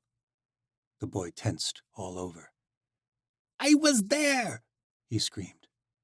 Where? She said softly. The watchtower, the catacombs. I marched your friends in chains. I am your enemy. You want me dead, so just kill me. Tori bit the side of her lip, trying to keep her composure. I don't want you to die. You're my tribesman. I am a blade in the Chancellor's hand, a shadow in his legions. That is what you do, not who you are. What tribe did you come from? The boy was crying with the pain, but he had stopped struggling. Gods, she thought, he's younger than me. I come from tribe Mina. I am a Burodai. The boy chuckled darkly, then winced. You see, even in the Red City, we would be enemies. Why? Tori said. It is the way of the world. Because some Burodai long ago quarreled with a Mina? Because of the sins of our ancestors? Because I serve the Chancellor, the boy muttered. Right now, you serve no one. You're a prisoner, my prisoner. That puts you under my command now. And I command you to shut your mouth and let my healers help you. Why? The boy said, shuddering under the grip of the shamans.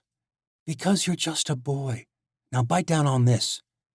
Tori handed him the cloth. I'll stay with you until it's over. She gripped his bloody hand, and to her surprise, he held on to her. The amputation was quick. The boy squeezed so hard his fingers went pale and numb, but soon he passed out, which was for the best. The shamans worked swiftly to clean and dress the stump before he woke again. It wasn't until she pried her fingers loose and moved on that she realized all the wounded shadows had been watching her the entire time. Their eyes followed her as she walked over to Darian's makeshift bed. She had been avoiding it as long as she could. She feared the sight of him, feared he might be dead already, and feared even more what she would do if he lived. Alec finished dressing the wounds as she arrived. Darian's eyes were closed. His chest heaved with each breath, as though each one were strained. His skin had turned a yellowish color. He passed out while I was sewing him up, Alec said. Like her, he had blood all over him. Will he live? Tori asked tremulously. The saber missed his vital organs, but it will not heal easily. If it grows infected, he could fade into a burning nightmare, a terrible death. But for now, he looks all right. Thank you.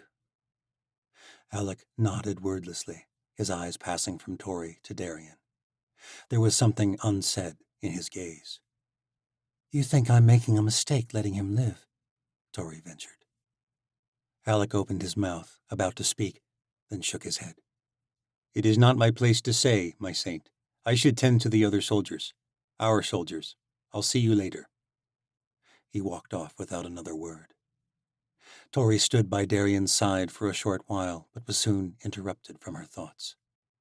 Can I speak with you, my saint? Valeria Sardona asked. Seemingly at the sound of her voice, Darian began to spasm. His eyes shot open. They were bloodshot, and they fixed on Valeria. "You bitch!" he rasped, his voice shot. "You traitorous whore!" He tried to pull himself to a sitting position and toppled over, shrieking in pain. A pair of shamans came rushing over and eased him back onto the table. Darian closed his eyes, but continued to tremble violently.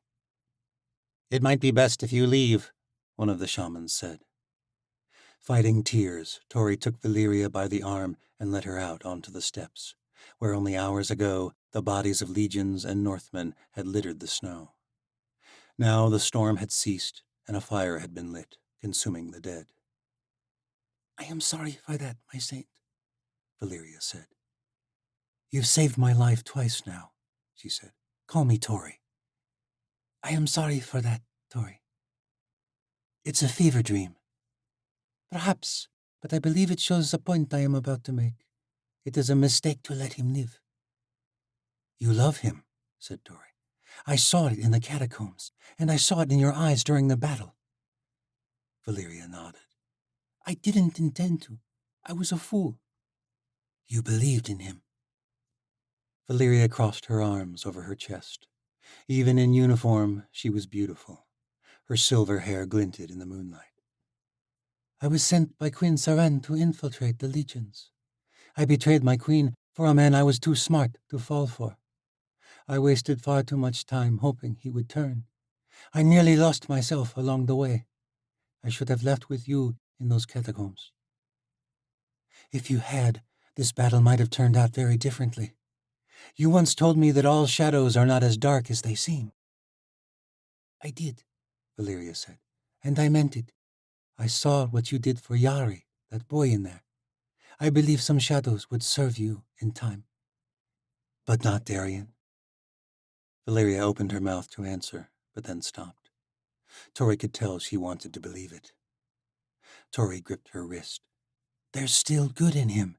Mary saw it. I've seen it. And I know you have too. Valeria took hold of Tori's shoulder and met her gaze. I wanted to see it. If there is good in him, it is a small portion, buried deep. It nearly tore me apart to betray him, and even so, I didn't have the heart to kill him. Not until the end. But I knew then that I had to finish it. I couldn't let my hopes stand in the way. Darian is too great a threat to this revolution. If you let him live, Tori, he will betray you. He is the Chancellor's through and through. If you let him live, he will bring this revolution to ruin. Tori did not know what else to say. She thanked Valeria for her counsel and for her bravery, then dismissed her. Night had fallen. The infirmary had quieted down, and she'd seen Alec head for the chambers he and the shamans had claimed in one of the towers. But Tori did not go to bed with the others. She stood by the pyre in the courtyard for hours, staring into the flames.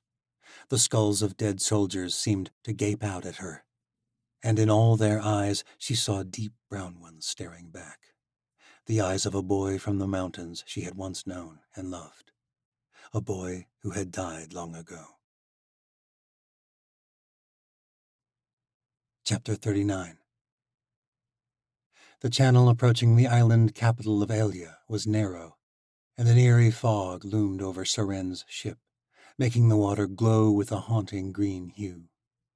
It was the middle of the day, but it felt like twilight, and Misha shivered despite the relative warmth of the southern isles. She felt as though she should be feeling a sense of coming home, returning to the islands of the southern world. Despite the terrible circumstances she'd fled, Misha looked back with fondness on her homeland. The beaches and palm trees, the sweet smell of night blooms and luscious fruits.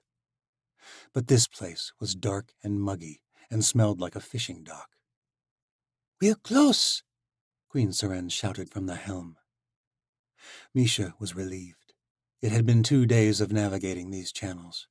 They had not taken flight again after the morph attack, which made for slower travel. And with tales of sea dragons as well as the morphs, Misha had been on edge the entire time. She was angry. Angry that the morphs had tracked them. Angry that one of the morphs had taken on Vashti's form to mess with her head. Angry that it had worked. Misha hated that the Yanavi princess still had a hold on her, even after her betrayal and Misha's feelings for Skaya. But Misha had frozen up. If not for Tess, they might all be dead. They had not even begun this war, and Misha already wished it was over. Now the Aleut were marching to war, and Misha felt helpless and hopeless. If the Chancellor had tracked Seren to the floating mountains, what else did he know? But Tess gave her courage and hope yet. Despite numerous attacks and watching both her parents die, despite killing someone for the first time, Tess somehow had not lost her childish wonder. She stood at the prow with Garendel Narsuk, watching the water for strange creatures and ghosts. If she was honest, Misha wanted to run away, curl up in some safe place, and escape these horrors. But Tess was different. She was ready to face what was to come. It was strange to think that a child could be so strong. And Misha knew she had to be the same. "Is it always this dark?" Misha asked, joining the Queen on the aft deck. Seren nodded. "They say ghosts actually do live in these shallow channels," she said, with a glance over at Tesla. "I thought that was just something Garen told her to keep her occupied." Seren smiled. "They say the waters teem with angry islanders from old world sea battles who long for revenge against the oceans who overtook this place. That is why the water glows green. But my Skolai told me a different tale. It is one that has haunted me ever since. From childhood, we islanders are told romantic tales of the old world when the islands were our own. Before the oceans invaded, we were free and lived in peace in the lands the gods gave us. But in truth, we were not the first ones here. The Mandai roamed these seas before us. Maybe they were the first. Maybe they stole these islands from someone else. We were taught that we drove out the pagans who worshipped savage beasts and sacrificed their children on heathen altars."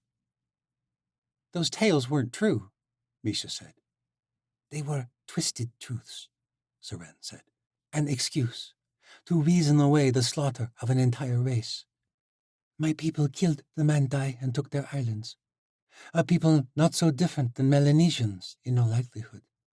Wiped off the earth. If their ghosts truly linger in these waters, I shudder to face them." Seren was quiet for some time before she continued. "I've never looked at my people the same way since.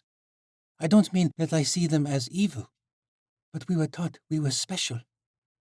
My Skolai taught me that we are no different than the oceans we so love to hate. We were oppressors too." "Then why wage war against the oceans? Isn't that just continuing the cycle?" Or perhaps she was looking for an excuse to run and hide. Seren looked out into the deep, her breaths calm and steady. "Do you know how I've managed to unite the island kingdoms, Misha?" Misha shook her head. "I thought it must have been your magic. Yet we are not arriving by air, so I guess they don't know everything you can do." Seren nodded. "I prefer to keep some mysteries. I suppose some may have joined because of my magic, but I wanted them to follow me for more than power. We held an election among the lords and ladies. We maintained our separate kingdoms, ruled by a parliament, overseen by the kings and queens. I was honored to be selected as the Queen of the Southern Isles." "Democracy," said Misha.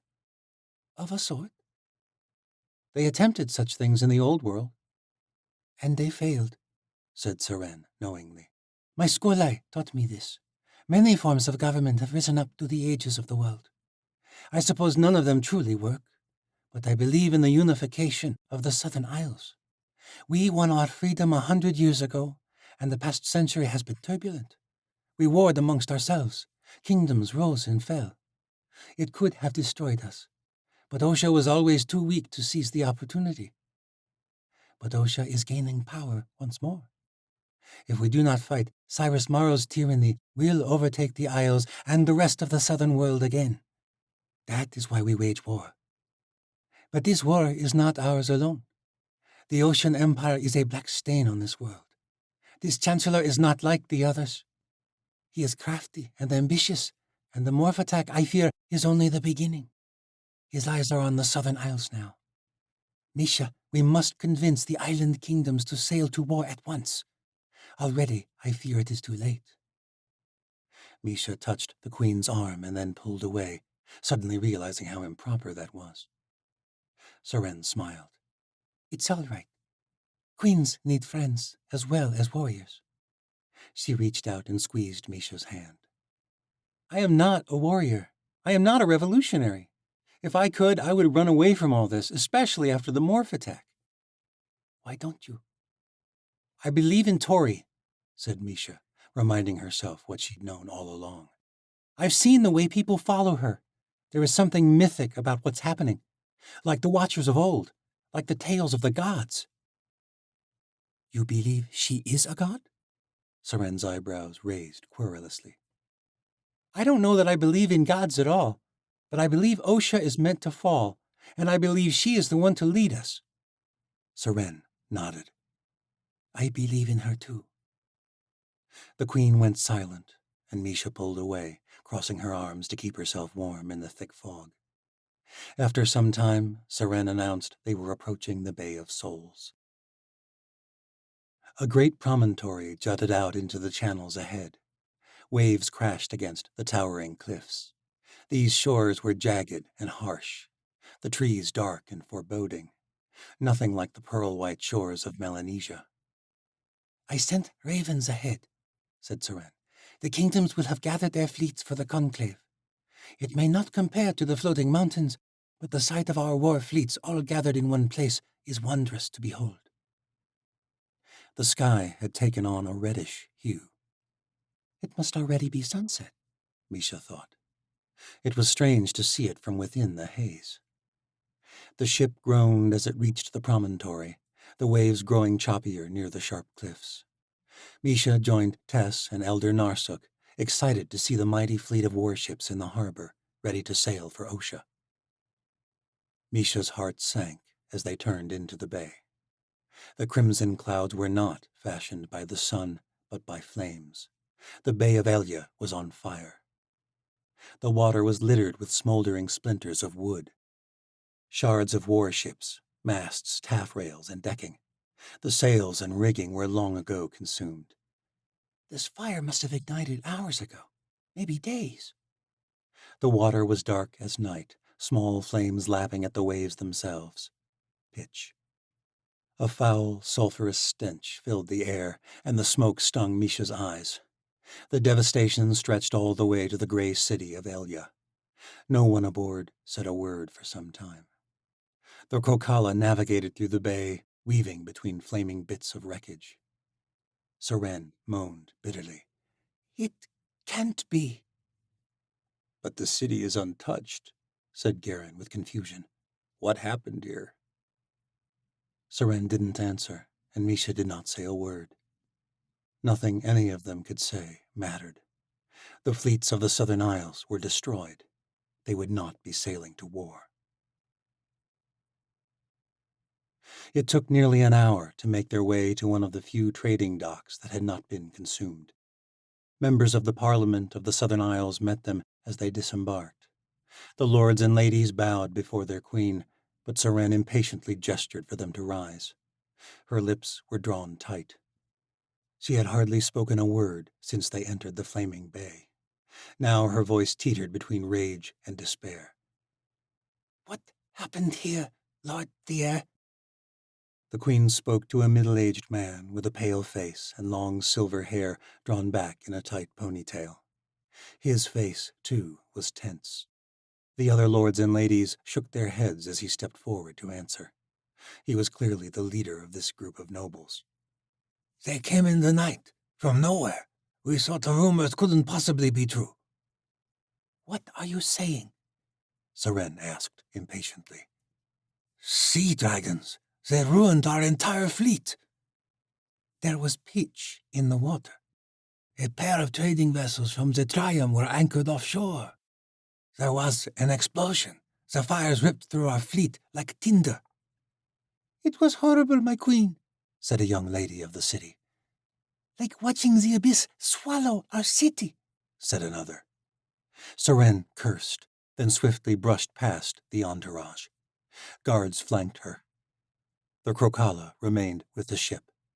Misha, Tess, and Elder Narsuk followed, but the lords and ladies stood back, confused. Seren spun on her heel. We're here for a war conclave. We do not have time to waste. The city was not much more cheerful than the channel they'd arrived in. The gray stone was ancient and covered in moss, and the air was thick and suffocating. The parliamentary building looked to be an ancient temple that had been put to new use. Tall pillars marked the entrance to a large round chamber with circular rows of hand-carved seats. The room looked like it could hold hundreds of members, but only about 20 men and women followed the queen into the chamber. Misha, Tess, and Elder Narsuk stood beside the queen's throne at the edge of the circular floor. Seren Latal commanded the room. All the lords and ladies' eyes fell upon her expectantly, but Seren's scowl worsened. Where is Lord Lafay, Lady Mari?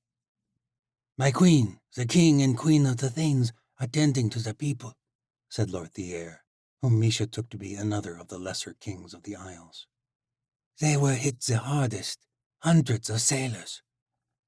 Seren gestured to those present. You're all local representatives. Low nobles except for Lord Thier. Where are all the others? My queen, they left with their liege lords, said Thier. Under the circumstances, we all trusted that we must first tend to our own people. Tess tugged at Misha's arm. Not now, Tess, Misha hissed, and then apologized to the gathered nobles, realizing she had just interrupted a king. Must these strangers be present for this conclave? Lord Thier murmured with annoyance. These are, private affairs. Seren glared. They are emissaries from the north, our allies. They will remain. How many ships survived? My queen, said Lord Thier, surely you still don't think. How many ships do we have? Seren demanded. Lord Thier sighed. 24 at best, my queen. But we are weak, devastated. Our sailors and soldiers are in no state to be going to war. Gods, those beasts might still be lurking out there. We worried you would not return safely. Seren sat forward. We were attacked on our way here by a company of metamorphi. We barely survived. If not for this young watcher, we might not have survived at all. A watcher, my queen. Thier turned to Tess and nodded his apologies. It is a pleasure to witness the return of watchers to these halls, young lady. Tess glared at the man without answer. Misha pinched her arm, and Tess bowed respectfully. Thank ye, my lord. Misha's a watcher, too. Oh, my. His eyes went wide. We have no time for pleasantries, Lord Thier. We survived the morph attack, and we have come back to this devastation. These are acts of war, and time is of the essence. My queen? What part was unclear? Seren said, clearly suppressing a shout. The faces of the other nobles conveyed Thier's same astonishment. Our fleets were destroyed by the sea dragons. Yes, and where did they come from? No one knows, my queen. But surely you do not believe the ridiculous rumors that the Chancellor somehow unleashed them. I know he did, Seren said evenly. I've spoken to the one who was with him, the gallows girl. Yes, you said as much when you ordered this conclave. Lord Thier's face was masking a grimace. My words are not sufficient for you? Then ask her comrade, who was there as well. Seren gestured to Misha. Suddenly, Misha's throat felt dry as a desert.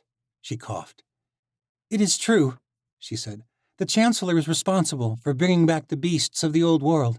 I saw him do it with stones of powerful sorcery, ancient sorcery. You've heard the way his darkling witch subdued the Rulocks in Morrow El, said Seren. What do you suppose will happen if more beasts bend to the Chancellor's will? Lord Thier shook his head. Even if all this is true, and I do believe you, we cannot go to war. My queen, your people need you, here. My people need to be protected from the ocean savages who have ravaged us for centuries, and our opportunity is now. We do not have time to mourn. An army of Northmen sails south as we speak. They are attacking the ocean fortress of Stormfall, and we must come to their aid. There is no other time. The legions are weak. The citadel is in disrepair. This is our only chance to attack while Morrow El is still frail. Lord Thier crossed his arms. I am innately cautious, my queen. You know this about me. A trait I admire in you, Lord Thier. But if we wait, we doom our allies to die, and we merely bide our time for the day when the Chancellor attacks with strength while we flounder. Our city stands, but it will not endure an ocean attack. If the Morph attack was any indication, the Chancellor has his eyes set on reclaiming the Isles. Lord Thier sighed, but nodded. The other lords and ladies in the room exchanged glances and nods. I wish there were another way, but I will side with you, my queen. Unfortunately, it is not up to me alone, nor the lords and ladies gathered here. Send ravens to the other isles. We will reconvene in 2 days. The other lords and ladies cannot have made it far. Whoever is present will have a voice. Seren descended from the throne, no longer hiding her fear and anger. The Chancellor will pay for what he's done to our world. She gripped Lord Thier's shoulder. We have to make him pay. Lord Thier managed a grim smile. I will send word to the other representatives, and I will do my best to convince them. Thank you. The chamber emptied quietly, and Seren Latal slumped into her throne. It was not like the thrones Misha had heard of in tales. It was plain, made of cedar with a high back. It was finely carved, but otherwise it hardly stood out from the other chairs in the room. Misha took Tess by the shoulder. Let's leave the queen to her thoughts. But Tess glared at her. I need to speak with her. Misha tried to hold her back, but Tess slipped past. It's all right, Misha, said Seren, managing a slight smile. What is it you need to tell me, my young watcher? Tess straightened up at the title. She leaned close and spoke softly. They're lying. What do you mean? Said Seren. I heard them whispering as we were coming here. I couldn't make out all the words, but that Thier was lying about where the other lords and ladies are. The flames across the bay faded, and the clouds turned gray. Night descended slowly on the city of Elia. The clouds shifted from gray to the color of a vibrant flame, then to a dark shade of blue that glowed softly in the lantern light of the city. It was just enough for Misha to keep her footing as she and Tess crept through the city, and just enough for her to worry that they would be seen. Seren Latal occupied an ancient palace at the center of Elia, set upon a small knoll and visible from the port and most corners of the city. Long ago, it had been the magnificent high palace of the Elian Empire. But the empire fell over a millennia ago, and the palace was destroyed near the fall of the old world and had only recently been rebuilt. It was functional, but the newly unified island nation was not wealthy, and the high palace was still in disrepair. Upon her return from the north, the queen was attended by a palace guard of her own choosing, most hailing from the Isle of Tall. Many had attended her before she'd risen to power. Seren trusted them with her life. But even with the Krokala, whose loyalties to the queen were unquestionable, Misha had been wary about leaving her. But she couldn't very well leave Tess alone to this task. There had been much discussion and speculation, but none of it mattered. There was something Lord Thier was hiding, and they needed to know what. For now, Thier thought Seren believed him, and they hoped this would work to their advantage. Thiers Lassard's palace was located near the southern edge of the city. If Misha and Tess could get inside, perhaps they could unveil what the Sardic lords and ladies were up to. Thankfully, the stone structures of the city seemed to gobble up the light. Misha found a dark corridor where she could fly them over the palace walls, and they crept through the grounds. The place was dark, save for a domed glass structure at the center that emanated golden light. Tess pointed. He's meeting with the others. I can just hear them. Misha held Tess around the waist and left the ground. They landed on crumbling stone, and Misha nearly lost her footing. Gods, this whole city is falling apart. Tess pointed to the dome, and they crept near, treading softly on the ramshackle roof. They hid in a dark corner where they could see below. A group of lords and ladies, the ones from earlier that day, were gathered around a long table. There was one woman Misha didn't recognize at the end opposite Lord Thiers. Who is that? Misha whispered. Tess shook her head. Can't tell. Someone important. The group was engaged in a heated conversation, but the strange woman sat back in her chair, arms crossed.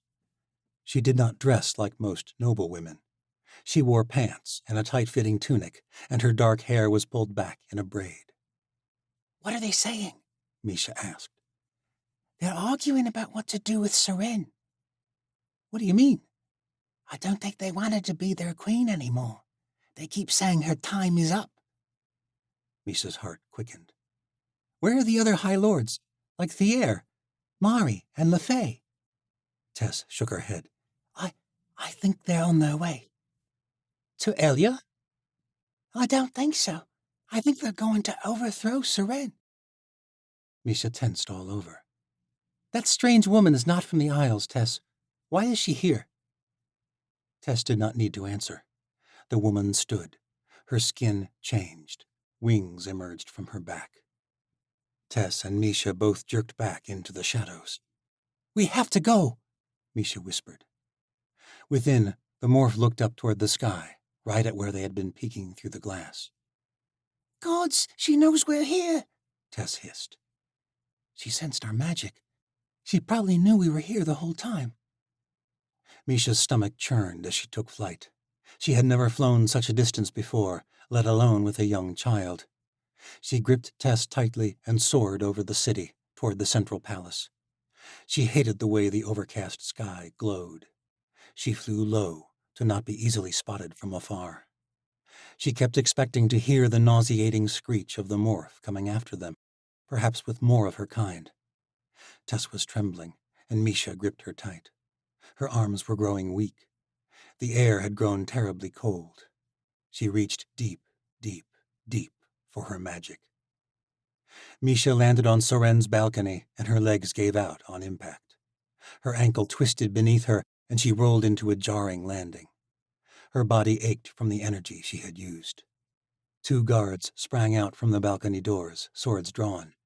Soren appeared behind them and ordered them down. What happened? The queen asked. There's a morph coming to kill you, Tess cried. We have to leave. One of the guards grabbed hold of Tess, his blade at the girl's throat. What in the abyss are you doing? Cried Misha. I've been betrayed, said Soren evenly. Misha could sense the hurt in her tremulous voice. Even by my own kin. The guard did not loosen his grip on Tess. I am sorry, my lady. I am not your lady, Calrin. I am your queen. Now release the girl. Calrin shook his head. I cannot. The other guard joined Calrin, sword drawn. You as well, Ezra? Ezra spoke through gritted teeth. We are sworn to the Isles. And not to your queen? Soren's fist clenched, and Misha swore she saw energy emanating from her knuckles. You are not our queen any longer. Don't be a fool, Ezra. You know what I am capable of. Soren shed the dark cloak she'd been wearing.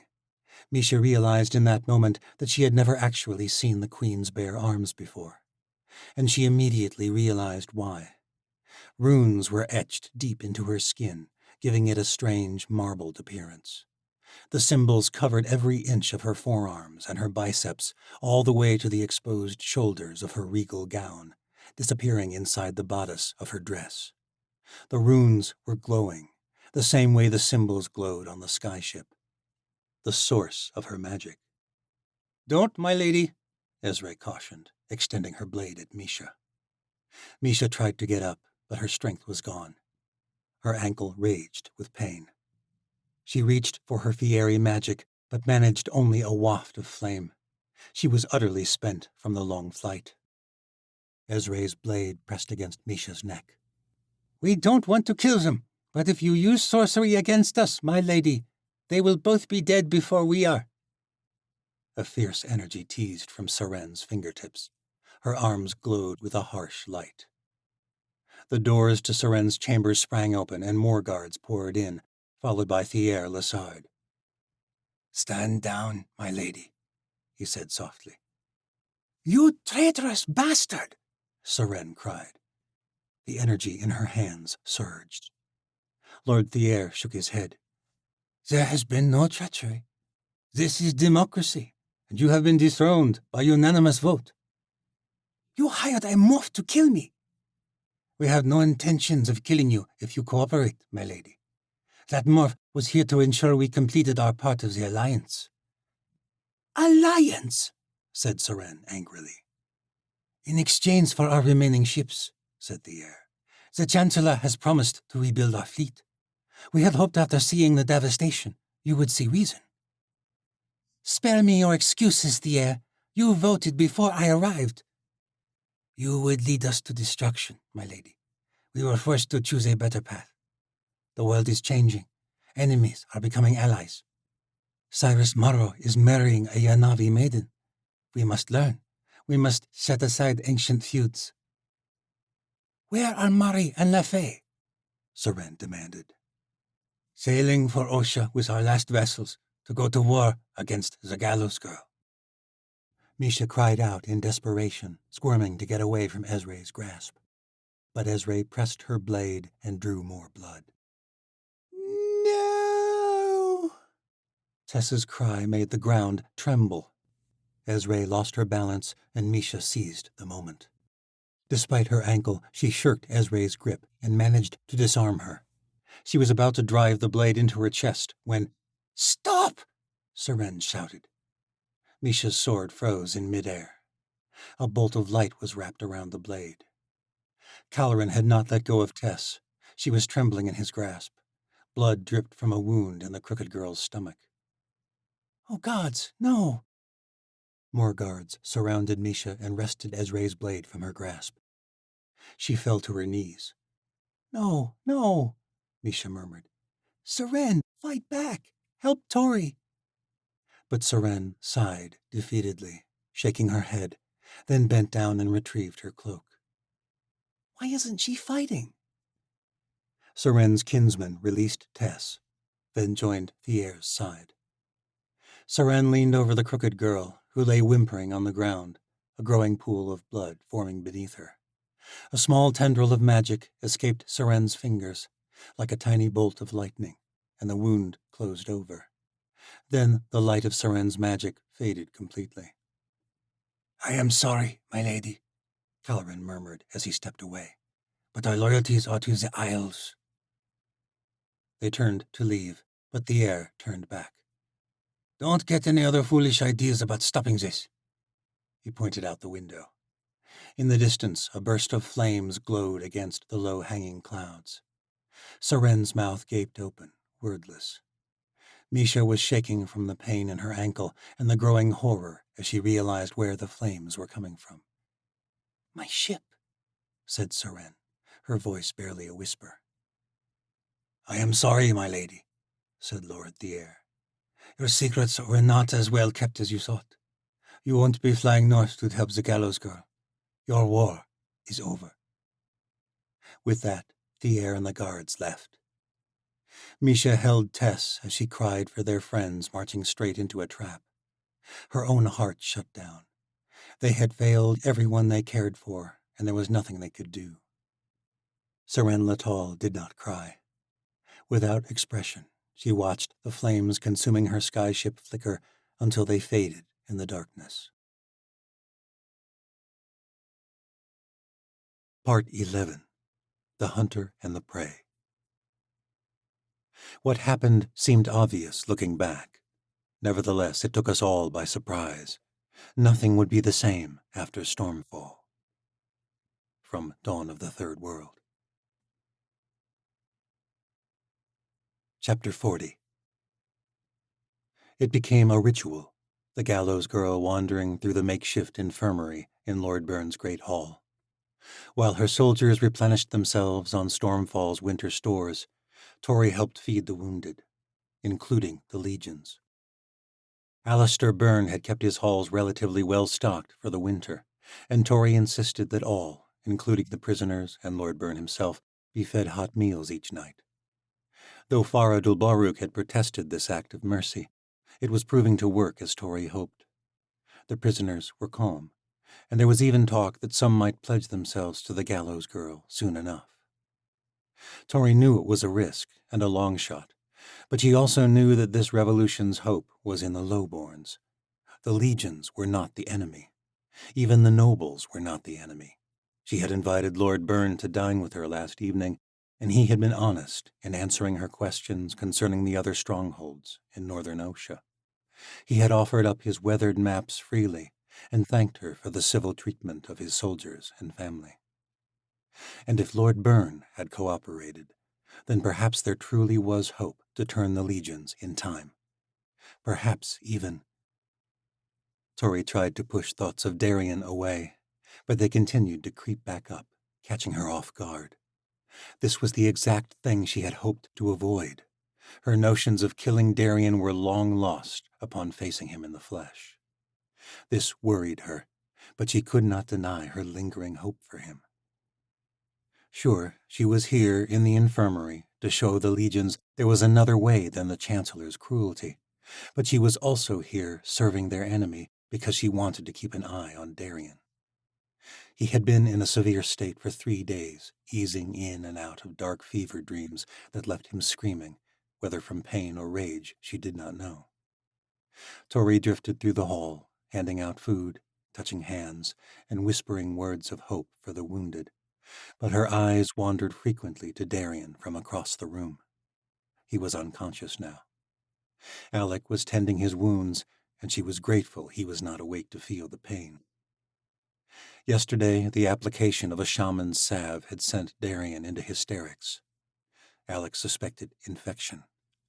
Tori worried he might slip into sleep and never return, but his body seemed to be fighting death like a mother desperate to remain to look after her children. What is Darien fighting to live for?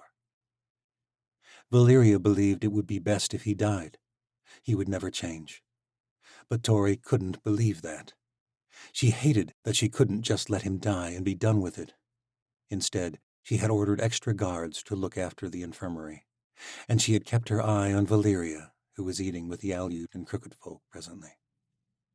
The Southern Islander could not be trusted for all she had done to aid this revolution, not when it came to Darien. Valyria was too emotional, bore too much regret for having trusted him. But am I as much a fool as her? Alec stood from Darien's bedside, the wounds cleaned and dressed, Darien still unconscious. The shaman caught Tori looking. Alec disapproved of her decision to spare Darien. She knew he did. He resented that he had been tasked with preserving him. But of course, being Alec Dubalruk, he would not say it to her face. He had hardly spoken to her since the battle ended. Alec frowned, turned away, and moved on to another patient. Am I pushing my true allies away for the sake of mercy? No, she knew this was the right decision. She had to lead in a different way. If not, what were they fighting for? Tori was pulled from her thoughts by a sudden hand grasping her own, one of the Legion prisoners. But the touch did not alarm her, and the sight of the prisoner saddened her. The woman's eyes were ruined, and the surrounding skin was horribly scarred. For a moment, Tori thought it was the doing of the battle, But at closer inspection, the wounds were not fresh. "I am sorry this happened to you," Tori whispered. "Your shamans say I should heal. I consider it a victory." Her face was scarred and mended, though still red from healing. The soldier looked so fragile. Her entire stomach was bandaged. Tori squeezed her hand. Tori smiled at the woman's optimism. She did not seem to harbor any hatred toward Tori, nor toward the Northmen who had inflicted her wounds. But judging by the woman's fragile grip and clammy skin, Tori feared her recovery might not be so sure. "I pray it is so," she murmured. "And now I finally come to meet the gallows girl. More reason to be grateful." Tori squeezed her hand once more. "It's a pleasure to meet you. Kira," she said. Why does that sound so familiar? Tori wondered. "Interesting sentiment from a shadow," she said. "Not all shadows bring darkness." It echoed of something Valeria had once said to her in the catacombs beneath the Crooked Teeth, shortly before Tori escaped. Perhaps it was more true than even Valeria had realized. "Why would the Chancellor send a blind soldier into battle?" Tori asked. It was no wonder the woman found hope in the gallows girl. Kira smiled. "My weapons are not blades and muskets any more than yours." "A morph?" Tori asked. The woman chuckled. "A watcher." Tori realized why her name was so familiar. Kira was the woman Kale had gone to find in the Red City, the reason he had betrayed them to the Chancellor. What was she doing here? Tori's guard went up. "You know my name, I take it," Kira said. Should she hide it? No, the woman already knew. "You're Kale's, Kira." She nodded without expression. "You could say that." "You both turned against us." "Depends on who you ask." Kira lowered her voice. "I joined to bring you to Morrow El, but not for the reason the Chancellor suspected." A chill traveled up Tori's arms. "What do you mean?" "You are wasting time here in the north, sitting around while the Chancellor figures out his next move." "He does not know yet. No one escaped this place." "Perhaps you're right, but you are wasting your time nonetheless. This army of yours is impressive, but in the face of the legions, they will not stand a chance. If you linger long, you will be destroyed. Your true army waits in the south. That is where you should be heading." Tori was not sure what to say. "The saints, Tori. Lowborns across the Empire have found hope in you since the day of the gallows. They are many, and they are stronger than the Chancellor could ever dream. You need to go to Morrow El." Tori's gut twisted. Something felt wrong about this. She backed away. "Sounds exactly like something the Chancellor would want. You travel with legions and morphs hunting me, and you expect me to believe you? You expect your enemies to believe you when you show them mercy and spread rumors that you would take their allegiance. And I am not your enemy." Tori did not know what to say. Her heart was racing. "Believe what your heart tells you, Tori. The one that tells you to spare your enemies. That there is good in the ones who betrayed you, even Commander Redvar." How could you?" Kira pointed to her ears. "I'm a Sonora. I've heard you. I know the Aleut elders want to march on the other northern fortresses, and you want to march south. I know you have an army of southern islanders, but you have not heard from them. And I know you check on the commander twice a day. I think your gut is right on all these things." Tori backed further away, feeling strangely sick. She could not believe what this woman was saying. It was too good to be true, what she wanted to hear, and it was coming from the mouth of one who had fought against her in battle. She hurried away, but the woman called after her. "Darian's going to live." Tori sprinted from the great hall. Alec came to her in the night, but Tori was not sleeping. She sat beside the warm hearth, gazing out an open window at the empty night, unable to shake what Kira had said. Was she right? Could Kira be trusted? Were they truly wasting time here in the north? Tori had held council with the elders, Lirge, Alec, and Skaya that evening. There had been no word from Seren or Misha. They had hoped to have the support of a fleet behind their movements. Faradul Baruk proposed they move on the nearest stronghold, Falcon's Roost. Lirge feared they would spread themselves too thin, and strongly suggested they wait for word from his queen. The others were divided on the matter. Tori thanked them for their counsel, without resolution. It was her decision, in the end, but she did not know what to do. Without Seren, a plan to turn south was worthless. Tori did not like the idea of waiting, nor marching inland. She wished Misha were here. Or better yet, Ren. So quickly she had gone from the apprentice to the leader who was supposed to have all the answers, but in truth she knew no more than anyone else. Probably less. She kept thinking of the saints, longing for what Kira said to be true. But it was so great a risk. Alec knocked before entering Tori's chambers, an act that annoyed her. "If I wanted you out, I would have locked it," she muttered as he sat beside her. It was the first time they'd been alone since the taking of Stormfall. She should have been glad for him to come. I didn't want to disturb you," Alec said softly. He sat close on the sofa, but they did not touch.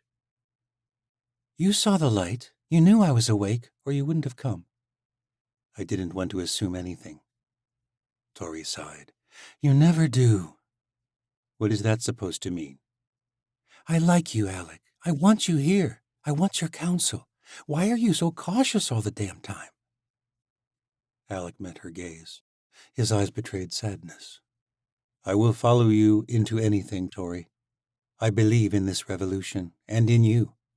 I know Stormfall is only one victory, and it could be our only one. But it doesn't matter. I will follow you into death. You have my loyalty." "Then why don't you show it?" Tori asked. She grabbed his hand. "Why have you been avoiding me?" He pulled away. "I'm not naive enough to think that a shaman from the White North has a chance with the Gallows Girl." "That's really what you think of me?" "It's what I know. We are playing a deadly game of war and politics. Love has no place in that." "Love?" Alec's smile was half-hearted. "You told me not to be cautious, but I know even if you feel the same way, you can't return it." "And why not?" "Tori, don't play the fool. We haven't heard a word from Seren in a week. Something's gone wrong in the Isles. The Chancellor will know we took Stormfall soon. The longer we sit here, the longer we wait for our demise. We can't march on Morrow El alone." "But what of the saints?" "So you've given up, is that it?" "Not on this revolution, no." "On you and me?" "You have to think strategy, Tori." "Strategy?" "A strategic marriage to the Gallows Girl might be one of the greatest bargaining chips we have. We need more allies." Tori said nothing. She knew it was true. A few scattered victories in the north would not be enough, not without the Isles. "A fairish prince, perhaps," said Alec. "Even an ocean commander." Tori was growing hot, despite the cold night. "So this is about Darien, then?" "I've seen the way you look at him when you visit the wounded." "He's my enemy, Alec." "And you still care for him, and he cares for you. I saw the way you fought. Neither of you wanted to kill the other, and it's okay. It would be a powerful turn of events. The Gallows Boy betrays the Chancellor." Tori shook her head. "You're unbelievable. Do you know that? Darien has hardly been conscious in a week." "And when he stirs, he looks for you. I've seen it. And in his dreams I've heard him murmur your name. I'll admit I questioned your decision to spare him, but perhaps you were right." Tori stood up and glared at him. "I don't want Darien or some fairish lord. I want you." Alec faced her. "The world needs more than me.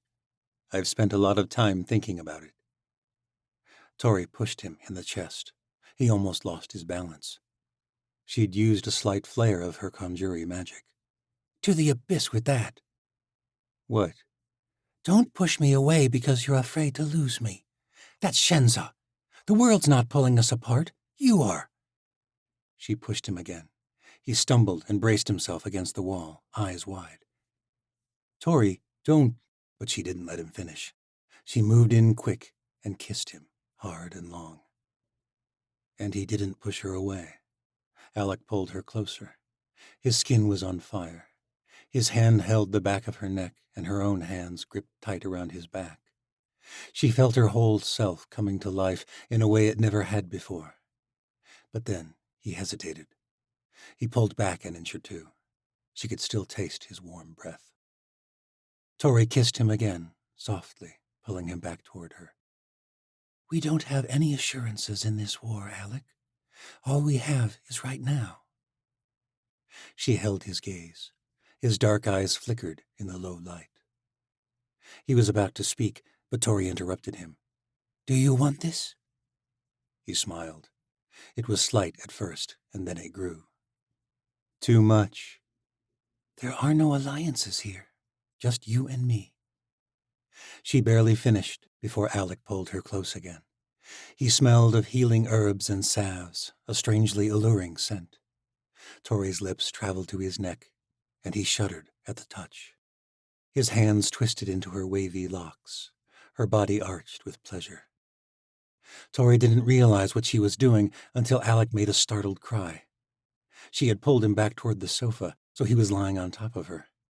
But they were not on the sofa any longer. Intense energy wrapped around them, surging from inside her and binding her to him as she hovered in the air. Alec glanced up. This is incredible. Tori smiled and then kissed him again. Quit talking. You're ruining the moment. She closed her eyes, and it felt like they were in another world, a world of light and wonder and beauty. She had the vague thought that it was one of their own making, not some dream world, something real. A world where they could choose their destinies, their loves, if only for a moment. And she wanted to create that world with him, make it last forever. They stayed together by the hearth late into the night, his head resting on her shoulder, both of them staring into the lapping flames. Tori stroked his long black hair and took in the scent of him. She felt momentarily at peace, so grateful that Alec had almost killed her in that crooked village. I wish we could just stay here, she murmured. Alec nodded, a foolish grin on his lips. She chuckled. I mean in Stormfall. Well, here too. He turned to her and smiled. I know. We have a war to fight. I've been thinking. Your Madru was right earlier. We can't just sit here and wait for allies. I think we should march on Falcon's Roost. What about it spreading us too thin? Leargay made a good point. We need to show strength if we have any hopes of bringing others to our cause. But I think we could do it without sacrificing our soldiers' lives. How? Said Alec, sitting up straight. You think the Lord of Falcon's Roost will yield?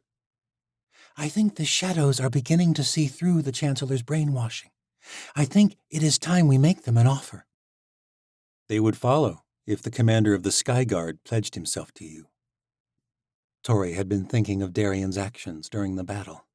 He had surrendered to save his soldiers when it was clear they would lose. She was sure she could convince him. The next time he wakes, I want to speak with him. That was your plan all along, wasn't it? Tori hesitated. Not all along, but there's still good in him.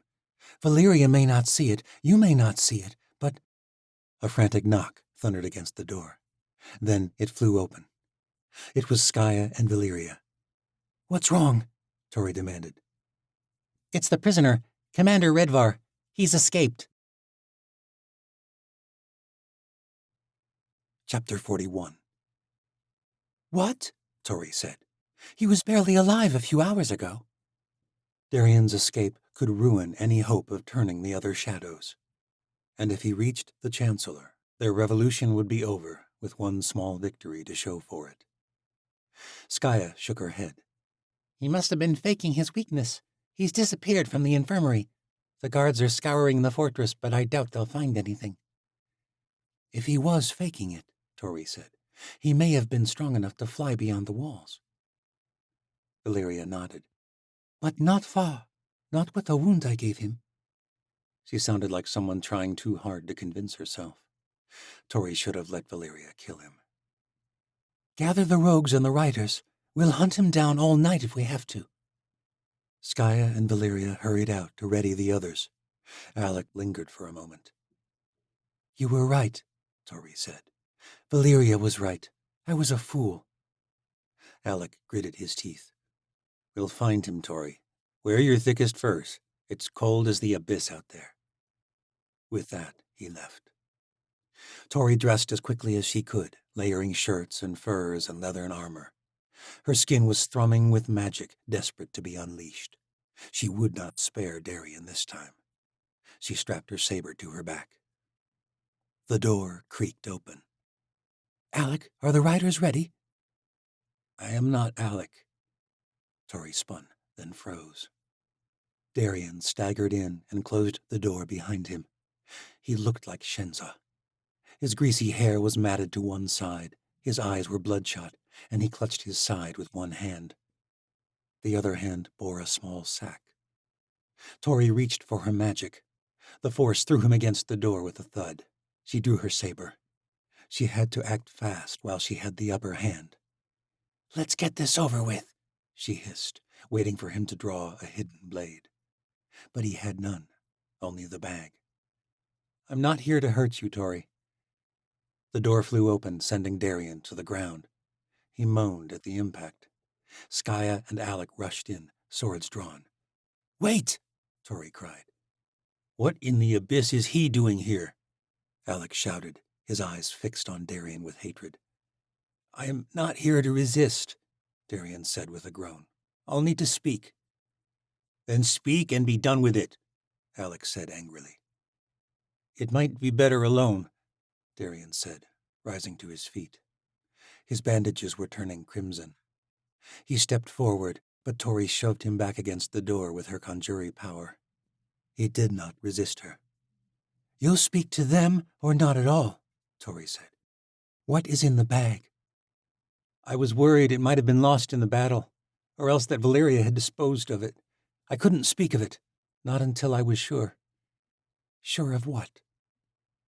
Darien untied the leather strings, and instantly a horrid stench filled the air. Gods, said Alec. Skaya drew nearer, her sword at the ready. Darien reached in carefully and pulled out the object. It was a severed hand. Engorged and a disgusting purplish color, the wrist was caked with dried blood. On the middle finger was a symbol that filled Tori with dread. It was a golden ring with a round onyx stone. Carved into the stone's face was a white raven bearing a scroll, the emblem of House Andovier, Wren's hand. Bile filled Tori's mouth, and she nearly choked. Alec touched her shoulder, but Tori pushed his hand away. Leave us alone. Tori, Skaya protested, you can't be.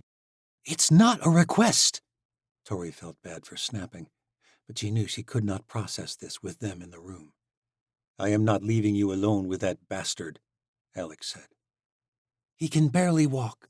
I can handle him. Wait outside and tell the riders to go back to bed. Tori, this is foolishness. But still, Skaya backed away. Alec shook his head, hurt evident in his eyes, but he said nothing. Tori and Darien had not been alone since Solero's estate, not since the day of the draft. That felt so long ago. Those two people no longer existed. Why? She managed, fighting tears. Darien's eyes narrowed at her, but she thought she sensed a softness in his voice. Most of your old friends turned eventually, Tori. They saw the foolishness of resisting a ruler who lets them be who they truly are. It was what your Shadow Watch set out to do in the first place. They joined the Sky Guard, but not Captain Andovier. His pride was too great. You see it, don't you? The Shadow Watch was never about a revolution of magic. It was about Wren Andovier's grudge against the Morrows. Tori was silent for a moment. She knew Wren and Cyrus Morrow had a fraught past. He had told her as much, though he had never revealed the details. "They killed his family," said Darian. "That wasn't the Chancellor's doing." "No, Wren helped the Chancellor's experiments with magic years ago, and then he betrayed him." "Because he saw what he was," Tori said. "Are you so sure about that?" Tori glanced at the hand. Tears welled at her eyelids. "Did you cut it off?" Darian put the hand away. "No, but I would have if the Chancellor asked me to." Wren had his flaws, but Tori still cared for him. He had taught her all she knew of magic. He had taught her to believe in herself. Without Wren, there would be no gallows saint. She could no longer hold back the tears. "I know you think I'm a monster." "Darian, I don't blame you, but I've accepted what I am. You do what you got to survive. You told me that once." "I remember," Tori murmured, "when we built the gallows. Is that all this is? Survival?" "No. I thought you were a fool then, actually." She managed a half-smile. "I was." "Perhaps we both were. I was angry, you know. Angry you stole my resistance. Angry you sent me off to the legions. Angry you were some sorceress in hiding. Angry you were dead, and I was not. I felt like you were nothing but a lie. I suppose they used that to their advantage in the shadow camps. But I told myself I would survive long enough to do some good." "Like killing those watchers at the watchtower? The crooked folk?" "I didn't kill them. Neither did the Chancellor. You were the one who stirred up the Rulock story, remember?" Tori bit her tongue. The memories flooded back of that horrible night. She had tried so hard to convince herself it was not her fault. But the truth was, the soldiers and watchers would be alive if she had not resisted. "You followed a fool," Darian said. His face was expressionless. "I don't blame you for that." "You really think you're not a fool to trust the Chancellor?" Darian smirked. "There are worse people to follow. He's better than his father, better than the damn nobles." "He cuts the hands off his opponents." "Most rulers in this world would have killed him long ago. Wren's a pompous fool." "So this hand is supposed to convince me to surrender?" Tori asked. "To save the fool?" "No." Darian held her gaze. His eyes were different than the ones she remembered from Salero's estate. Narrower, darker, the morph bleeding through his human form. "The hand served another purpose back in Morrow El." "Then why?" "What are you fighting for, Tori? Because the way I see it, we have a bigger enemy. Monsters are ravaging the world, and we are fighting over who gets to bring magic back." "I thought the Chancellor was blaming me for those beasts." Darian nodded. "That doesn't mean he believes it." "Then who is it?" "We believe it is someone else, someone who has been trying to bring down Osha for some time, someone who sent spies into the legions, someone who has been building her own sorceress power in secret until very recently." Seren Letal. Tori had wondered at the source of Seren's power from the day they met. Could it be tied to the stones somehow? Or was Darian making this up? "The Witch Queen of the Southern Isles, the one you allied yourself with. There's another set of godstones in the world. The Chancellor believes it is the source of her power." "I never saw any stones." "Did she reveal the source of her power to you?" Tori shook her head. "There is more to magic than watchers, Tori, and that magic cannot fall to the wrong hands. No one has pure intentions. But you've, once again, chosen your allies poorly. I came north to offer you terms of peace before you declared war." "Peace in exchange for my head?" Tori said, her fists clenching. Darian looked upset. "The future queen wants your head because she believes you are responsible for the monsters that attacked the Red City." "The Chancellor still wants me dead." "The Chancellor wants an end to your rebellion, Tori. You were offered mercy on more than one occasion, as I recall. My rebellion is about more than magic. It's about justice.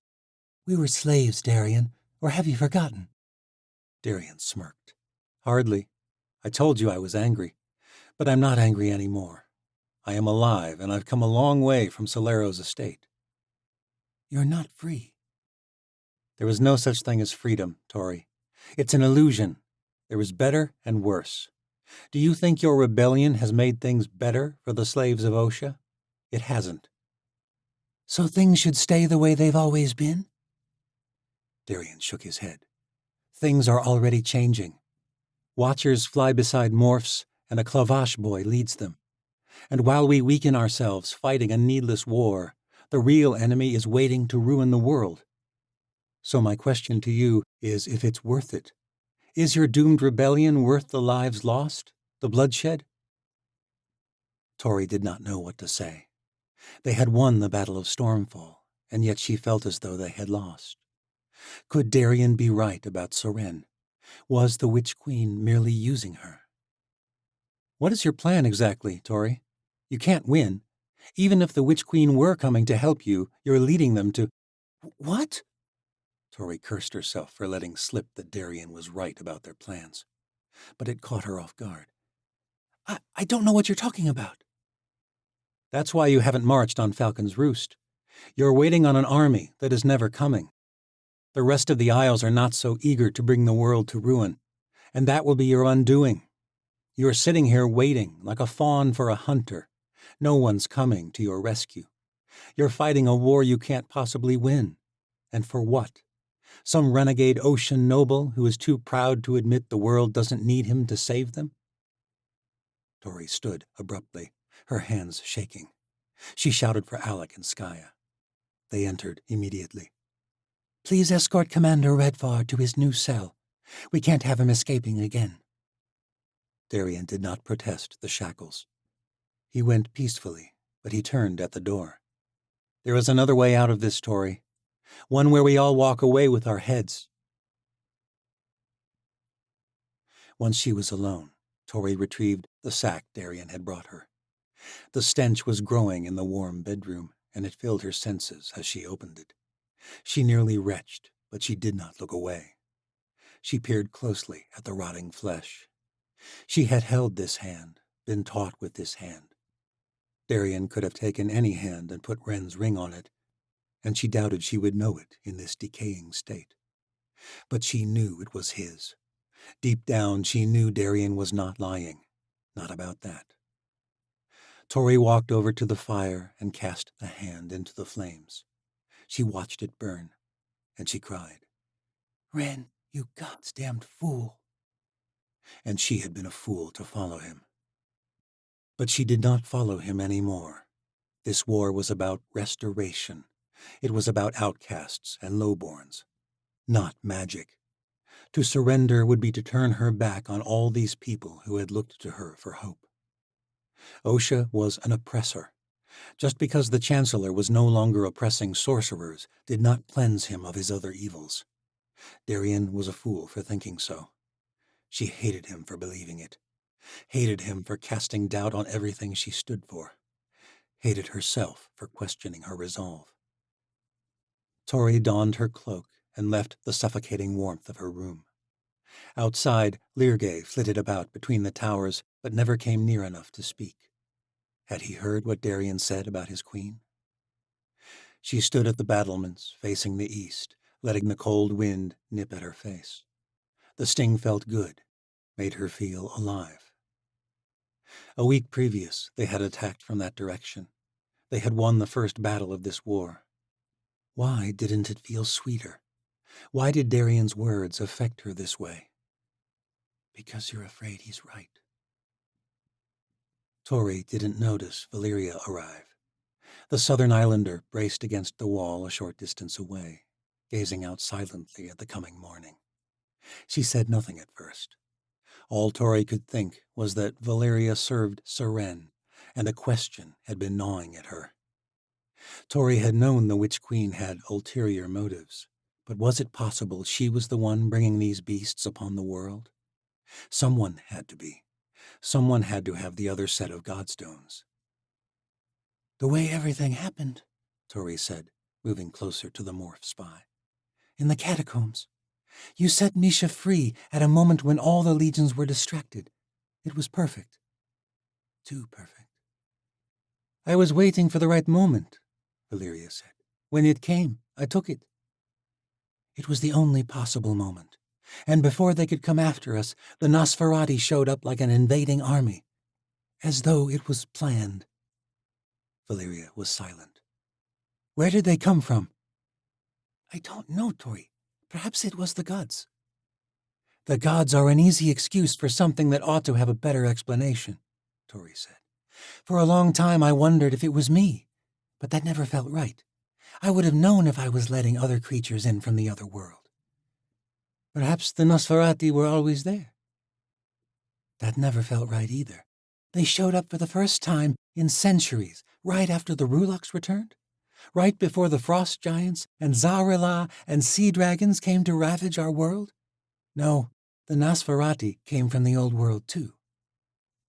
How? The same way the Ruloks did, Tori said. Someone let them in. Valeria eyed her carefully. What are you suggesting? Tori sighed. I don't know. Whatever Darien told you, you can't believe it. He is full of lies. And the worst part is he believes them. I should have gone with you back in the catacombs. That is what my queen wanted, but I couldn't bring myself to leave. Because of Darien. I believed there was still good in him. I hate him for that. I betrayed my queen for him. Your queen, Tori said. She's a powerful and mysterious sorceress. She's a good queen, and she will come through. She'll bring our fleet. And Tori sensed sincerity in that desire. But will she bring more than a fleet? Tori clapped Valeria on the shoulder. I hope you're right, for all our sakes. She was about to leave and see if she could catch some sleep before breakfast, when she glimpsed a strange moving shadow in the distance. Valeria's eyes perked up as well. The horizon was turning with morning. Was that what had caused it?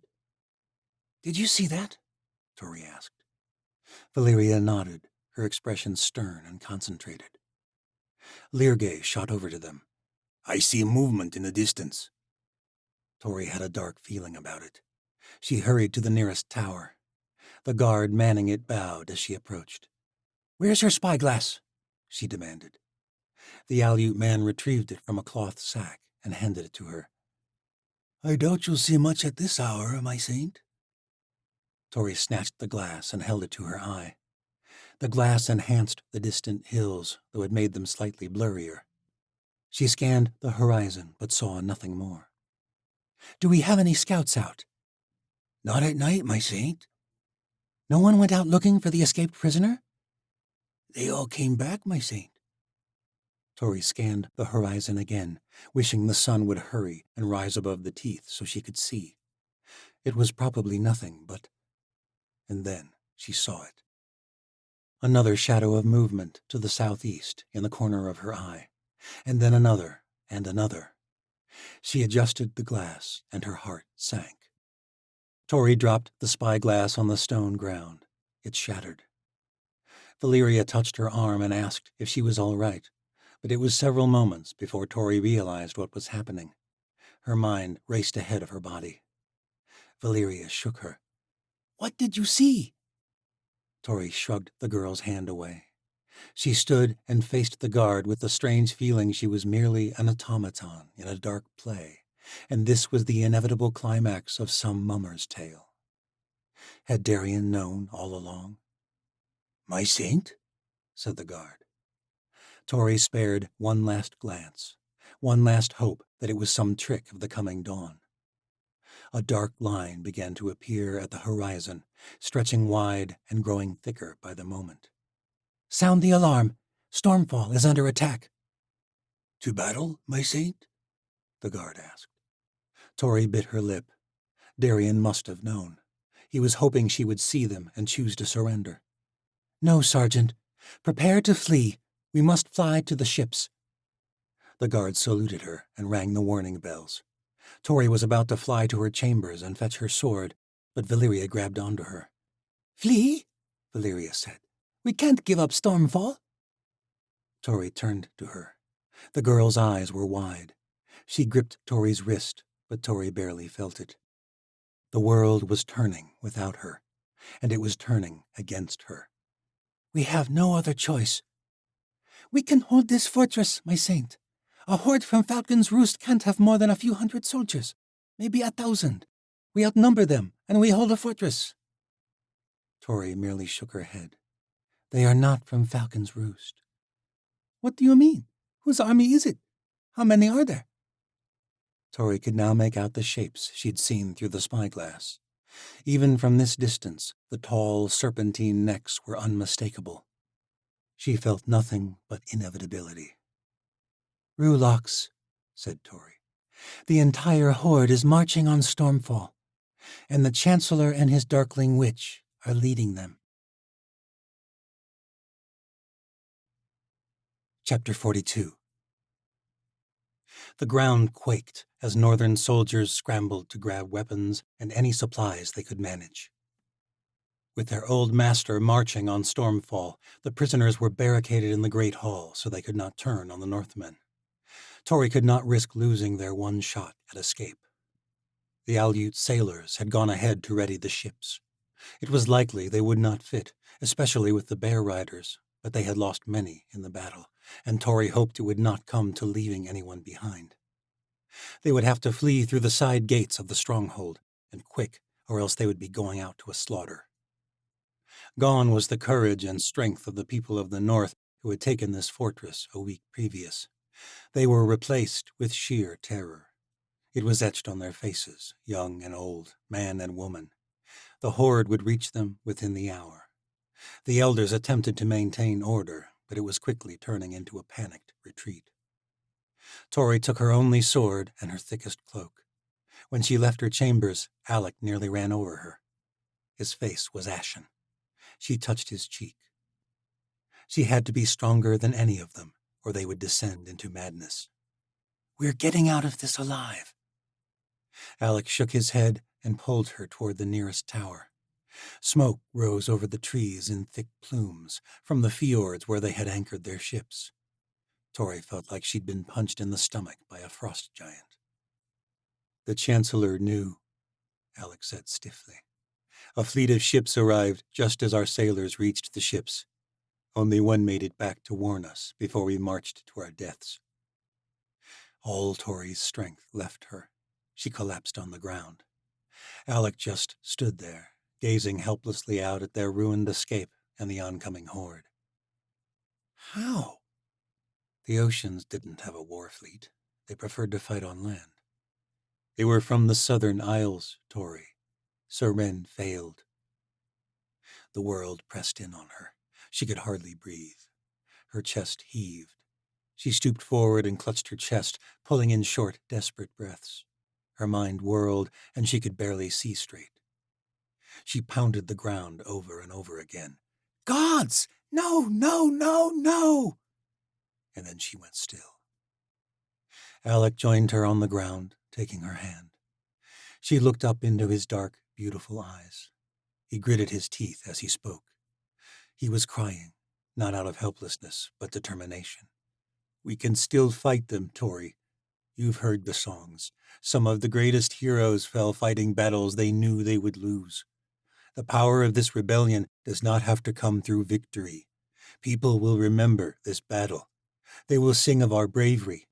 We may not win restoration, but we can die in a way that my people will not give up hope.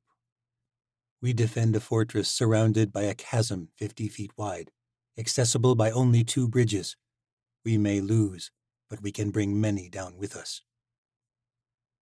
There was a tale her mum once told her, of a band of watchers in an ancient war from the old world before the fall of the Alien Empire.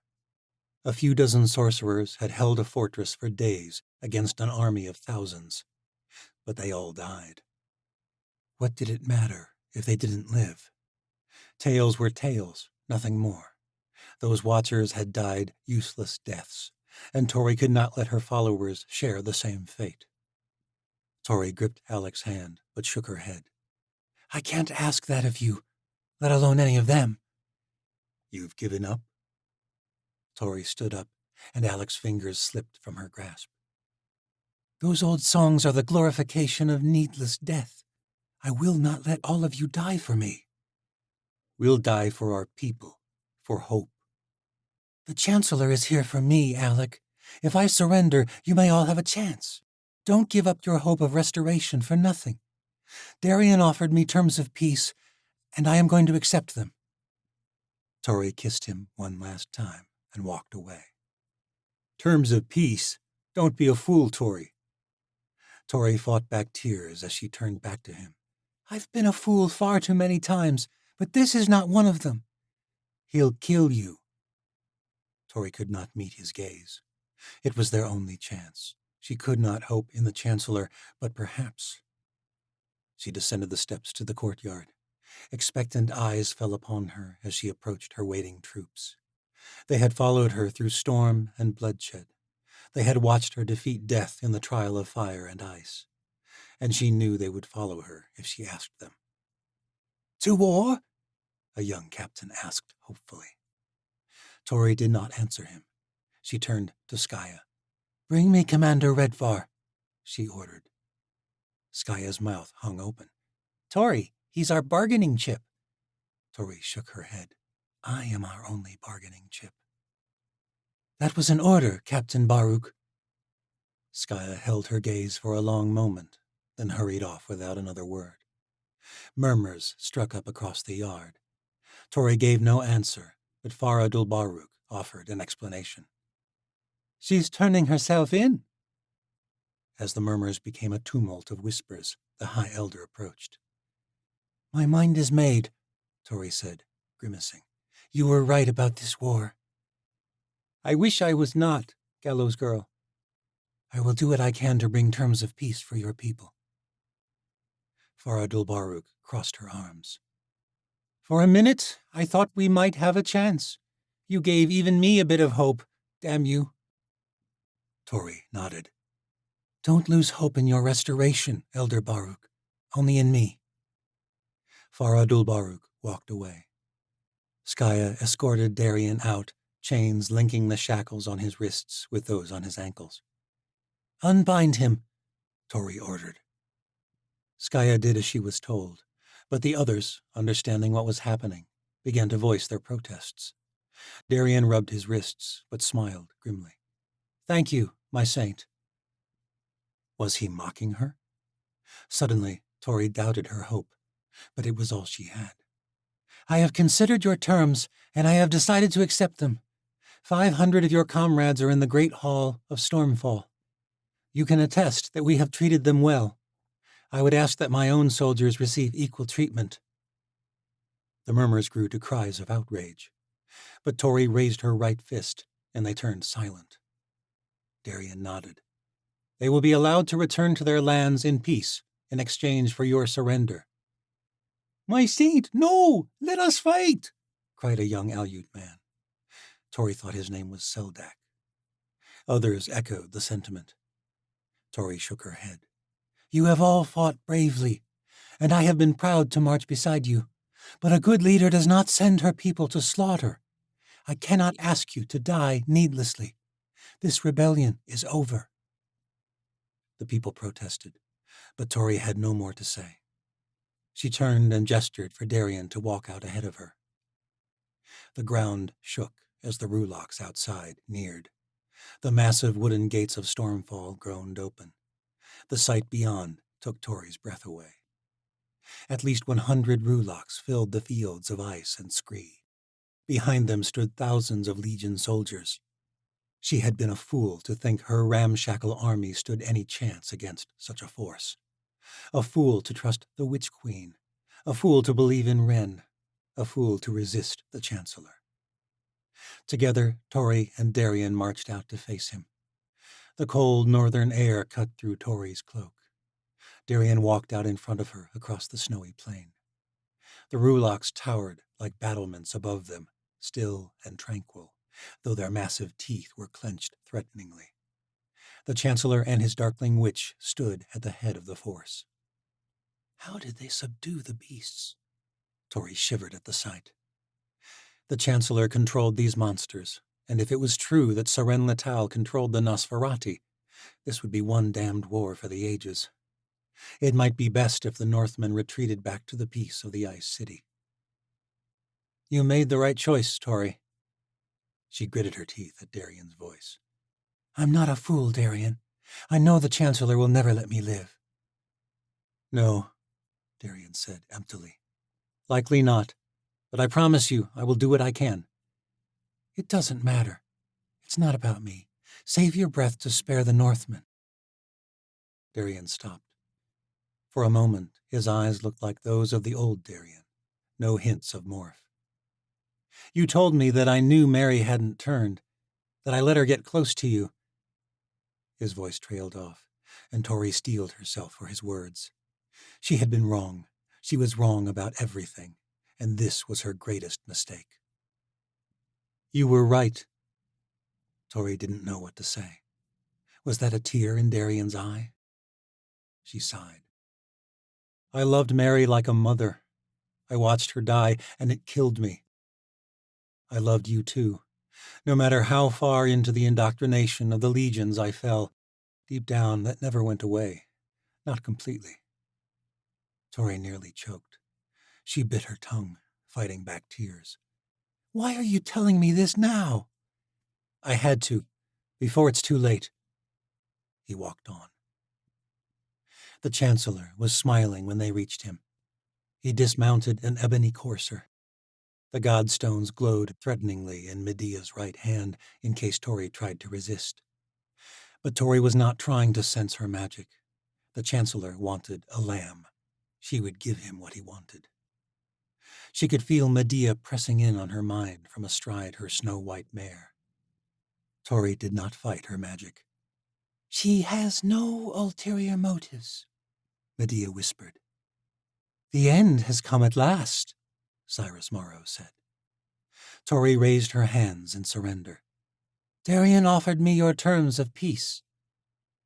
The Chancellor laughed. Terms of peace? Darian was doing whatever was required to bring you here. No more. There are no terms. Then I will give them to you, Tori said obstinately. I have 500 of your shadows within the fortress. We could easily have killed them or tortured them for information, Commander Redvar among them. Instead, we treated their wounds and fed them. The Chancellor raised his brows. Why? Because this is not their war. They followed a charismatic leader. The Chancellor laughed. You turn my own words against me. You spared many watchers for the same crime. I would ask that you extend the same treatment to the Northmen. Let them return to the White North in peace. You are not exactly in a position to make demands, gallows girl. Darian spoke up. I can attest to her claims, my lord. She treated us well. In exchange, I will come in peace, Tori said. You may do as you will with me. I am through fighting. My queen wants your head, Cyrus Morrow said. Tori nodded grimly. If that is her final request, then I will not fight it.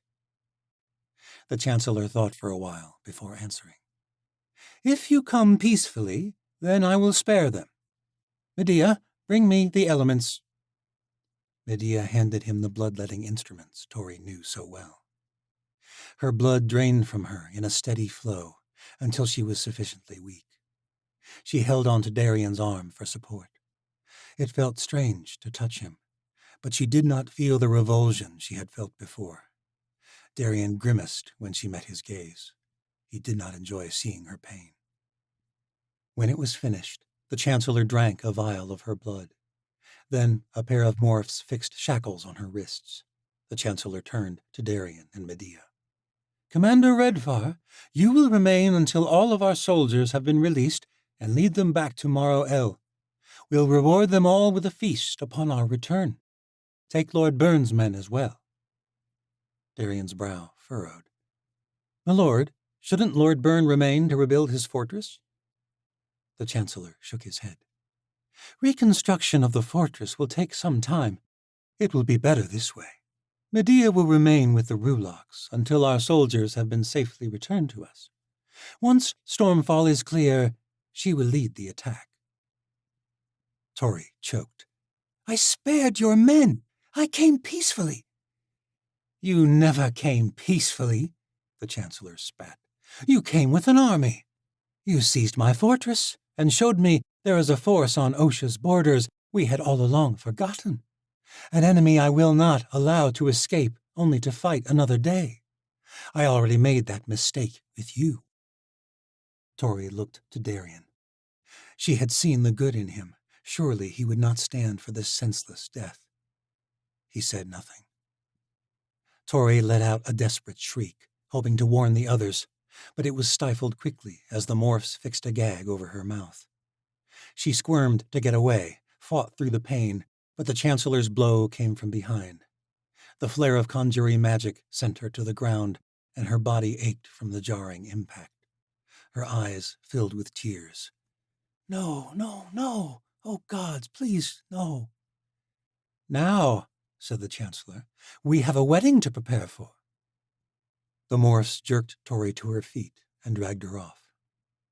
Tori caught Darian's gaze one last time, her eyes pleading. Only he could save them. In a way, she had known this from the moment she saw the Rulocks.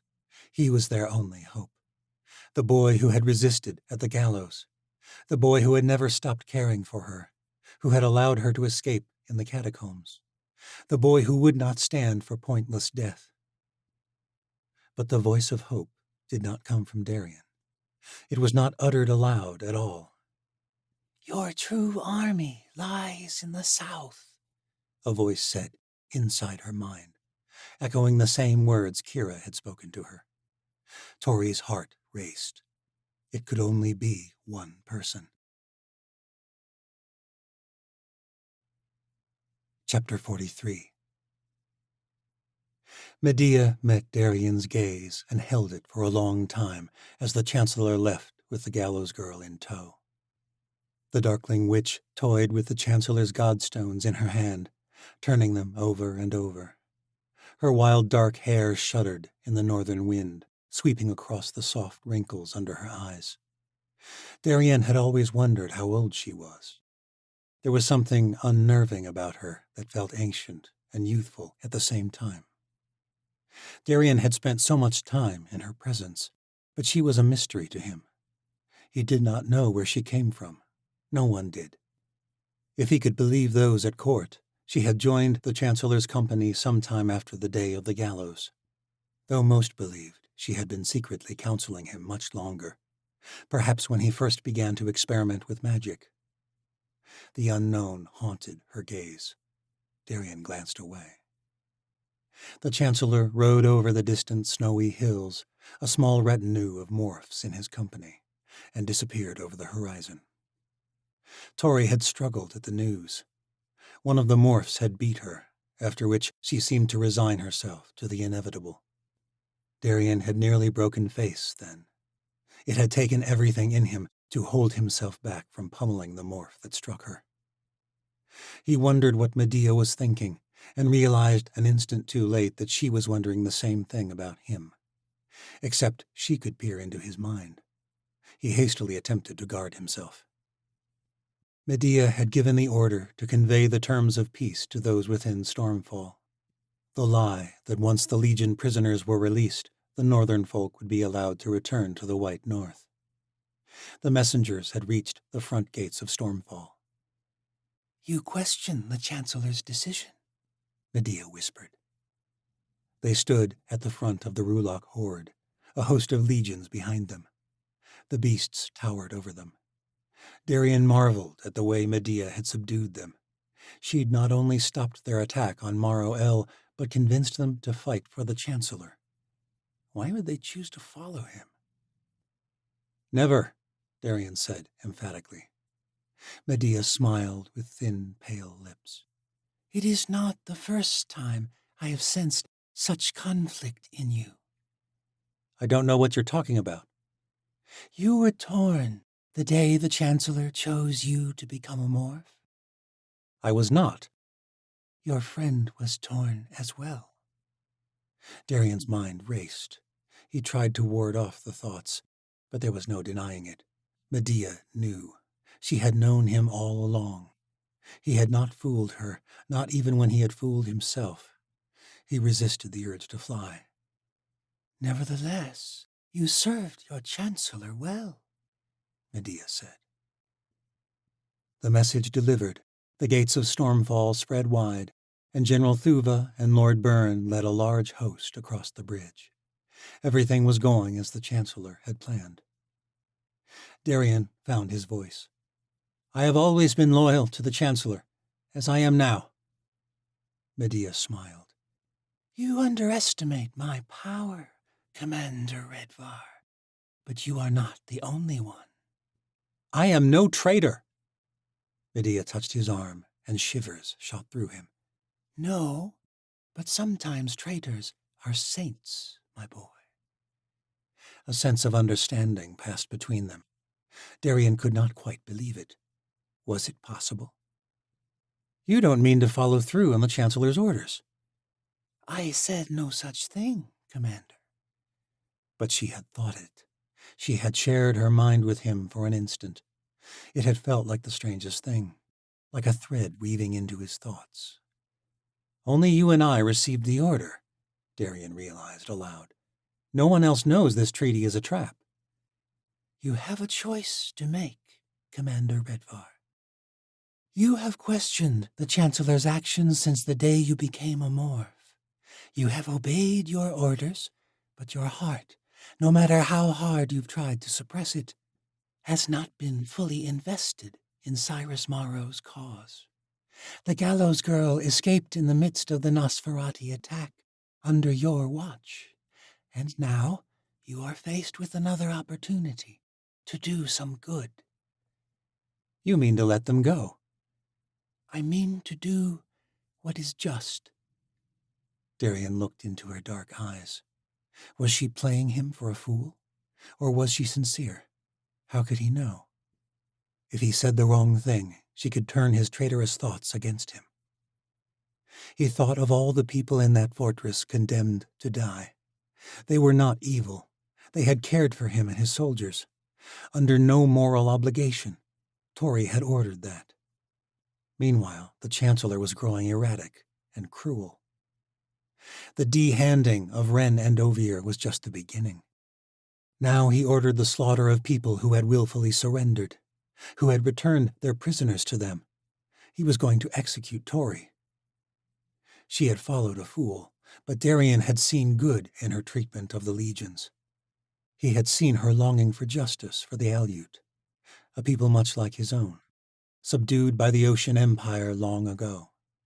His people had not fought back. But now he understood the source of his resentment toward his family, toward his people, toward himself. His people were slaughtered, and he had been helpless to stop it. Untrained for warfare, they had been easy targets. They cowered and ran. But when they came for his family, Darian had fought back with a shoddy hunting blade and an axe. He killed the man who'd raped his mother. He killed the woman who had clubbed a young girl to death and laughed at the way she whimpered after the first blow. The side of her face caved in. He killed the man who'd shot his father in the head. 3 soldiers he killed before he was brought down. He could still see the Legion general's smile as he ordered the soldiers down before they killed the crazed Clavash boy. Darian was the only one to kill a shadow that day, and he was the only one spared. It had never made sense to him, until now. Darian had shown spirit, the general had said. Darian had shown signs of bloodlust, signs he could be molded to do unspeakable things. He had hated himself for surviving, and the Shadow Camp leaders used that hatred, twisted it. But he remembered now, something he had long forgotten. Darian had been motivated by justice that day, not hatred. Darian had ceased all care to guard his thoughts. He had let Medea into one of the deepest memories he held. Perhaps she had helped him remember. What is just? He murmured, repeating Medea's words. You remember, Medea said. The irony is that you might have been fully lost if you had not chosen to become the morph that you are. Your mind was nearly gone when you let me in after the victory in Morgoth. General Thuva and Lord Byrne arrived. Darien greeted them warmly and informed them of the festivities to come in Morrow El, to which they had been invited. Lord Byrne protested at first, but Darien conveyed the Chancellor's insistence that they join the citywide festivities of the royal wedding. Thuva and Byrne led the freed prisoners in the direction the Chancellor had ridden shortly before. Near the end of the line, Darien spotted Kira. The turned watcher was hobbling along with the help of a young soldier. She had caught Medea's attention as well. Kira smiled and turned her head their direction, ever so briefly. Medea turned to him. Kira never turned against her comrades, did she? He said. Medea shook her head. She has played her part. So well, she nearly died. What do you have planned? The gallows girl needed to come to Morrow El, Medea whispered. We have great plans for her. We? Medea smiled. Sometimes traitors are saints, my boy. The saints of the North. Darien could not believe it, but a great sense of relief washed over him. It was as though all the confusion and tension within him had evaporated. He was free to question, free to decide for himself. For so long he had felt so trapped. You've been helping Tori all this time. I've been seeking justice. Medea gestured to the Rulocks. Their leader dipped one of its heads in a nod to her. That was how she had won them over in Morrow El. They didn't serve the Chancellor at all. She had convinced them to end their attack on the Chancellor to join a greater cause. What do you want from me? Darien said. Medea told him what was to come, and Darien felt like he was coming alive, fully, for the first time in his life. But he could not do it alone. He morphed and flew to Stormfall. He spoke with Alec Dulbaruk and explained the Chancellor's orders, and he explained the plan of the Saints. The Aleut shaman was wary at first, but he was desperate for hope, for his people, for Tori, just as Darien was. The Northmen would march south tomorrow. But there was one more piece to the plan. After her betrayal, Darien had thought she was the enemy, Valyria and her queen. But Medea showed him just how wrong he was. Darien found her in the chambers where they had spent the night only a few short days ago. Her eyes were filled with anger at first, and then softened. I was a fool, he said, standing outside the door. Her grim expression broke into the most beautiful smile he had ever seen. I was the fool, she said, for giving up on you. They embraced. The wound in Darien's side hurt, but he didn't care. The anger that had consumed him before felt unfathomable, like it had belonged to some other person. Valyria kissed him, fighting tears, and pulled him close, like she might never let him go. Yet, he thought in that moment, he had never felt such freedom. For the first time, there was nothing standing between them. Chapter 44. They sailed for the Isle of Tall on a ship manned by Soren's kinsmen, kin who had betrayed her. The Queen of the Southern Isles remained below decks for most of the journey through the narrow channels between islands, and a dark mood had begun to consume her. There had been no sign of the Crocala since the night Soren was betrayed, and Misha feared they had died in the flames that consumed the skyship. The Queen had hardly spoken since that dark night, but her rage and sorrow were growing. Each night of their voyage, Misha could see a fierce glow skirting under the door and flickering off the shifting corridors of the ship. The glow of magic. At all other times, Soren kept her magic tamed, as she'd vowed to Lord Thier, in exchange for safe passage to her homeland. The strange rune markings in her skin were covered by dark sleeves again. Misha and Tesla kept close to one another during the slow voyage, and Misha often found herself comforting the crooked girl over the failure of their rebellion. In truth, Tess proved as much of a comfort for Misha. She could not descend into the depths of despair, no matter how tempting it was, not with Tess around. Misha claimed the last vestiges of hope for Tess, but kept none for herself. She was grateful Tess was alive, but she hated how easily Seren had been subdued. She had never felt so hopeless. At night, Misha would lie with Tess in their cabin until the girl fell asleep. Then Misha would venture to the deck and watch the stars and the moons trekking across the sky, oblivious to the fragility of the dark world below, the world they had abandoned. When they came to port in the trading city of Hessa, the largest city on the Isle of Tal, Misha's spirits were further crushed. News had come swiftly of the capture of the gallows girl. Her execution would take place in a matter of days, if Misha believed the teller. There was a small Aleut trading vessel tethered at the port, and after hearing the news, Garendel Narsuk left them to join his kinsman. That was it then. The revolution was over. The news pressed on Misha's chest like a great stone. It was all she could do to place one foot before the other as they left the docks. The rebel army in the north had been crushed. Were they all dead, even Skaya and the Aleut? Her vision clouded as she fought back tears, but she held Tessa's hand and pressed on through the streets of Hessa toward the palace. The girl was trembling, but Misha insisted things would be all right. "We have to go," Tess said. "We have to help." But there was nowhere to go, no way to help. They were two young watchers opposing a world turned against them. Seren remained queen of the Isle of Tal, but she received a lackluster welcome. The crowds were small and disinterested. Palace guards escorted them through the grid-like streets, but they were hardly needed. Favor drifted like currents of the wind, and Seren Latal had lost favor across the southern isles, even in her own home. Nonetheless, the three were escorted to Seren's palace, set upon a hill in the midst of the city. Misha and Tess were provided temporary quarters until Misha could decide what to do. Misha instructed Tess to rest up for their journey from the Isles the following day. She was not sure where they would go. Perhaps the Triumph. Seren was about to leave as well, but Misha stopped her. "My queen, may we speak?" Seren offered a grim, defeated smile, but nodded her assent. "There's no need to call me that any longer, Misha. My reign is at its end." "That's all there is to it? You've given up entirely?"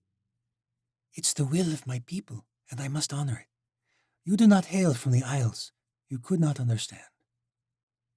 "But you united them," Misha said, still bewildered at how swiftly the change had occurred. She could not imagine the Chancellor bending to the will of others so easily. She supposed that was what separated rulers like Seren Latal from Cyrus Morrow. But she wondered if it was the best way to rule. She felt so helpless. She wanted to fight, to resist.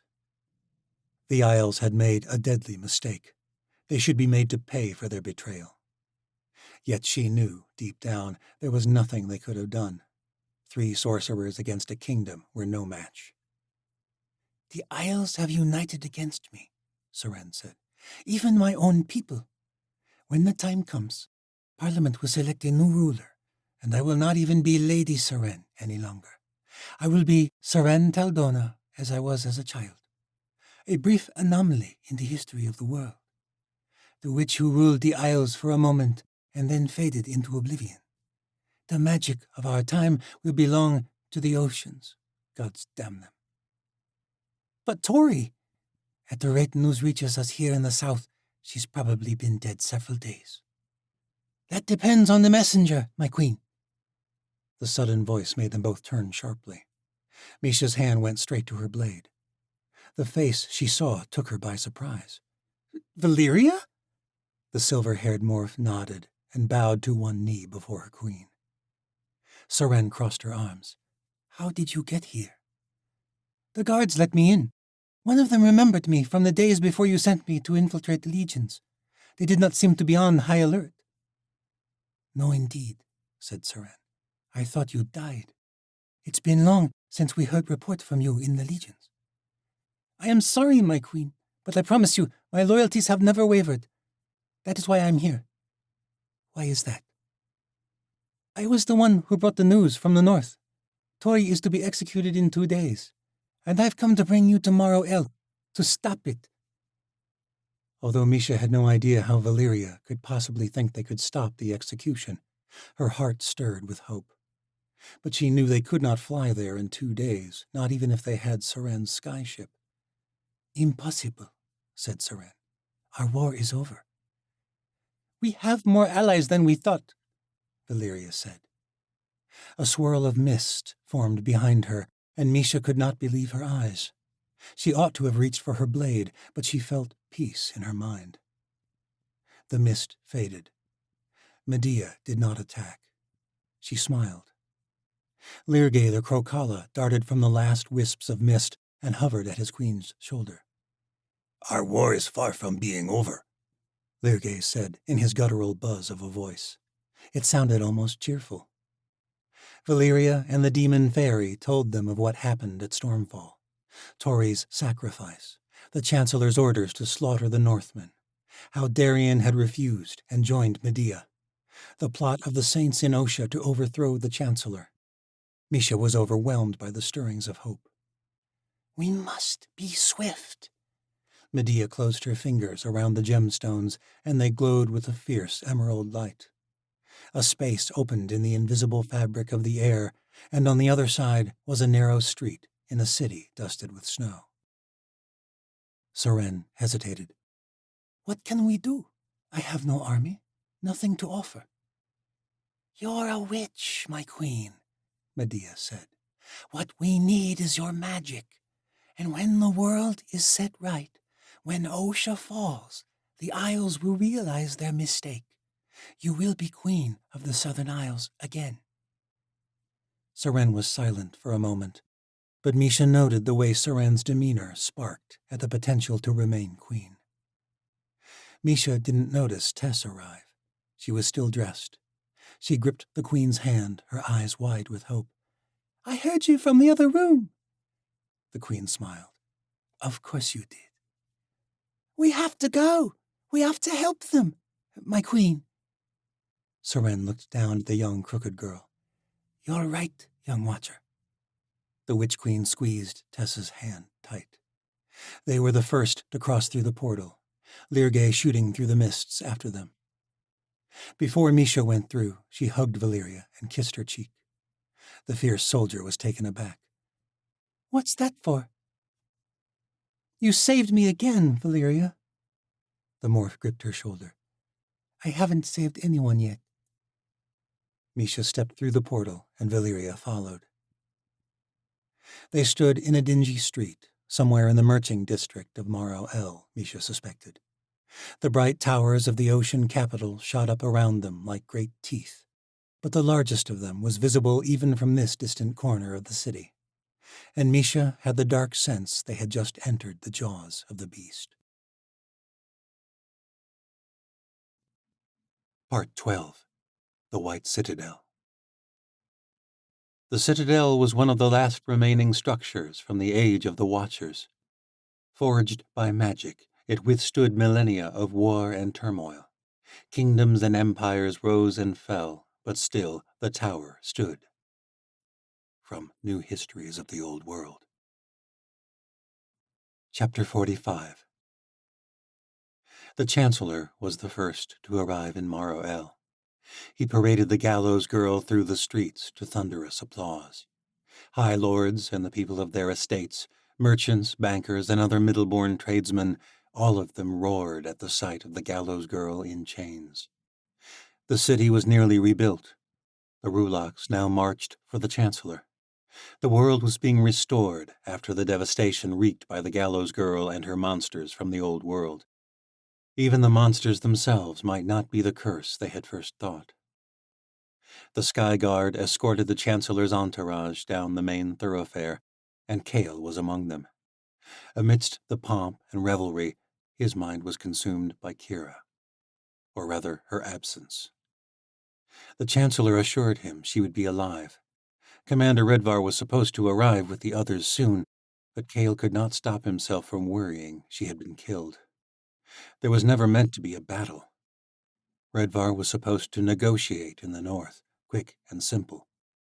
Instead, the Chancellor and his Darkling Witch had marched an army to the north. After Medea had revealed herself in his mind the day she had channeled his power to locate the Gallows Girl, Cale ought to have been relieved to know that the powerful sorceress had turned against the Chancellor, but there was so much at stake. So much could fail. Nevertheless, the Battle of Stormfall had proved fortunate in its own way. Patrols had been scarce in Morrow El with such a great force sent to Stormfall. It had allowed the hangman and his saints to prepare the city for the wedding. And now the Gallows Girl had arrived in Morrow El. The Hellfire plot was going as planned, at least as far as Lazarus Delay had let him know. The procession reached Morrow Square, and the people crowded in to listen as the Chancellor declared the death sentence on the Gallows Girl to cacophonous cheers. The wedding was to be held in 2 days. It would be the greatest spectacle in the Empire in centuries. Delegations from the Southern Isles and the Yanavi would be in attendance, in addition to every lord house in Osha. Despite the descent of winter, delegations were pouring into Morrow El by the hour. The Chancellor would be throwing a feast across the city to celebrate his union. As soon as he could escape, Cale left the triumphal festivities and retreated to his quarters in the upper levels of the White Citadel. He was on guard duty in the palace later that evening, so he would need to rest. The sun set in the middle of the afternoon. Soon there would only be a few hours of daylight per day. But it did not matter. The lights of Morrow El warred with the stars in the heavens in their brilliance, and despite his fatigue, Cale could not sleep. Perhaps it was the fine bed. After so many years spent on the move, Cale had never slept well in feather beds and blankets. He tried lying on the floor, but that proved useless as well. When the door opened, Cale shot up from the ground, reaching for his blade. It was only Ashi. She slipped in without a word and gave him a querulous look. Why are you on the floor? How did you get into my room? Cale demanded. She smiled with thin lips. I attend the Queen-to-be, and you are a palace guard. Your quarters are not off limits. What do you want? Is it about... Ashi shushed him before he could mention the Saints of the North. Now that Tori was safely in Morrow El, he was expecting to hear from one of Lazarus's messengers soon. Ashi lowered her voice. Do not mention them here. The palace is not safe. The Queen has need of you. Cale crossed his arms and waited for her to elaborate. She did not. For what? I've never guarded Vashti before. The door opened again, and in walked Vashti Burodai, arrayed in ruby-red Yanavi silks. Cale nearly forgot his formalities, but he caught himself before protesting her intrusion. He bowed dutifully. Vashti waved him off. There is no need to bow, Cale. We are old friends, and there is no one else around. Old friends? Despite having aided her escape from her father's execution 2 years previous, Cale and Vashti had hardly been close during their years at the watchtower. She wanted something. A chill coursed through him. Neither he nor Ashi knew just how dedicated Sala and Vashti were to their alliance with the Chancellor. Would they get in the way of the plans of the Saints? Would they join? Ashi had wanted to speak with Sala after their visit to the Fringes, but Cale rejected that idea. When it came time, Sala might choose, but it would be foolish to reveal the plot to anyone else. Cale had been hesitant to trust even Ashi, so great was her loyalty to her prince. But as best he could tell, the Ilia woman had kept their secret. He had felt her mind when she saw the Saints the first time, and he had felt her outrage at the treatment of Ocean's slaves in the Fringes. He had to trust her. But Vashti, he did not imagine her visit would be pleasant for him. "How can I serve you, my queen?" he said at last. Vashti betrayed a smile at this, her lips pursed in noble fashion. She fit in well with the high nobility of the citadel, and she blamed Tori for the attack on the Red City. He could sense pleasure even now that the gallows girl had been brought to the citadel in chains. Sala's loyalties might be swayed, but he sensed the queen would not let go of her hatred. She saw what she wanted to see. "You are a guard of the palace," Vashti said at last. "I need you to guard me." Cale considered telling her that he was not on duty for several hours, but thought better of it. "Of course, my queen. Where may I escort you?" Why me specifically? He wanted to ask. "The dungeons." "The dungeons?" Cale said. Ashi caught his gaze, and he detected sympathy. "The gallows girl?" "No," Vashti said. "we are going to see Ren." At the sound of his brother's name, Cale tensed all over. An overwhelming sense of guilt enveloped him. He could not face his brother again. But he was only a pawn, and so he had no choice. Vashti, Cale, and Ashi descended into the dark belly of the White Citadel. There were many levels to the tower below the city. Above, the world consisted of shimmering crystals, extravagant jewels, and fine tapestries. Below, the world was molded of ancient stones that had withstood centuries. The steps were worn smooth. The engravings on the walls had faded. "They say these walls were formed by magic," said Vashti. Cale nodded, the act casting frantic shadows in the flickering lamplight. "It's the reason it has stood so long, they say."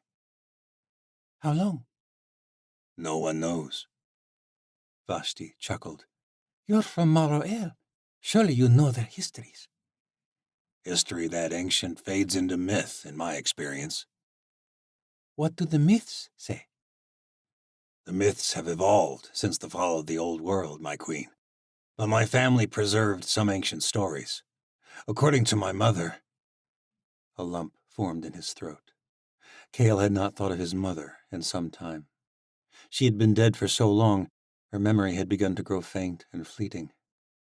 Once the sight of violet gowns or the scent of Triumph lilac might have brought him to tears, but he had learned to block her out once he was able to control his cerebro gifts. He could not let himself dwell on the past. The corridors wended deeper and deeper. "Your mother?" said Vashti. "Sorry," Cale said, clearing his throat. "She has been dead for many years. "I am sorry to hear it." She taught me that the first oceans arrived over 1,000 years ago. Magic was becoming a powerful force in the world, but the aliens feared it, called it dark superstition. There were great travesties on both sides. Sorcerers used their power for greed and vile intent. Great powers sought to use them as weapons. They were hunted and often enslaved. Many with the gift fled north along with other groups. Religious outcasts, low-class folk looking for a better life. The newcomers fought off the original inhabitants and built a new civilization. It led to the formation of the Watcher Orders, and eventually to the great empire of the Old World. Vashti was silent for a while. "My people tell a different tale about the pale-skinned savages from the south. The Skybloods were a curse from Votan, an ancient sky god, who turned his back on us long ago. My people were all but scattered tribes back then. We were forced to unite to defend against the flying devils and their hordes. Everything changed when your people arrived." I don't defend their actions, my queen. "No, but your mother's stories do. History is written by the conquerors, but my people find hope in the ashes. The arrival of the oceans led to warfare that still has not ended, but it also brought us together. War still unites the Analvi, but I pray my brother can unite them in days of peace." I hope it is so, my queen. "I hold no delusions about the Chancellor, Cale, but this wedding is a great step toward that peace." Why is she telling me all this? Does she suspect something? I pray it is so, Kale said. You never believed in the Shadow Watch, Vashti said. I could always tell. My brother was full of ideas, some of them good, but the Shadow Watch was doomed to fail. Vashti went quiet. The walls deep below the citadel bore a strange film and smelled of ancient dampness. Why are we going to see Wren? Kale asked as they neared the dungeons. Vashti touched his shoulder from behind, and he stopped and turned to her. Her skin emanated warmth, and her jewelry glinted in the lamplight. I never thanked you for what you did for my people, Kale, when you betrayed your brother. Kale did not know what to say. He had not thought of the Yanavi in that moment at all. I know you did it for other reasons, Vashti went on, but your decision made this wedding possible, and I am grateful. You're welcome, my queen. You asked why we're going to see your brother. I've just received word that the Chancellor plans to execute him alongside the gallows girl. Her voice drifted off. Kale walked on. He didn't know what to think. He felt hollowed out. He had for so long. The rise of the saints was meant to be his redemption. It had taken everything in him to remain collected when Wren lost his hand. Now Kira was still missing, and Wren was to be sacrificed. Vashti grimaced.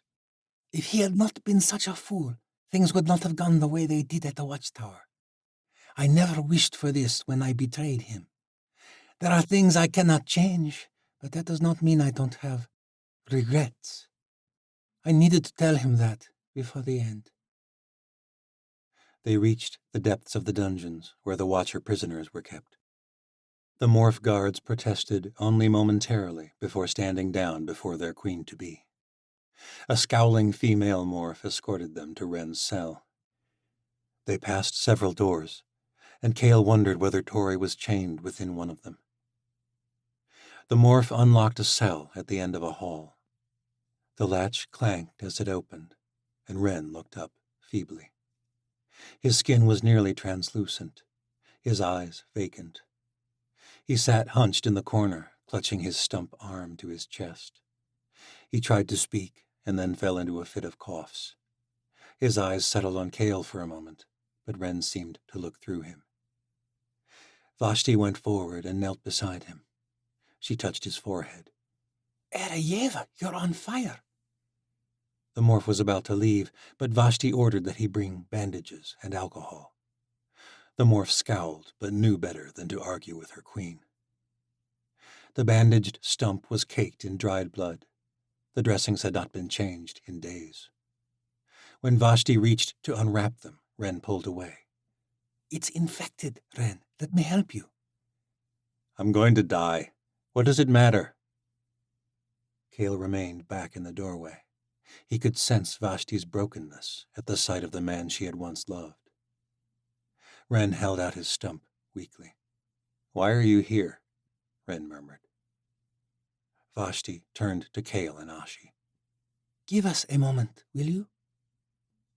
Kale was frozen in place. He nearly threw up as Vashti unwrapped the oozing wound. Ashi took his forearm and pulled him away, and Kale was grateful that Wren hadn't seemed to realize who he was. Kale and Ashi lingered in the corridor while Vashti spoke with Wren in indistinguishable murmurs. Kale did not try to detect their meaning. The morph returned to her post at the base of the staircase and left them alone. There is still good in her, Kale, Ashi whispered. Vashti cares for your people, nothing more. My people's interest is the interest of the saints. My queen cannot even be herself in this marriage. Posing as Zora's daughter? This wedding is a temporary solution. Vashti knows this. Sala knows this. This entire alliance is but biding time. Osha must fall. Why not now? When the time is right, they will join us. Kale shook his head and gripped Ashi's wrist tightly. You must not jeopardize this. Ashi shook off his grip. You are not my lord, Kale. I'm sorry, but please let Lazarus enact his plan. Vashti and Sala may choose then, when the time comes. The door creaked open, and Vashti exited. Cale caught a glimpse of Wren's face and was sure that he had recognized him. He made a decision on impulse. My queen, may I have a word with my brother? Vashti nodded. A quick word. Cale entered the reeking cell. Some color had returned to Wren's face. He looked up. Cale could sense the hatred pouring from his brother's mind uninhibited. There was so much to say, and yet nothing. Wren spoke first. I told Vashti I didn't think you'd have the guts to face me. Then he had seen him from the start. Cale remained near the door. Vashti betrayed the Shadow Watch for her people, Wren said. A noble purpose in its own way. Your reasons were pathetic. Cale nodded, wordlessly. Is that all you're here for? To stand and nod? Cale wanted to tell him of the saints, of the ways he was trying to redeem his wrongs. You spineless Skaza. Your fear is what killed our mother, and now it is going to kill me. You make me sick. I'm about to die, and your face is not what I want to see before the end. Leave me be. Cale fought back tears. He backed away. Nothing to say for yourself? Wren seethed. No excuses? Cale choked, but he found words. Nothing can excuse what I've done, brother. All I can do is make it right. By joining the Sky Guard? By helping them find the gallows girl? Cale shook his head. He had to tell him something. He drew closer and whispered, Tori's greatest army is here in this city. You're not dying at this wedding, and neither is she, not if I can help it. Cale spun and left the cell, heart racing, hoping no one had heard him from the other side. The door clanked shut behind him, but the corridor was empty. Where was Vashti? He hurried down the hall and found the Morphs at their post, looking bored. Where's the queen? Cale asked. Gone to see the gallows girl. Chapter 46. Tori trembled with shivers as she waited to die, waited to see if her hopes proved true. She had to believe. In Darien, in the symbol of the gallows girl. The last time she had been in this cell, she had felt no hope. She felt little now for herself. But the gallows girl was something beyond her, even her life. Her death might not be the end. There were saints across the empire, saints throughout this city, even saints within the Chancellor's inner circle. Even now, Tori could barely believe it, but she had felt Medea in her mind as she left with the Chancellor and his entourage. Your true army lies in the south. The same words Kira had spoken to her.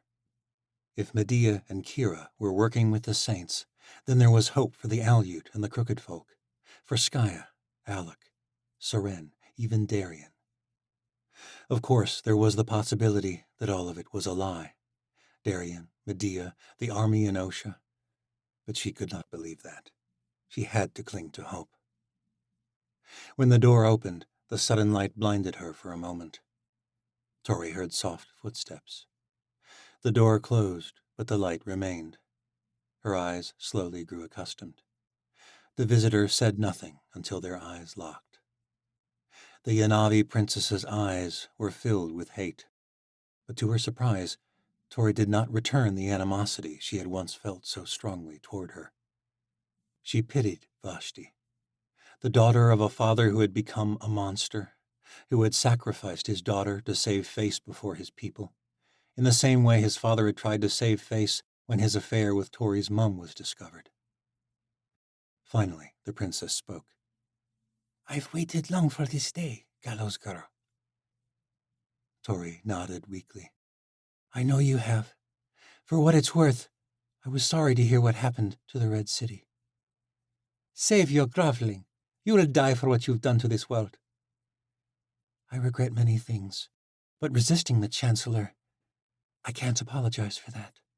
But I wish it had turned out differently for our people. Our people? Vashti seethed. Don't you dare claim loyalty to my people, you half-blood bitch.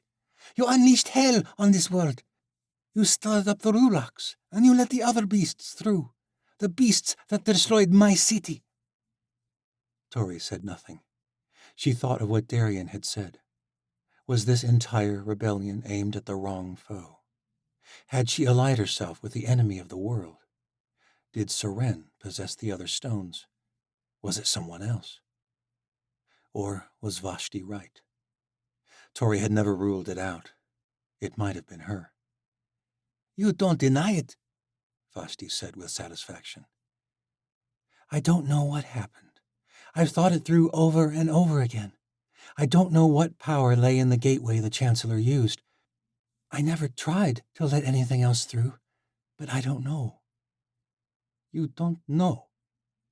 I did the best I could in the moment when I resisted the Chancellor. I was trying to save the Watchers. You did the same for your people.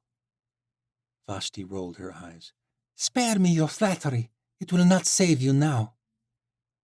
I've accepted my fate, Tori said, holding Vashti's gaze.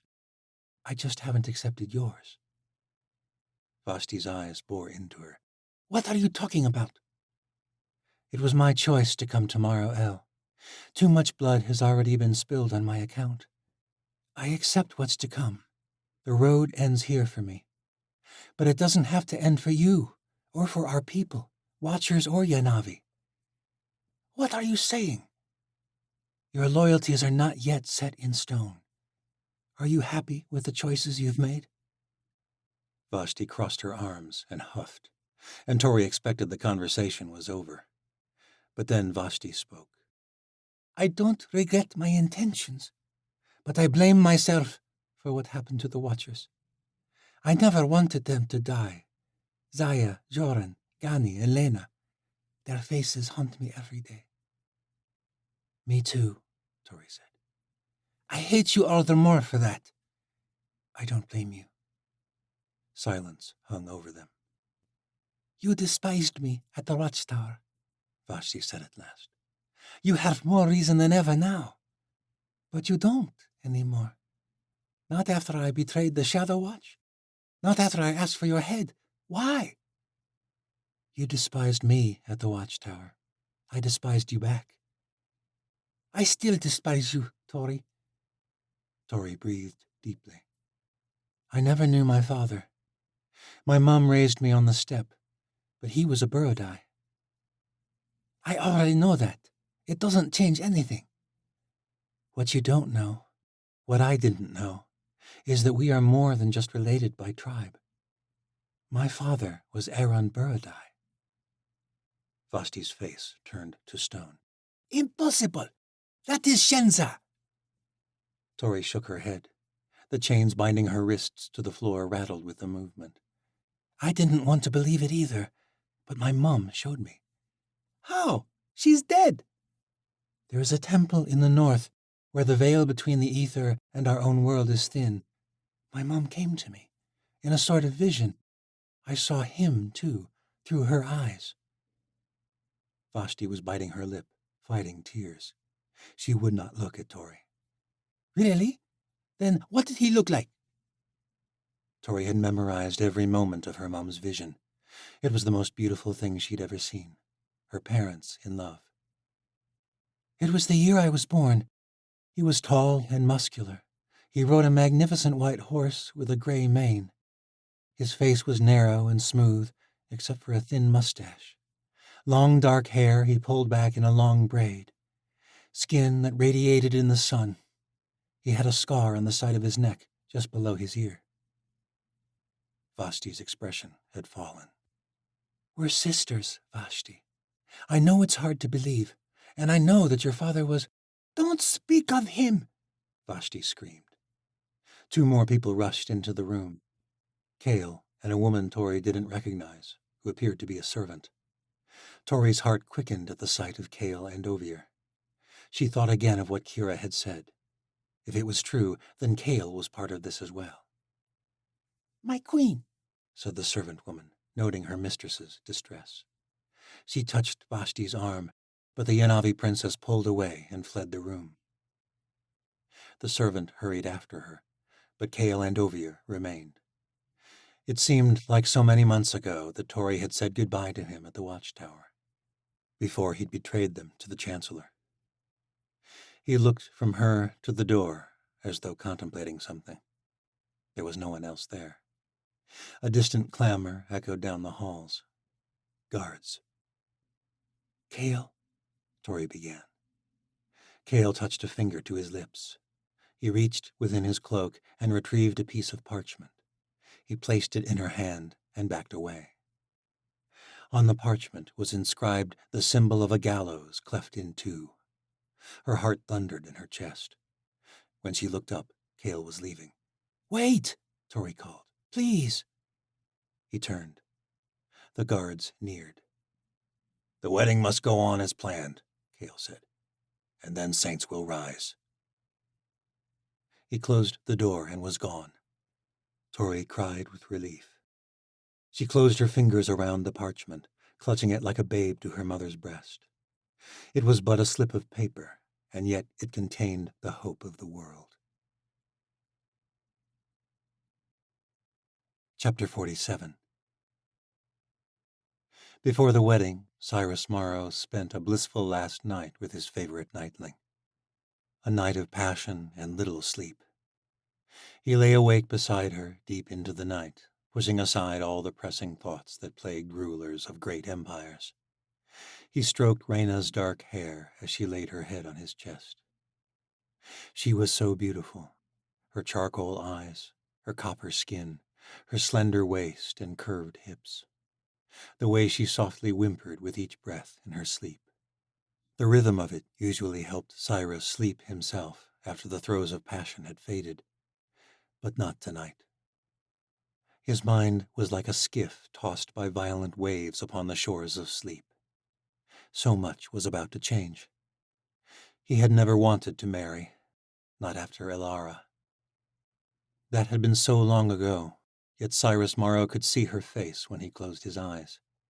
Reyna reminded him of her. Not in looks, as Elara had been ocean of the purest blood, House Bara. It was the fire in her eyes, her playful, almost mischievous nature. Elara's fire had not gone out, not even after she died.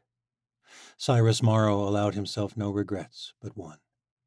After all that happened those years ago, he wished she had lived, despite what she'd done to him. When he was with Reyna, she returned.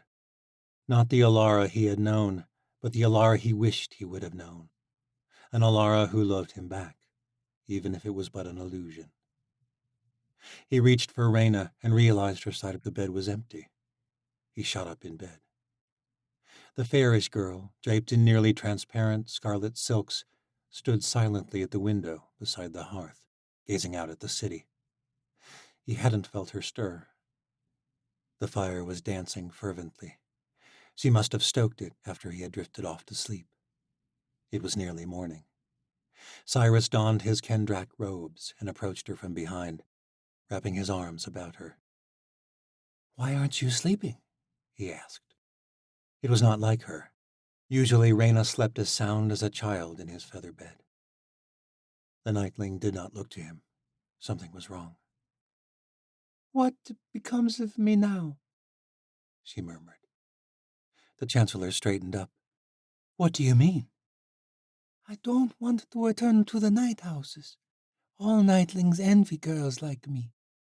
Chambers in the palace, warm meals and fine clothes, the pleasures of only one fine patron. They will hate me if I go back." "How could anyone hate you?" Reyna pulled away from him. It was not like her. Perhaps out of play, but this was different.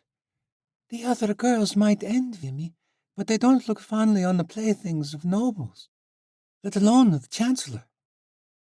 Then you won't return to the night houses. The kings of Jurka keep palace harems. Why shouldn't you stay in the citadel?" Reyna turned to look him in the eyes. "I may be a whore, But I am not a fool, my lord. You can't have knightlings running around the citadel with a new bride to please. Alliances to maintain. I know enough about politics to know I'm used up. I'll find a way, my dear. He touched her cheek tenderly, but he could have sworn she flinched at his touch. Truth be told, the Chancellor had not given Reyna a second thought amidst all his other pressures. She was supposed to be an escape from those pressures, God's damn her. He felt a twinge of guilt for this. But of course Reyna was right. She would have to leave. And if she were to return to the night houses, he would not want her back, no matter how beautiful she was. She would be used by others. The thought sickened him. But he had greater things to worry about. For now, he would ease her mind, to shut her up. He needed sleep, and she was supposed to help with that. It will be fine, I promise you. Reyna glared at him. Fine. That's the problem with you oceans.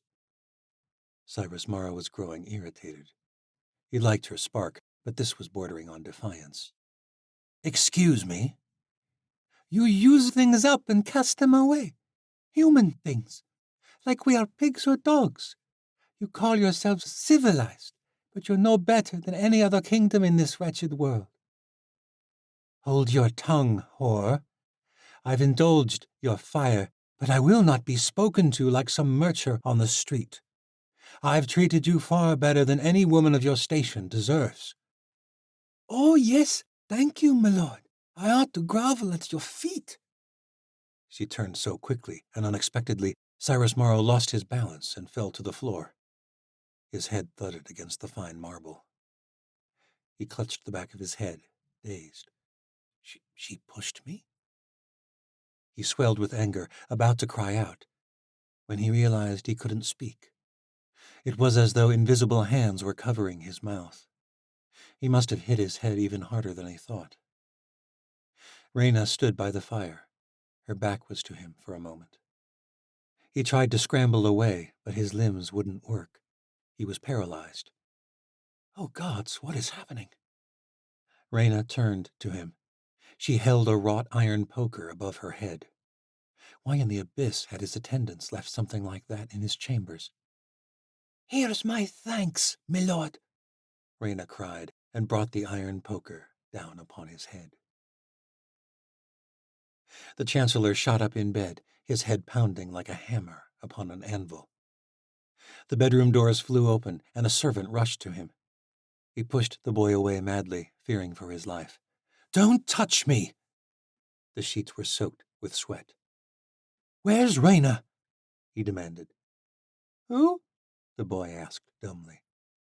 The whore, you imbecile! The boy didn't even know her name.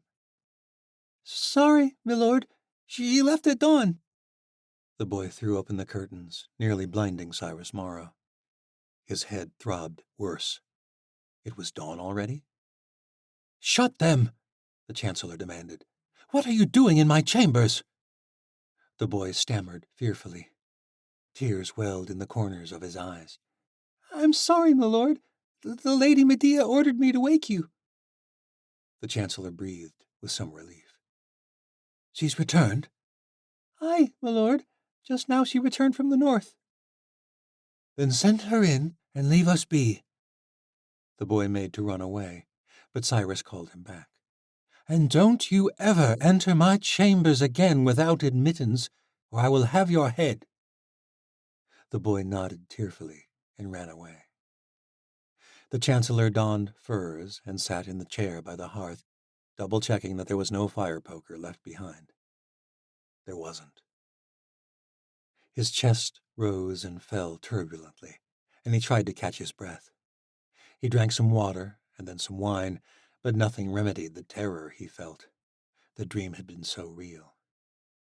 It was the damned gallows girl. So long as she was alive, he could trust no one. Not the nameless servant boy, not Reyna. Especially not Reyna. He would have her sent back to the night houses. Or better yet, have her executed. He could not let someone live who had spent so much time close to him. Medea entered, and he felt some relief. All went according to plan, the Chancellor said. The sorceress nodded. The Northmen will be no further trouble, my lord. Good, very good. Pardon me for saying this, but you don't look well. Is there anything I can do for you?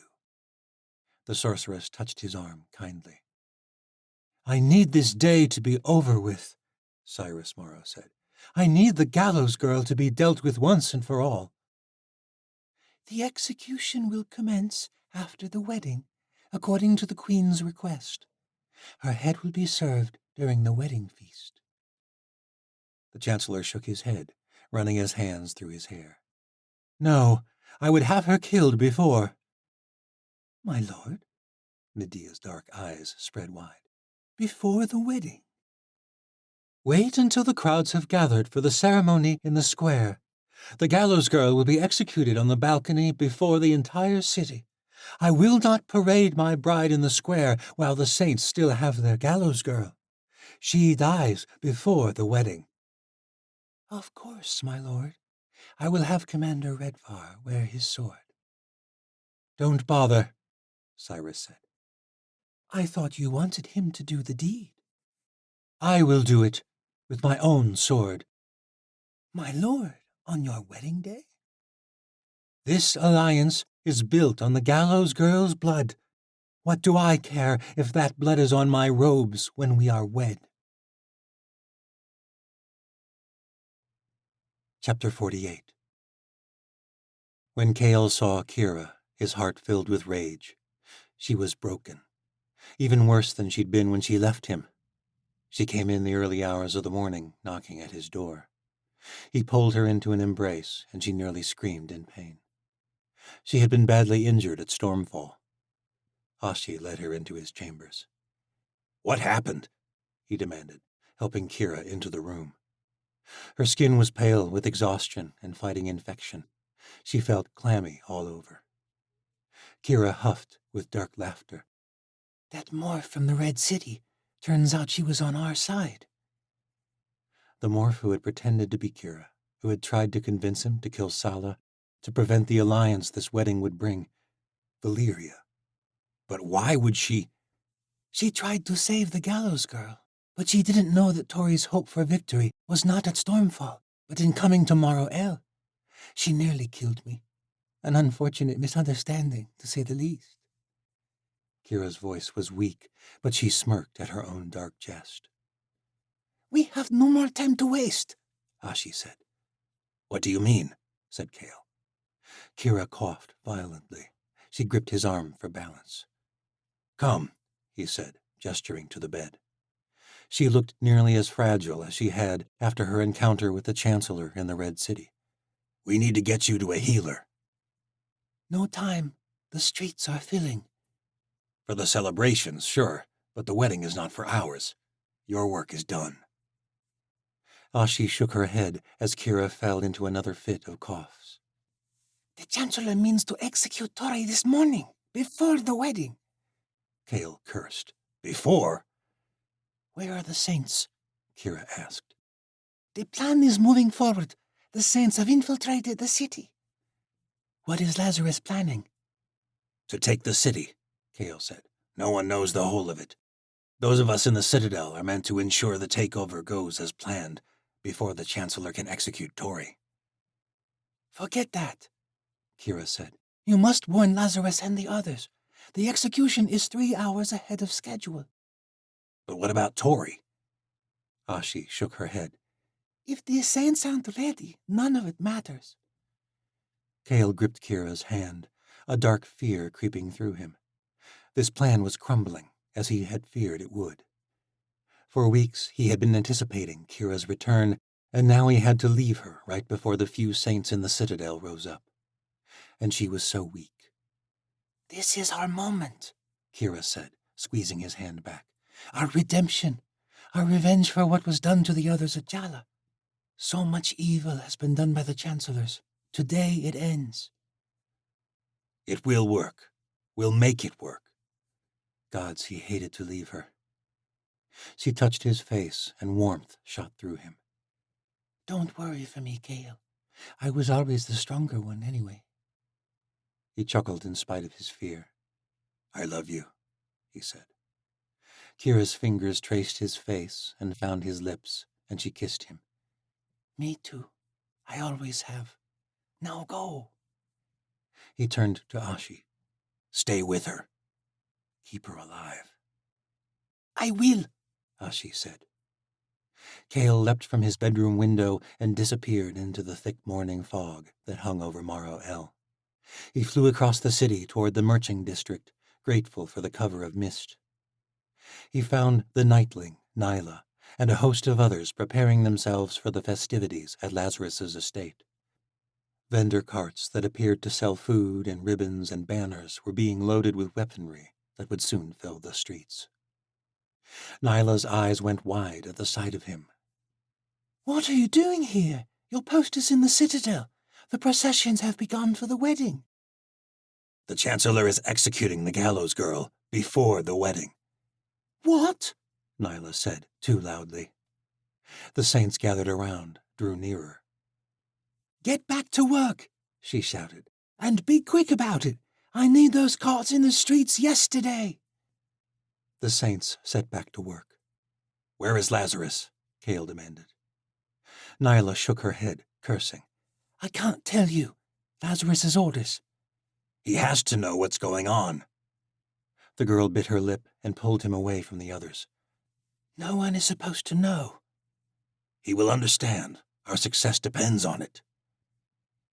Someone had to do it, she said.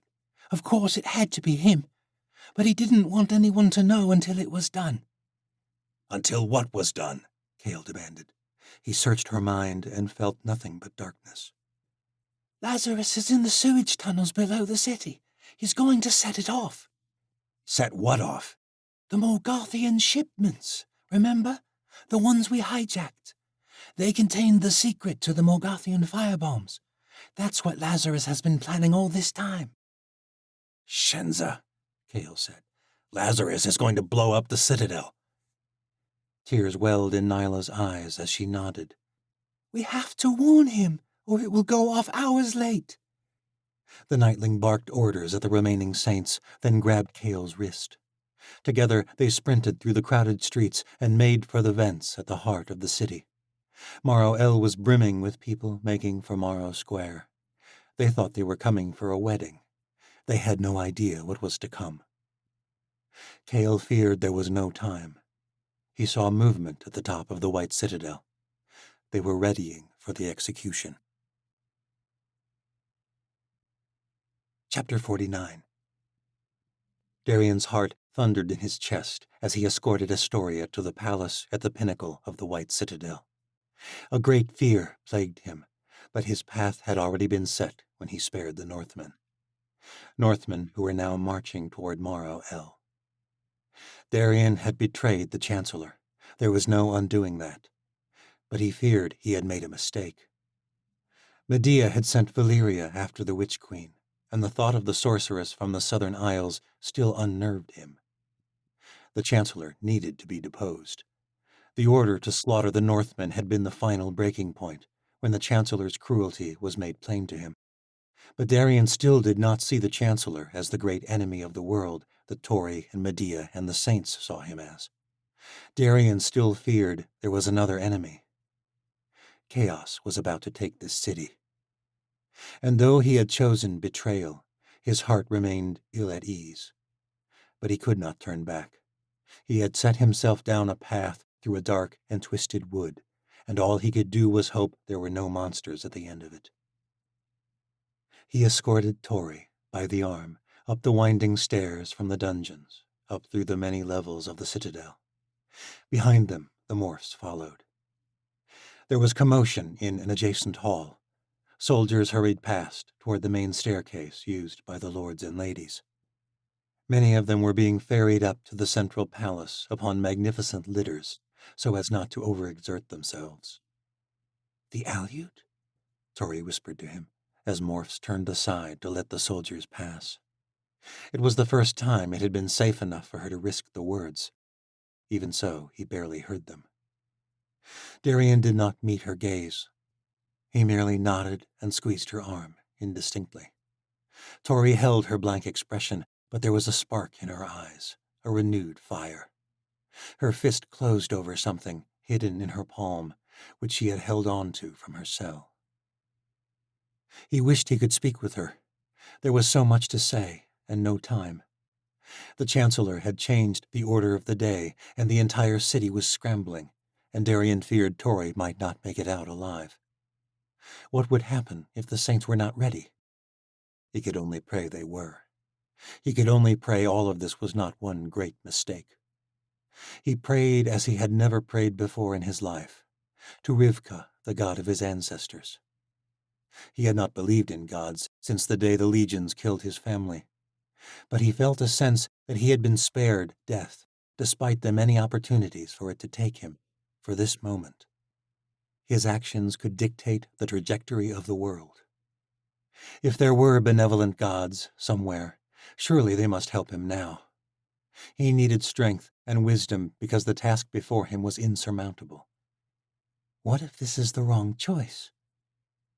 His chest echoed with the turbulent drumming of his heart. With each step upward, the tempo grew fiercer. Darian felt courage walking beside Tori. After all this time, he had never stopped caring for her. Seeing her leadership, her sacrifice for her followers, he could not help but admire her. It had taken their fight at Stormfall for him to come to terms with this. And he had made his choice, but still he feared. Or perhaps that fear was merely the lingering effects of the Shadow Camp indoctrinations. He could not be sure. In truth, he thought the Shadow Camps were an excuse for a change in himself. He had stopped fighting, not from lack of will, but of belief. He had truly believed in his service to the Chancellor. And what was stranger still was he did not regret the things he had done in the Chancellor's name. He had ended a rebellion. He had saved Morrow from the attack of monsters. But he had made his choice now. Calm focus settled over him, the way it did before every battle.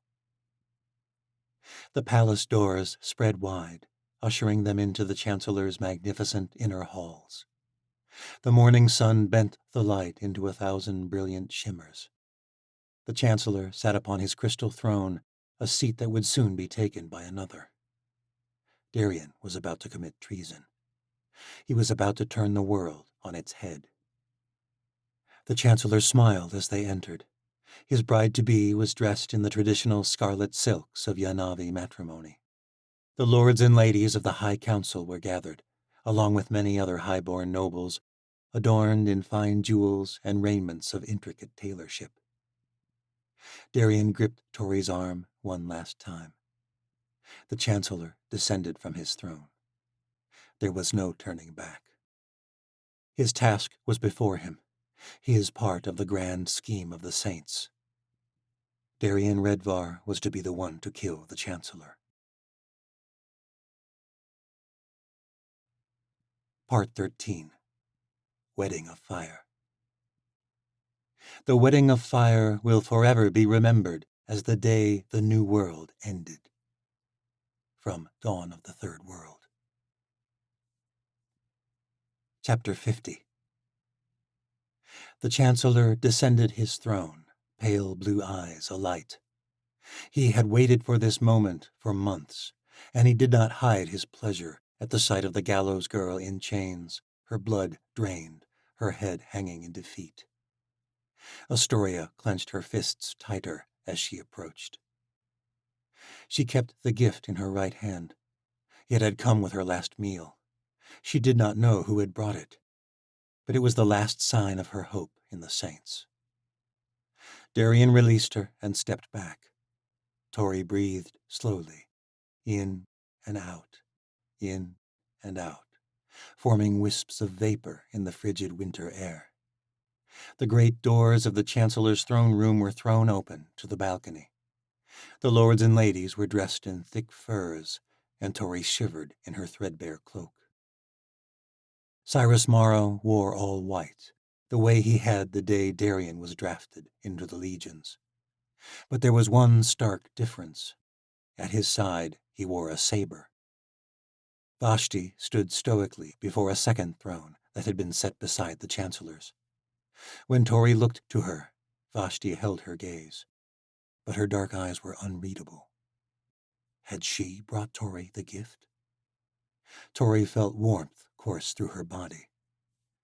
Sala stood nearby, accompanied by a large retinue of Yanavi chieftains and their families in attendance. On the opposite side of the room stood lords and ladies from the southern isles, who had betrayed Seren and destroyed the Aleut fleet. Ocean lords and ladies composed the majority of the crowd. Medea remained at the foot of the steps leading to the thrones. There was a small company of morphs and a few members of the Sky Guard, including Kira. The watcher looked frail. She clung to a Yanavi woman, the same one who had been in her cell with Vashti and Kale. Did Kale bring the gift? Kale was nowhere to be seen. There were few allies here, as far as she could tell. How did the saints expect to stop this execution?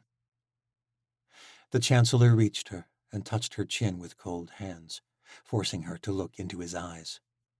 She betrayed no emotion, but the Chancellor did not seem to care.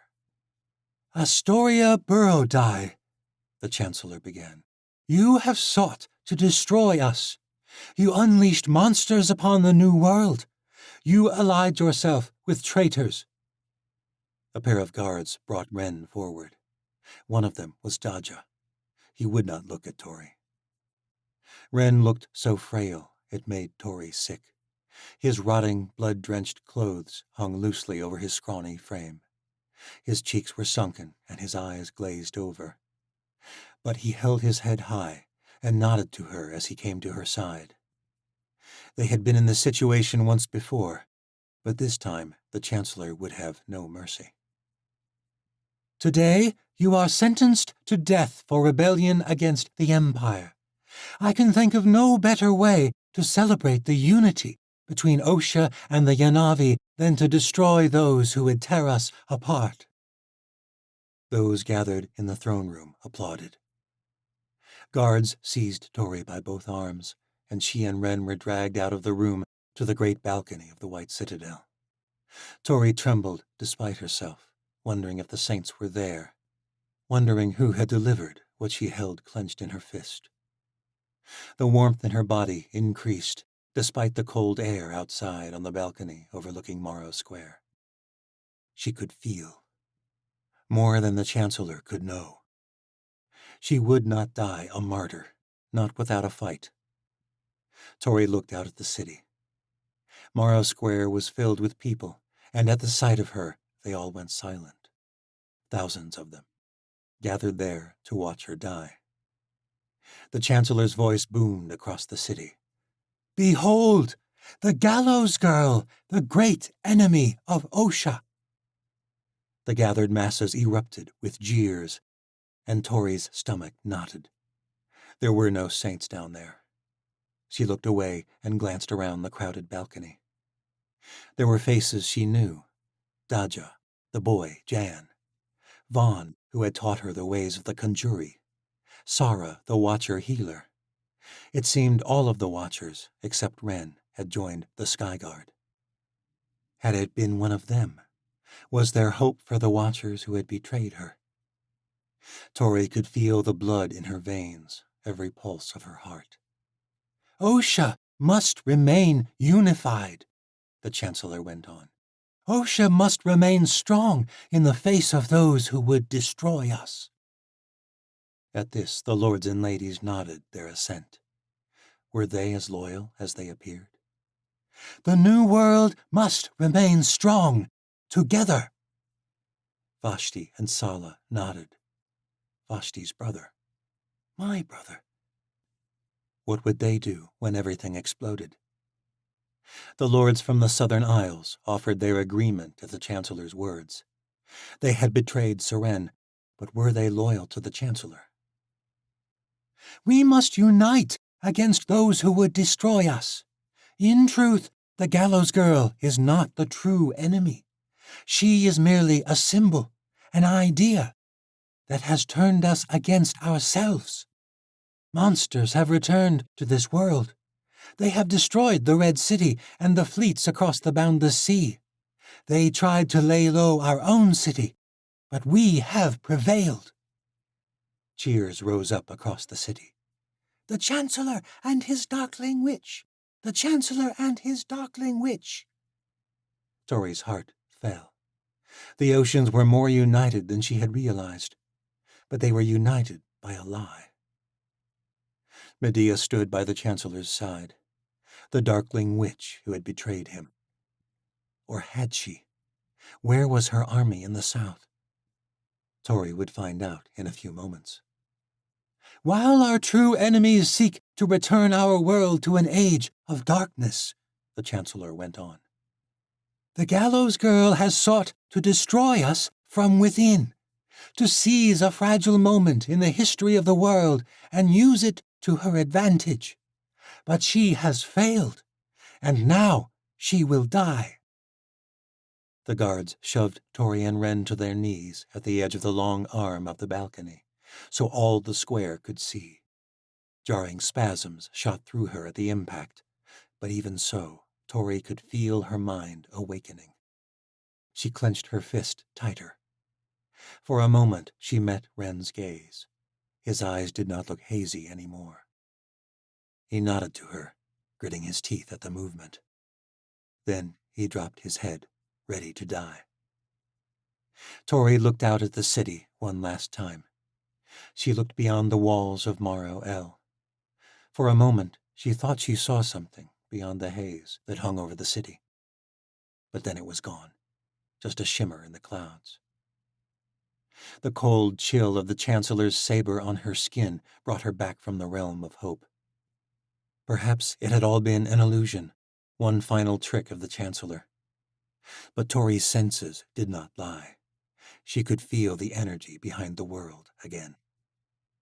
A flash of golden light emerged from the clouds. A tiny face appeared in front of her. Leargay's face was lit with a twisted smile. "The saints are here." The Chancellor raised his saber high. "Farewell, Gallows Girl." Tori clenched her fist so tight that the vial in her hand shattered. It was empty. She had already drunk the blood. Tori spun around, and with a surge of conjuring magic, she sent the shards of glass flying into the Chancellor's chest. He stumbled back, and the world plunged into chaos. Chapter 51. Muskets exploded in the streets below. Tori glanced down for a fraction of a moment. Morrow Square had become a raging battlefield. Blades clashed, shots ignited, smoke rose, and bodies fell. Legions charged from all sides, but it was hard to tell saint from citizen in the madness. The crowd was a great swirling realm of violence as the saints of the north rose up to take the city. The balcony had turned into a battleground of its own. Tori's hands quickly healed from the shattered vial. With a surge of conjuring magic, her chains fell from her wrists. She spun, searching for the Chancellor, but he had disappeared. The shards of glass were left behind, scattered on the balcony floor. "The Godstones!" Tori cursed. The world blurred around Tori as lords and ladies scrambled away from the mayhem. A pair of morphs attacked Tori from either side. Darian cut the first down. Tori reached out with her magic, and the dead morph's blade shot through the air. She seized it and exchanged blows with the second morph. The soldier was a skilled fighter, and quick. She took to the air, leaping over Tori, but Tori did not need to follow. She reached out with her sense. The shards of glass shot through the air, shredding the morph's wings. The creature plunged back toward her, and Tori's saber speared her through the chest. The body landed on top of her, knocking her to the ground.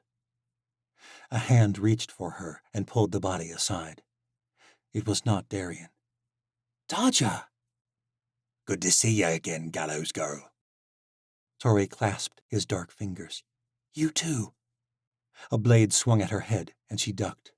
Daja leapt forward and made quick work of the soldier. "You turned back," Tori said. Daja gripped his saber tightly. I made a grave mistake. Realised it bad when the Chancellor took Ren's hand. Been helping the Saints ever since. Glad to have you back. Me too. Daja nodded to her and leapt out to take on another guard. The man aimed a long musket, but with a flare of magic, Tori made his aim waver, and Daja ran him through. Lords and ladies shrieked and ran for cover as blood began to pour on the crystal floor. The balcony was clearing quickly, but there was nowhere for the highborns to go. A figure stood at the doors. Bolts of something like lightning swirled around her. Tori couldn't believe it. It was Seren Latal. The Witch Queen wore a dark, strapless gown, and Tori realized that she had never before seen the Queen without her cloak on. Her body glowed with a haunting green light emanating from strange markings etched into her skin. Hers was a powerful magic, something entirely different than Tori's own. The sight of it stopped the nobles in their tracks. Light went shooting from her fingers and struck down a pair of morphs. The energy was so powerful it lifted her from the ground. Morphs and Legion soldiers fell all around. Daja was not the only watcher who had turned against the Chancellor. Vaughn joined the fray. Sara helped Ren get free of his chains. In the madness, Tori spotted Misha. Her friend clashed with a morph in the air, and they spun like hawks, fighting over a bite of flesh. Swords sparked, and for a moment it seemed the morph was winning. But with a flash of fiery power, Misha threw off the morph's concentration, and the creature plummeted to the city below. Tori dispatched another morph. The soldier's blade clipped her shoulder, but she healed quickly. Meanwhile, Darien faced off with the Chancellor. Tori was unsure when Cyrus Morrow had returned to the fray.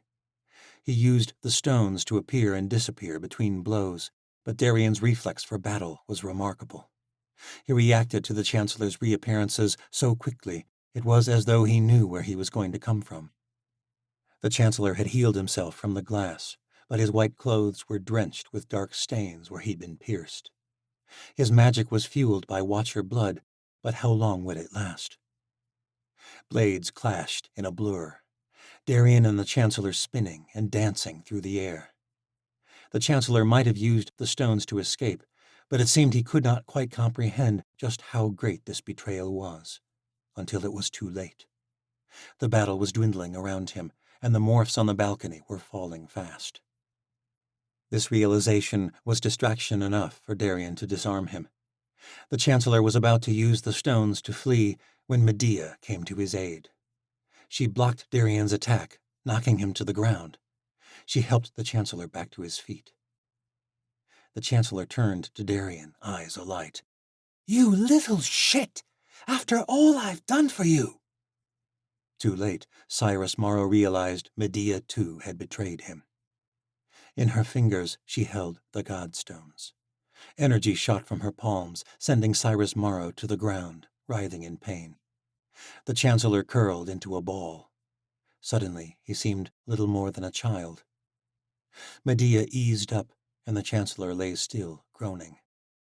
The battle on the balcony lasted mere minutes at best. But the mayhem in the square was growing more intense. More regiments of legions had joined the fight. The saints looked to be falling back as the square filled with legion uniforms. A great horn bellowed across the city. Tori knew that horn, and it filled her heart with hope. At the outskirts of Morrow El, the first of the bear riders were descending the hills from the north to join the fray. The legions won't stand a chance. Tori could hardly contain her amazement. The Chancellor was defeated, and the legions would soon follow.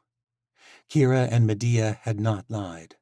Tori's army was here in the south after all, a greater army than she ever could have realized.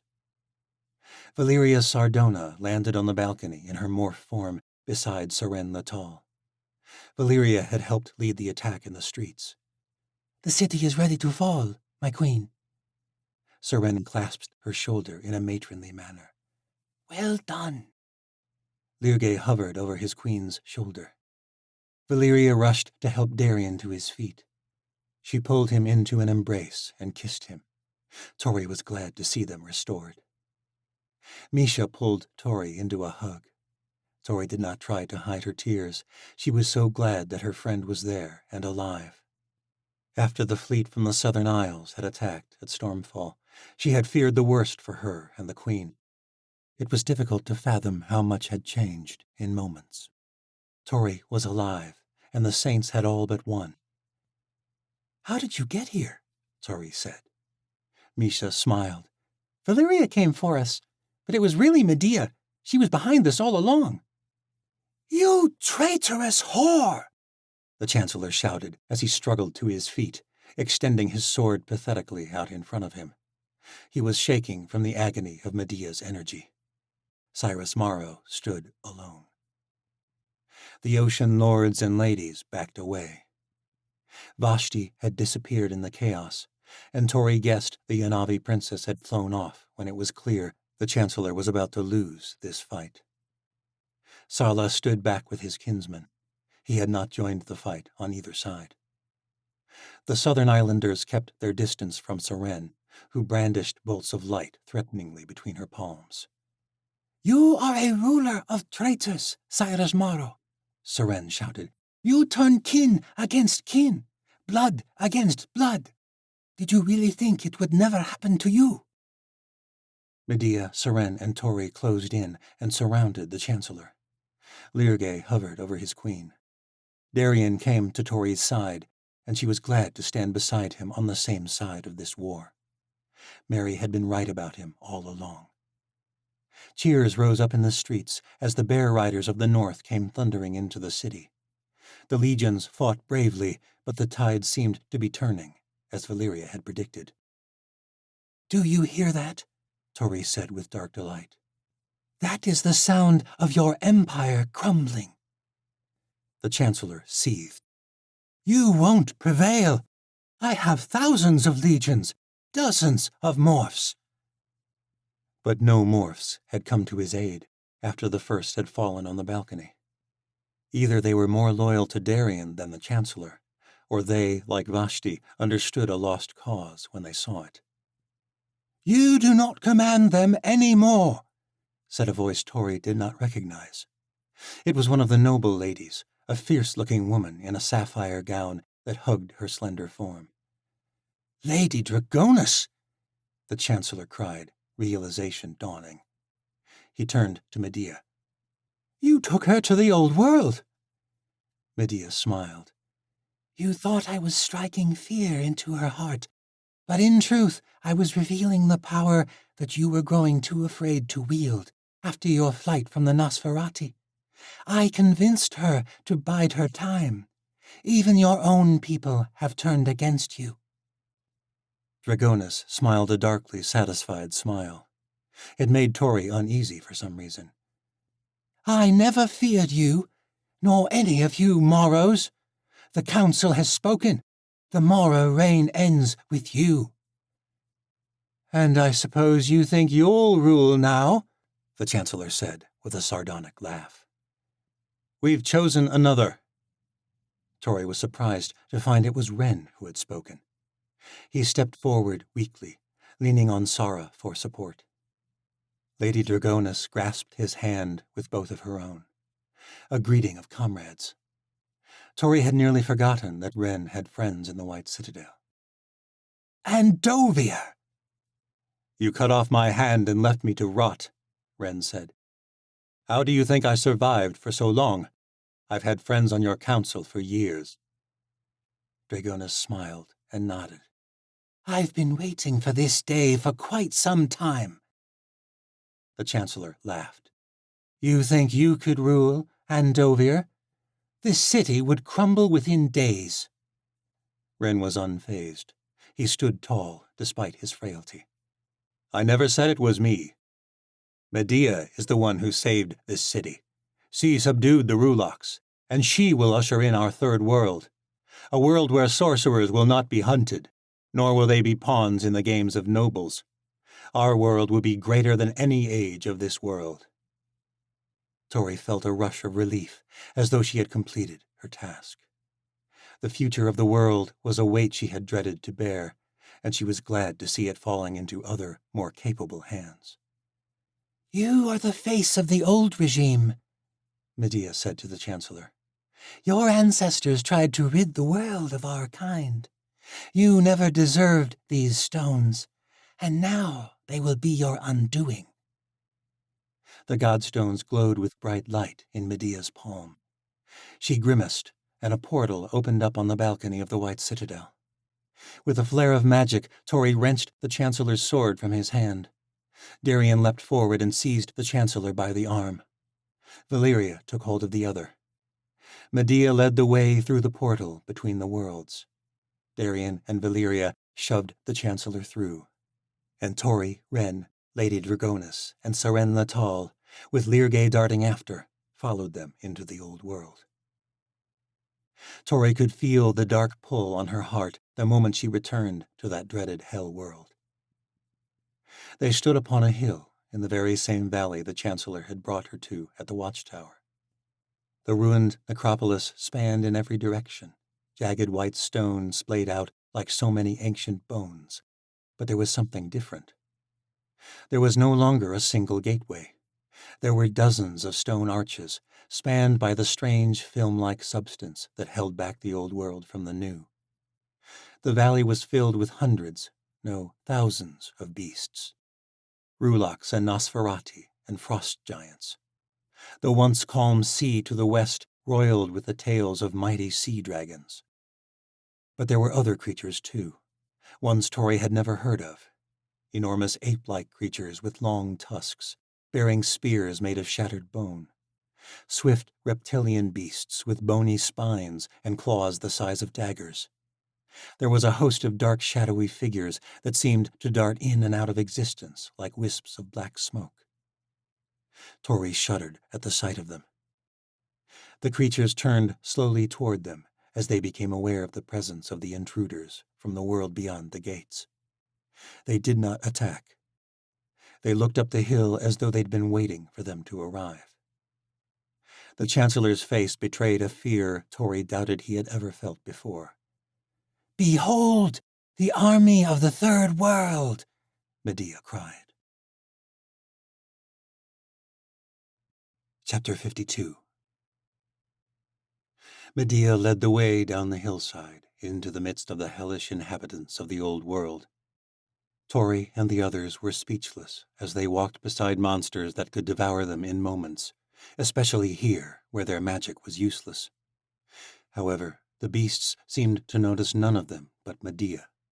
Their eyes followed her with rapt interest.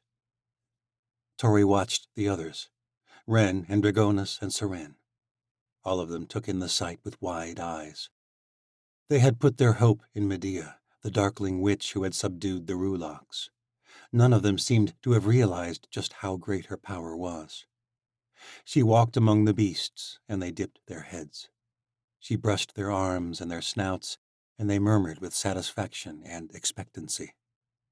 These beasts were hers, and she was their mistress. It was the most terrifying army Tori had ever seen.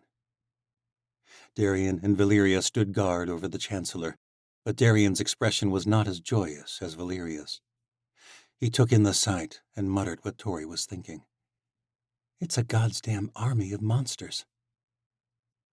Tori was reminded of what Darian had said back at Stormfall. He had been wrong. The beasts were not Seren's doing. They were Medea's. "Still think your legions will last?" Medea asked the Chancellor. The Chancellor shook his head. He seemed to have moved past anger to some overwhelmed acceptance of defeat. I was a fool," he murmured. Tori enjoyed hearing him say the words. Medea smiled. "The illusion of power makes fools of most men." "I thought it was such fortune when you came to me. I needed a guide to my experiments, and you appeared." "Fortune is for the entitled, Cyrus Morrow." "I was good to you. I brought you into my inner circle. You were but a woman of the road." You brought me in, but you saw me as an opportunity, something to be used." "Did you plan it all along?" the Chancellor said.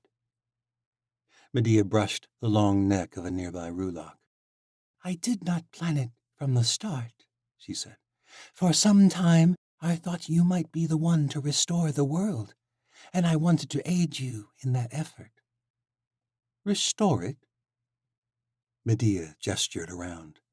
The world was split apart. A portion was stolen from it. At a time when sorcerers were hunted down and killed, you spared me. You took me in. Tori had always wondered where the witch had come from. She realized that Medea had become for the Chancellor exactly what he had offered Tori after the day of the gallows.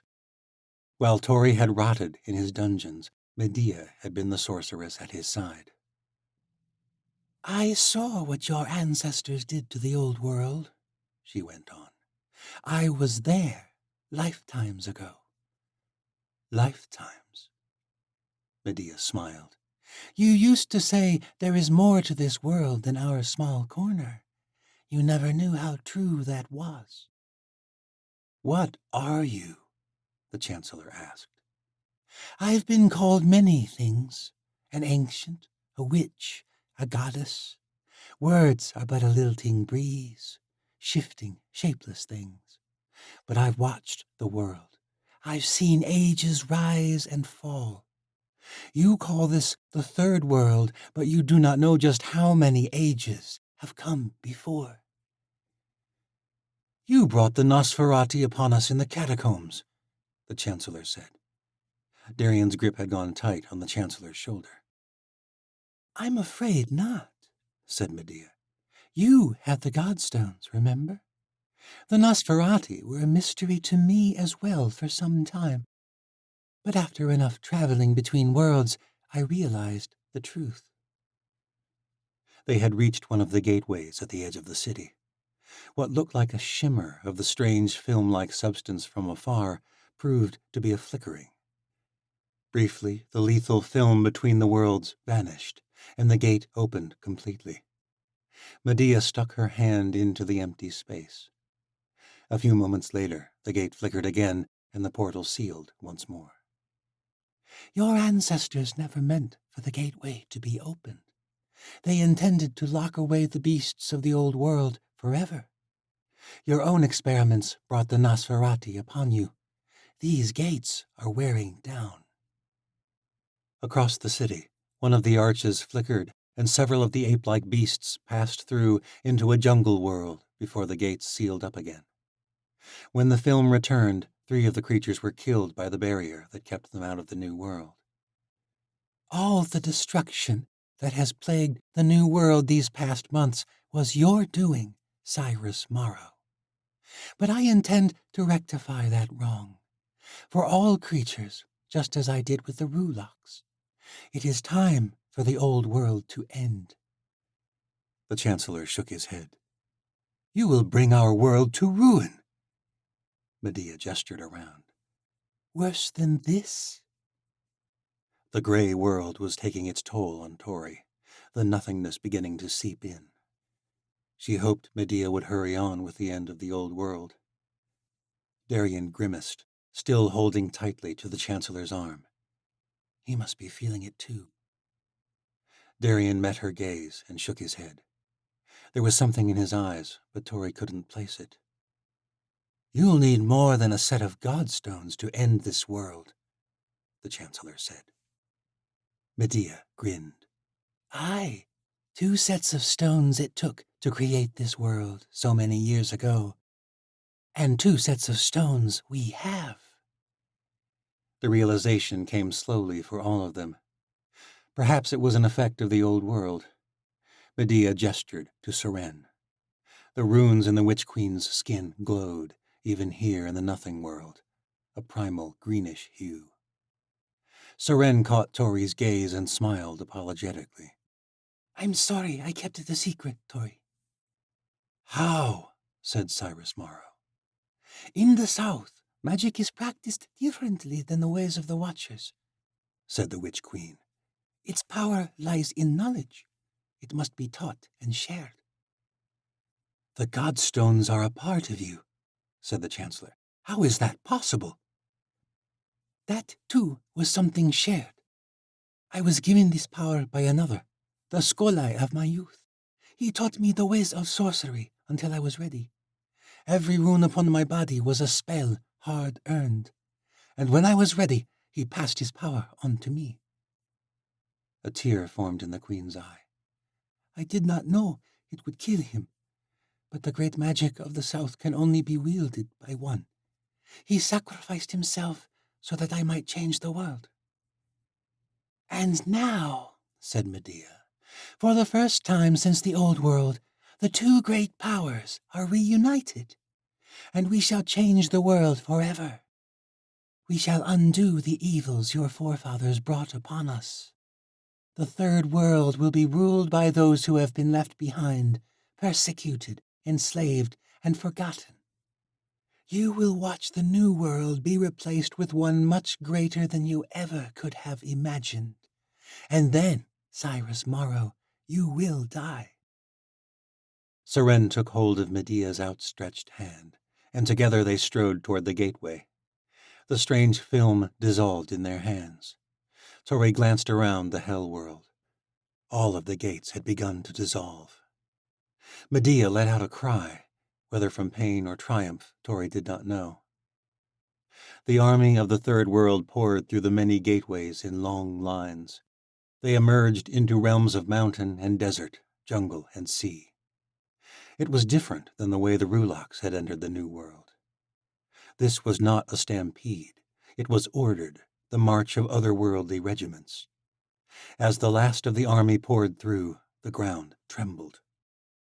One by one, the gateways began to crack. One near the sea toppled over, great stones splaying across the old world.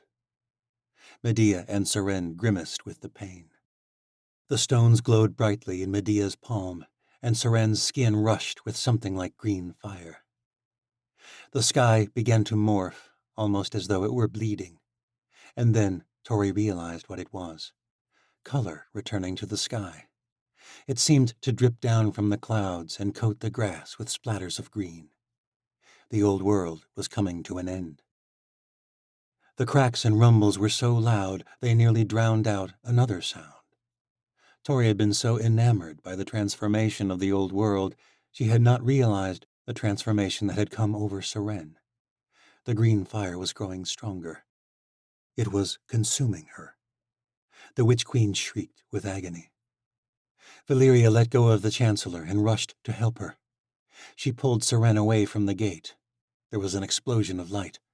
The Queen collapsed onto the grass. She did not move. Lyrgay buzzed around her frantically, crying out in an ancient tongue. Torre hurried over to help, her heart racing. Medea had managed to pull herself away from the gate. She staggered forward, weak but unscathed. The godstones glowed with a blinding fury. Seren's eyes were wide and empty. A greenish smoke emanated from her skin, but the runes did not glow any longer. Torre checked her pulse, but she knew what she would find. Lyrgay's cries turned into a high-pitched wail, one of the most haunting sounds Torre had ever heard. She's dead, Valeria cried, turning toward Medea with tears streaming down her face. You killed her. The sorceress was shaking visibly. More gateways crumbled, and the old world filled with light and color. The stones demand a blood tithe, Medea muttered with raw realization. The last gateway, the one Medea and Seren had opened, began to crack. The film that had covered it was gone. The world shook. Torre grabbed Valeria by the arm and pulled her away from Seren's body.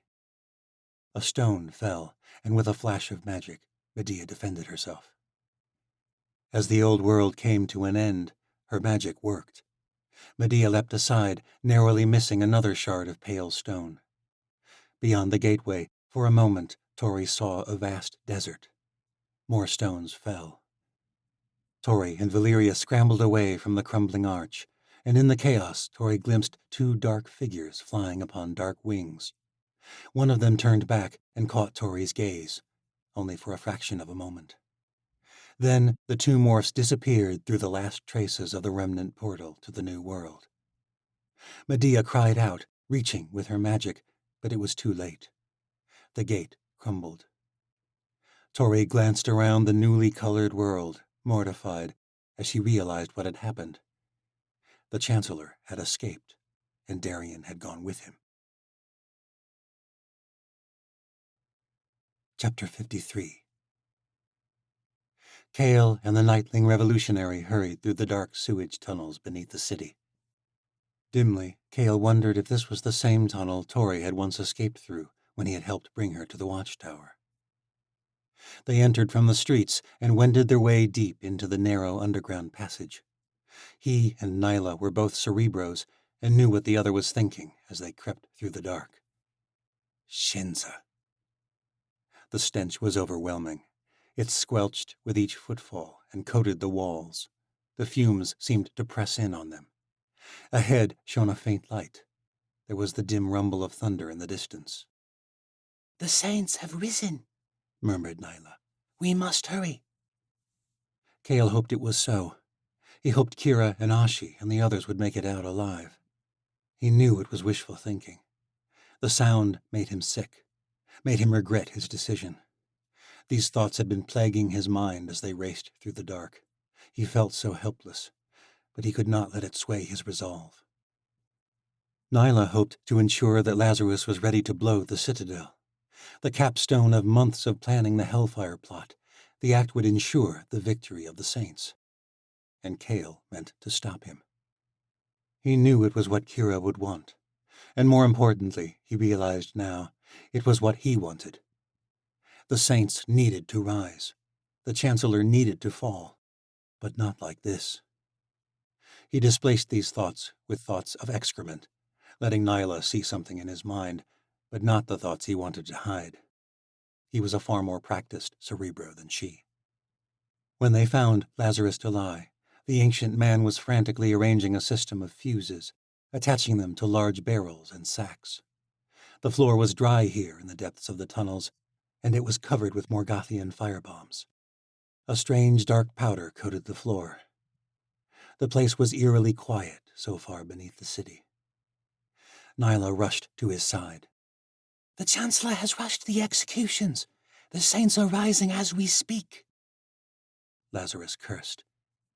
"It's nearly ready, but I'll need your help." Kale and Nyla rushed to arrange the last of the long strands of fuse. There was a bundle of thick cords in a heap near the entrance to the room, connecting the network of firebombs. Lazarus picked them up, but as he turned his back, Kale drew his dagger, seizing Nyla from behind. She cried out. Lazarus's face turned to ice. "What in the abyss are you doing, Andovier?" He drew his own blade. "I can't let you do this."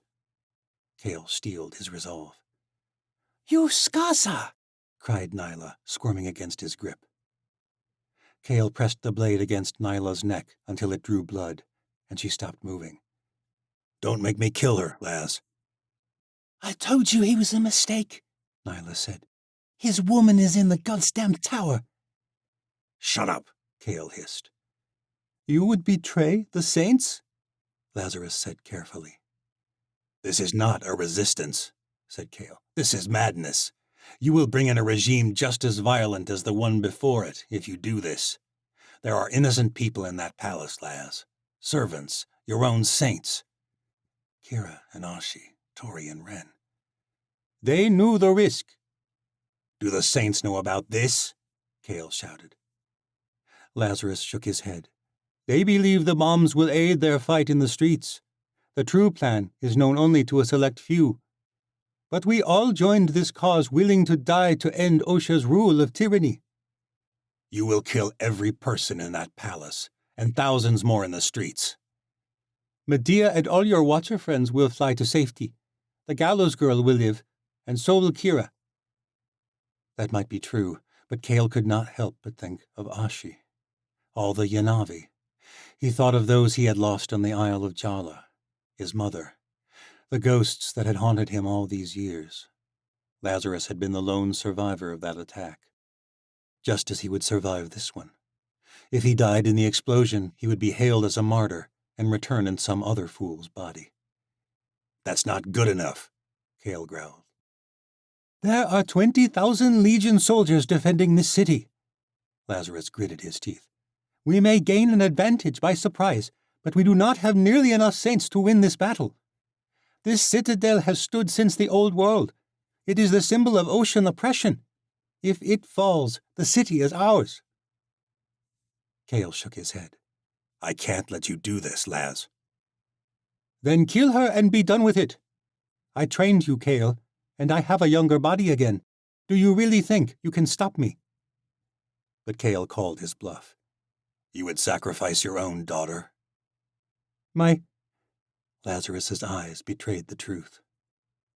Kale had long wondered at the strange connection between a young knightling and this merchant turned revolutionary. He had known the look of those who had been used for noble pleasure. Nyla was too naive, too optimistic. She was no knightling. She had been playing a part in Pendra and Maro El for the sake of the saints, serving her father to bring Kale into the fold. And it had worked, but not well enough. I will kill her if you do not back down. Don't do it, Laz, Nyla said. Kale covered her mouth and pressed the blade harder. A slow stream dripped down her neck. You won't do it, Lazarus murmured. You don't have the guts, and you know it. Now release her and help us run this fuse out of here. Lazarus turned his back and began winding the length of dark cord toward the next chamber. Stop, Kale shouted. Enough games, Kale. This revolution depends on... Before he could finish, Kale drew his blade hard against Nyla's throat. The spluttering sound made him sick. Her body spasmed violently. Lazarus dropped the fuse in horror. No! Oh, Other, no! Kale let the girl slump to the ground. He held out his sword toward his old master. I can't let you do this. Don't make me kill you too. The old man cradled his daughter in his arms, blood bubbling from the wound as she tried desperately to breathe. Lazarus tried to stop the blood with his tunic, but there was nothing he could do. Nyla's eyes glazed over. He settled her head gently against the ground, then rose to his feet, drawing his sword. You traitorous bastard! He flew through the air. Kale met him, and their swords sparked in the dim lantern light. Lazarus moved with fury, but his attacks were predictable. Angry attacks always were. His blows were strong, but they were easily parried. The ancient man began to tire quickly, and that was when Kale strengthened his own blows. Their swords darted between flickering shadows. Finally, Kale landed a blow. Lazarus's fine tunic quickly drenched with crimson. He dropped his saber and fell back against a giant barrel of explosives. Kale stood over him, sword extended. I don't want to kill you, Laz. All Kale sensed was rage and sadness in his old master's mind, but those thoughts masked something else, and he realized it a moment too late. Lazarus Delay reached out with all his strength, summoning a magic Kale had never seen him wield. The energy sent Kale flying out of the room and into the tunnel of sewage. He collapsed and struggled to his feet, trembling from the shock.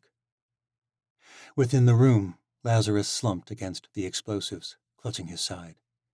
You forget, Kale, I do not cling to this life. It is but one of many. Pray we never meet in the next. With that, the room lit up with a blinding light, and the entrance crumbled before his eyes, sealing off the room. Kale braced for the explosion that would follow, but it did not come. Perhaps Lazarus was dead. Perhaps he had expended too much energy sealing off the room of firebombs. All Kale knew was that there might still be time to save the others.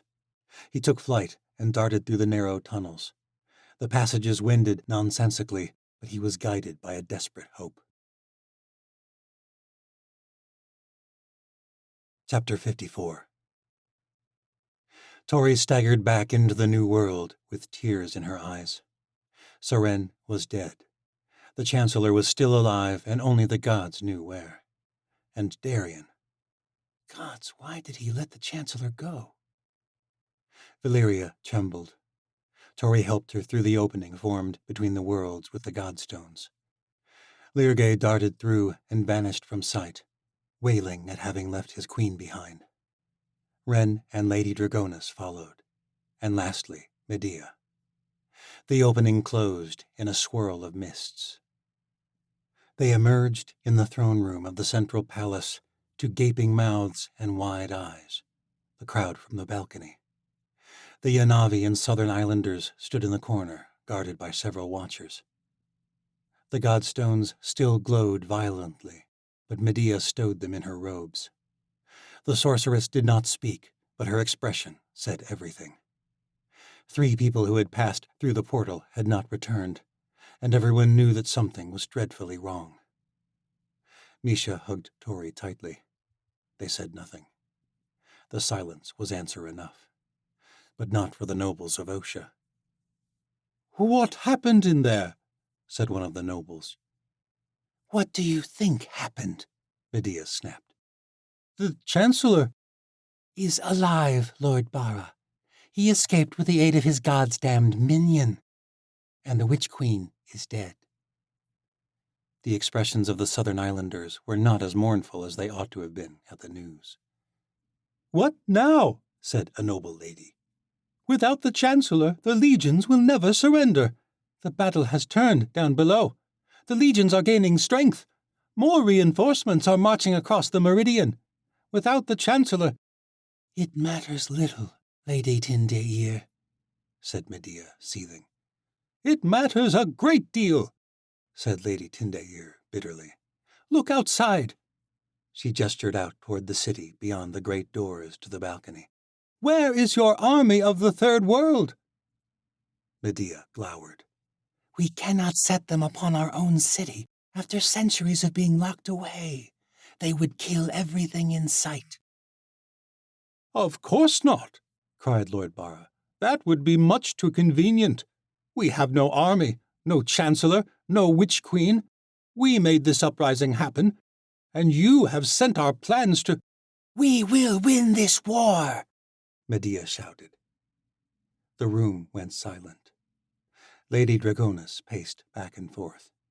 The other nobles muttered to themselves, but offered no further protests. We should convene, said Dragonus. The High Council should decide what to do next. Aye, said Lord Bara. The other nobles nodded their assent. Medea clenched her fists, but she nodded. Very well. She turned to Valeria. Captain Sardona, have the Southern Islanders and the Yanavi taken to chambers in the middle levels. Lock them in until this is over. Lady Dragonus, take the lords and ladies to the council chambers. I will join you once I have spoken with the Sky Guard. Yes, of course, Lady Medea, said Dragonus. Lord Bara began to protest about the need to convene immediately, but Dragonus barked at him, and he and the others followed her obediently into a chamber adjacent to the throne room. Valeria and Misha led a company of watchers to escort the Southern Islanders and the Yanavi away. Tori pitied Valeria. Her queen was dead, and the man she loved had betrayed them. But gods, why did he do it? What changed at the end? Soon the throne room was occupied only by Medea, Tori, and Ren. Lady Dragonus returned shortly. The nobles are secure? Medea asked. Dragonus nodded. Then she turned to Ren. How do you feel? She touched his shoulder tenderly. The fierce woman was not just a noble ally. She cared for Ren. Everything had been so chaotic, Tori had nearly forgotten how terrible Ren looked when he was brought up from the dungeons. Color had returned to his skin now. Sara's Medici magic had helped him. He was still missing a hand, but he looked recognizable as the captain of the Watchers she had once known at the watchtower. Those days felt like a dimly remembered dream. He looked older now. It felt strange to think Tori had once felt something for him. Ren smiled a thin smile. I'd feel a lot better if Cyrus Mara was dead. For the time being, we must be content with what we have accomplished, Medea said. The old world is ended. The city will soon be ours, and the ruling class will be dealt with. Are you well enough to fly, Captain Endovia?" "Fly where?" asked Tori carefully. "What do you mean about the ruling class? How do you know the city will be ours?" Medea smiled at her like a mother to a naive child. The look made Tori's stomach twist.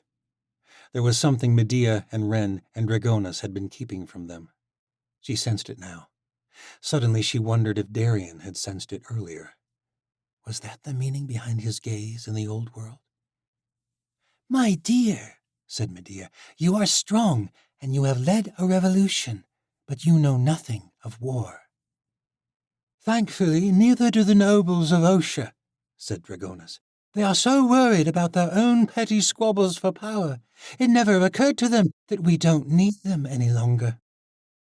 "What are you talking about?" said Tori. "The nobles are the vestiges of another time," said Medea. "A time that has come to an end. Do you know where the White Citadel came from, Astoria?" "The old world." "Aye," said Medea. "It was once a beacon of hope, before Osha defiled it, before it became a symbol of their power, before it donned their banners. This tower may have been forged with sorcery by the Watchers of old, but that means nothing to the people of this world.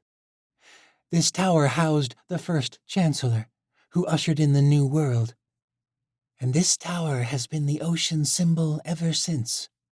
It is true the Chancellor still lives, but this tower is the symbol of his power. Without it, the legions will yield, and Maro El will be ours." "What do you intend to do?" Tori asked. "It was the Morgathians who developed the technology. We stole it, unraveled its secrets, and we planted their firebombs beneath the foundations of this great tower." "You're not going to tell the nobles," Tori muttered. "We have no intention of sharing power with those self-absorbed autocrats," said Lady Dragonis. "They created this world as much as the Chancellors. The only reason they turned was because they saw this revolution was inevitable." "You'll leave them to die," said Tori. Dragonis glowered. "They deserve to die, gallows girl." Tori shook her head, feeling sick. She bore no love for the nobles of Osha, but they were not all bad. Her mom had come from a noble family. So had Commander Solero, Ren's family too, and Lady Dragonis's. "They helped us." "They betrayed their ruler when it suited them," said Ren. "They'll do the same to us, should the opportunity arise." "Ren, this is wrong." But Ren shook his head. He held up his stump. The bandages were still black with dried blood. "The nobles did this. The Chancellor ordered it, and they stood by. Just as they stood by when the Morrows ruined my family." Tori realized this was what Ren had desired all along. He had convinced them it was about magic, but it was about power and revenge, just as Darien had told her at Stormfall. "And what of the Southern Islanders, the Yanavi chieftains?" Tori demanded. Vashti might have fled, but her brother was down there, along with the other sultanes of her people. "The Southern Islanders betrayed their own queen," said Ren. "They sided with the Chancellor, just like the sultanes. Sala betrayed the watchtower, Tori. There is no room for them in the Third World. And besides, there is no way to save them. We are nearly out of time." Tori couldn't believe what Ren was saying. He grimaced, but shook his head. He took hold of her hand. "They are our enemies, Tori. How did you think things would go when we took the world from them? You can't leave your enemies alive. If we spared them, they would undermine us at every turn." Tori said nothing. She hoped the others would side with her, but when Valeria and the others returned from the lower levels, no one uttered a word of protest. "Are you all right with this?" Tori muttered to Misha. Misha gripped her hand. Her fingers were trembling, but she nodded. "We have to win this war, Tori. Our people are in the streets. Skaya and Alec, the Aleut and the Crooked Folk, all the saints. Their lives are on the line. Too many have already died. The death of a few enemy leaders is a small price to pay. Tori felt sick, but she said no more. She knew Misha was right. This was war. Death and betrayal were part of it. She didn't have to like it, but she would have to accept it. For the sake of their friends, for the sake of the world. Medea led the watchers from the throne room to the balcony. Below, the saints retreated from the square. Legions cheered, but their victory below was an illusion. The square at the base of the White Citadel was filled with gray uniforms, all in one place. "We fly for the Tower of the Sky Guard," Medea shouted. The watchers took flight, Van and Daja carrying Lady Dragonis, as she could not fly. Misha gripped Tori's hand reassuringly, then took off. But Medea held Tori back. "We are the faces of this rising world. We should be the last to leave." Medea reached into her cloak. It was lined with vials of blood. She held one up. "The Chancellor was such a fool. He had no idea what I was capable of." She laughed and tossed the vial aside. It shattered on the crystal floor, coating it in a dark stain. Medea shed the cloak and pitched it over the edge of the balcony. The watchers soared over the city, brilliant dark streaks against the hazy sky. "I don't blame you for disliking my methods, Tori. You are still young, but I have seen ages and ages of the world, and the world is not changed by the meek, I'm afraid."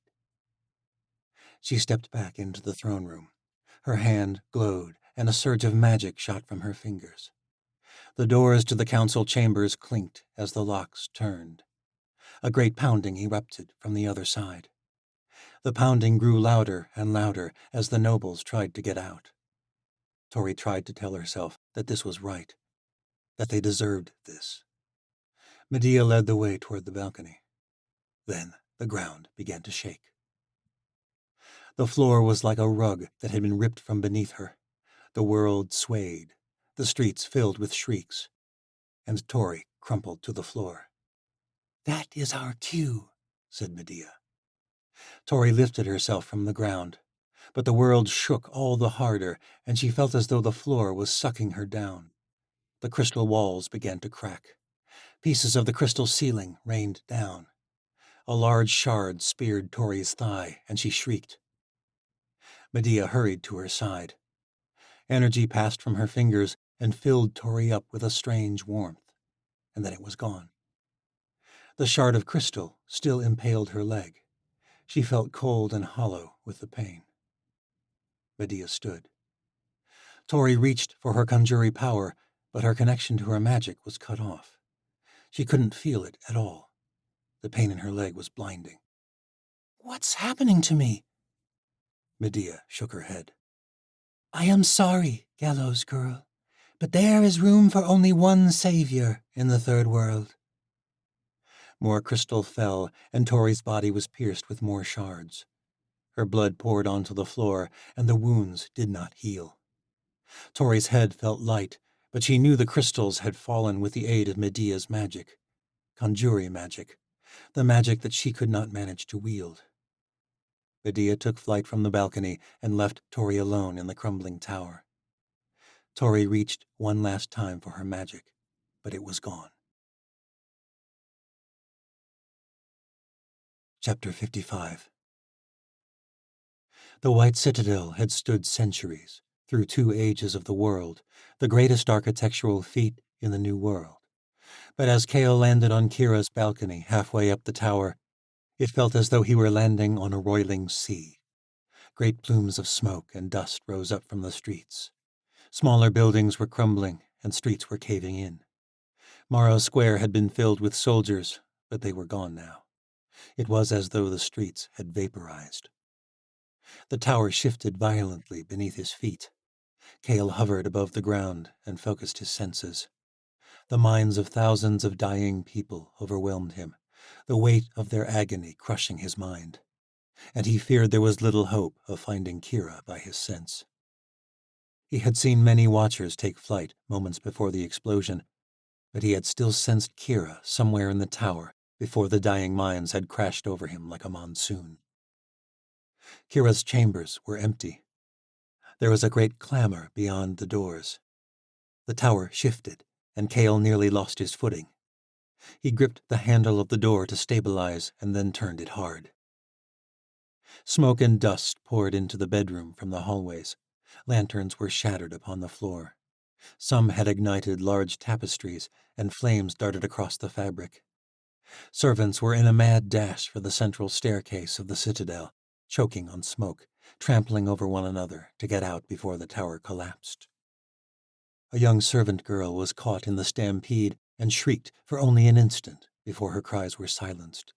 Blood and specks of flesh and brain matter splattered across the stairs. Kale felt sick.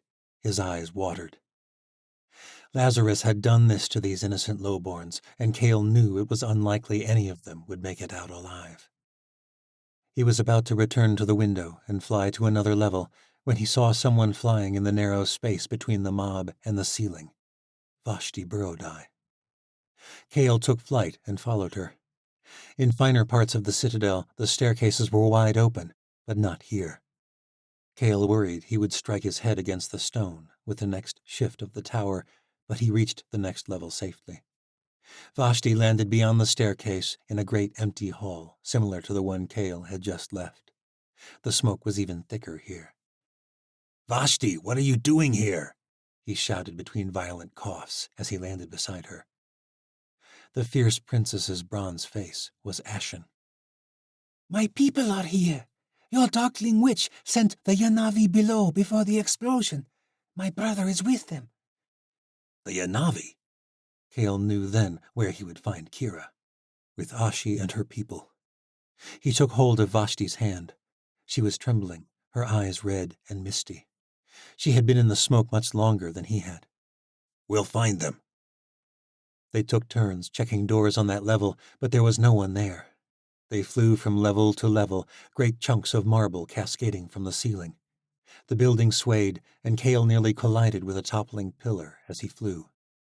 The tower teetered sharply, and the world seemed to have turned on end.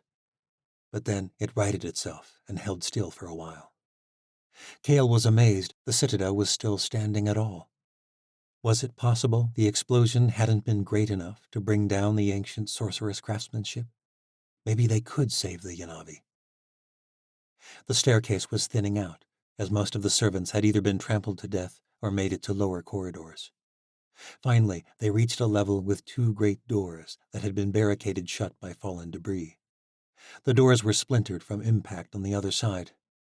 Vashti and Kale quickly freed the doors as more fragments cascaded around them. The doors flew open, and the Yanavi came pouring out with hardly a glance at who had freed them. Smoke and dust rushed out with them. Kale watched for Kira and Ashi in the crowd, but they were not with the others. When the chambers had emptied, he and Vashti darted inside. There were several bodies left behind. A whole section of the roof had collapsed within these halls. He found Ashi and Sala kneeling beside a figure half covered in rubble. Ashi was weeping, and Sala stared off in a daze. He barely noticed when his sister pulled him into an embrace. The tears came instantly. Kale's throat felt raw. He ran to Kira's side. "Skyblood," Ashi whimpered. I told her to go with the other Watchers, but she wouldn't leave us. The Watchers brought us down here, and she knew something was wrong. She refused to—" Ashi's voice broke off into sobs. Sala was kneeling beside her still. "She saved me." "What?" Kale said. "Right before the roof caved in. She pushed me out of the way." Kale took Kira's hand. At his touch, she stirred to life. Her frail fingers wrapped around his own, and he had never been more grateful for her touch. "Oh, thank the gods she's alive." Kira smiled weakly. "Get out of here, Kale. Get Ashi and Sala out. You have to leave me." "No! Oh, gods, no, I'm getting you out of here." Kale knew it was futile, but he pressed all his weight against the great slab of marble that covered her body from the waist down. He screamed with the effort, but it accomplished nothing. If only he were a conjurer. He sobbed uncontrollably, but Kira's face was tranquil as a mountain lake. Vashti helped her brother to his feet, and then Ashi. She led them toward the window. We have to go. But Kale couldn't bring himself to follow. He looked at Kira's beautiful, scarred face. The Chancellor might have done that to her, but her death, this was the work of the saints. He gripped Kira's hand. If only he had found her sooner. If only he hadn't tried to stop Lazarus, he might have saved her. Kira muttered something unintelligible. What? The gallows girl. She did this, he said angrily. Her and the saints. Kira shook her head. Her voice slurred. He leaned right up to her face. No, Kale. She's still here. She didn't want this. Medea betrayed her. Kale shook his head. I saw them fly away. Kira gestured to her head. I heard it right before the explosion. She's still up there. She pointed. You have to leave me. You have to save her. The tower shook violently. More debris fell around them. Vashti hollered at him. Gale, we have to go. I'm sorry. Kira nodded to him, her head lolling like a drunk's. I love you. Gale choked back tears, forcing himself to take in the moment in all its horror, imprinting the memory forever in his mind. I love you too. Always. She took a deep, agonizing breath, then went still. Kale staggered away. A large chunk of marble narrowly missed his head. Without a word, he took hold of Ashi by the waist. Vashti took hold of her brother, and the four of them took flight. They landed on a rooftop at the edge of the decimated square. Vashti led the way to a staircase leading to the streets. We have horses at the edge of the city, Vashti said. The marching gates. But Kale didn't follow. He looked up at the great tower. It swayed in the smoke like the giant trees of Parja when they were felled for timber. It groaned and splintered as the ancient stone began to give way. Tori is still up there, Kale said. You don't know that, Vashti said. Kira was dying. She didn't know what she was saying. You can't go back.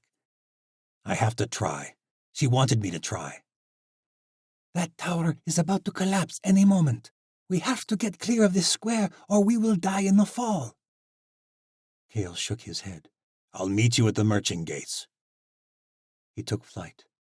Tears and smoke stung his eyes as he rose high above the city. Streams of people fled in the streets. The balcony, where only an hour ago the Chancellor had been conducting an execution, was empty. The giant doors to the throne room were thrown wide. Kale could hardly believe what he saw inside. Astoria Burrowdye was crawling across the floor, leaving a horrific streak of blood in her wake. There was a strange golden light surrounding her. Tori! He cried, rushing to her. Her face had gone pale, and she was trembling violently. The wound in her leg looked even worse up close. There were more wounds in her chest. It was a wonder she was not dead. But then Kale realized what the golden light was. A hideous flying creature was hovering over her. The light was pouring into her body from his fingers. Medea, Tori muttered. The witch betray us, the creature said in a buzzing voice. Lying a short distance away was a shard of crystal the size of a large dagger, covered in blood. Tori must have pulled it from her own leg, which explained the blood loss. Can you fly? Tori was crying from the pain. I can't do anything. My magic, it's gone. What? That wasn't possible, but he could sense the truth in her mind, the horror and fear at what was happening to her, mixed with the delirium of blood loss. Perhaps that was the cause of it, but there was no time to wonder. Medea, I don't know how. It's just gone. Massive shards of crystal came cascading from the ceiling. Kale pulled Tori out of the way. The tower teetered sharply, but this time it didn't right itself. The floor sloped down toward the city, pulling them like a great weight. Cale seized Tori around the waist, and they ran for the edge of the balcony. But then the floor disappeared. The world rushed with smoke and dust, blinding Cale's vision. The sound of the tower collapsing was more violent than any storm, so loud it pierced his ears like a blade. He focused all his senses and took flight, his fingers clutching at Tori's sides. She was so weak she could barely hold on. It was like carrying a dead body, and the weight jerked him violently, but he managed to hold his flight. They shot through the opening as the ceiling collapsed behind them. They flew through thick smoke and dust and debris, and Cale worried the tower was going to collapse upon their heads. The world became like the darkest cave. An infinite expanse of darkness stretched before them, growing and growing. Cale couldn't breathe. He could feel his strength waning. Tori's body pulled him toward the ground, which was the only way he could tell where the ground was. He could not carry them both on his own much longer. Then, in an instant, the darkness evaporated, and they emerged into open air. The world was a raging wave of debris exploding across the city. It took all the strength he had left to reach the merchant gates. He set Tori down, and they collapsed in the grass beside a narrow trader's road. Chapter 56. Misha could not sleep for a moment that night. Neither could Tesla. The crooked girl came to Misha's room in the dead of night and crawled into bed with her. Misha pulled her close, and eventually Tess dozed off into fitful sleep. But not Misha. She replayed the events of the day over and over and over again. Seeing the horrors of the explosion, Misha had instantly doubted her resolve that it was the right thing to do. But Medea had been right. The legions had been decimated, and the ones who survived had surrendered immediately. With one disastrous stroke, the battle was over. The wedding of fire. That was what the saints were calling it. Of course, there had not even been a wedding, but it was a trivial point to the triumphant lowborns. The darkling witch narrowly escaped the explosion. And Misha had found out too late that Tori had not made it out at all. At the last moment, Tori had decided to go back into the building to try to help the nobles. Medea had gone back to reason with her, and that was when the explosion came. The roof fell. Tori was crushed. Medea tried to help her, but there was nothing she could do. She barely made it out alive herself. The darkling witch was visibly shaken by the tragedy.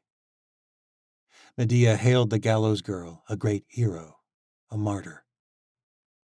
Tomorrow there would be a ceremony held in honor of her, as well as all the other saints who had died in the name of freedom.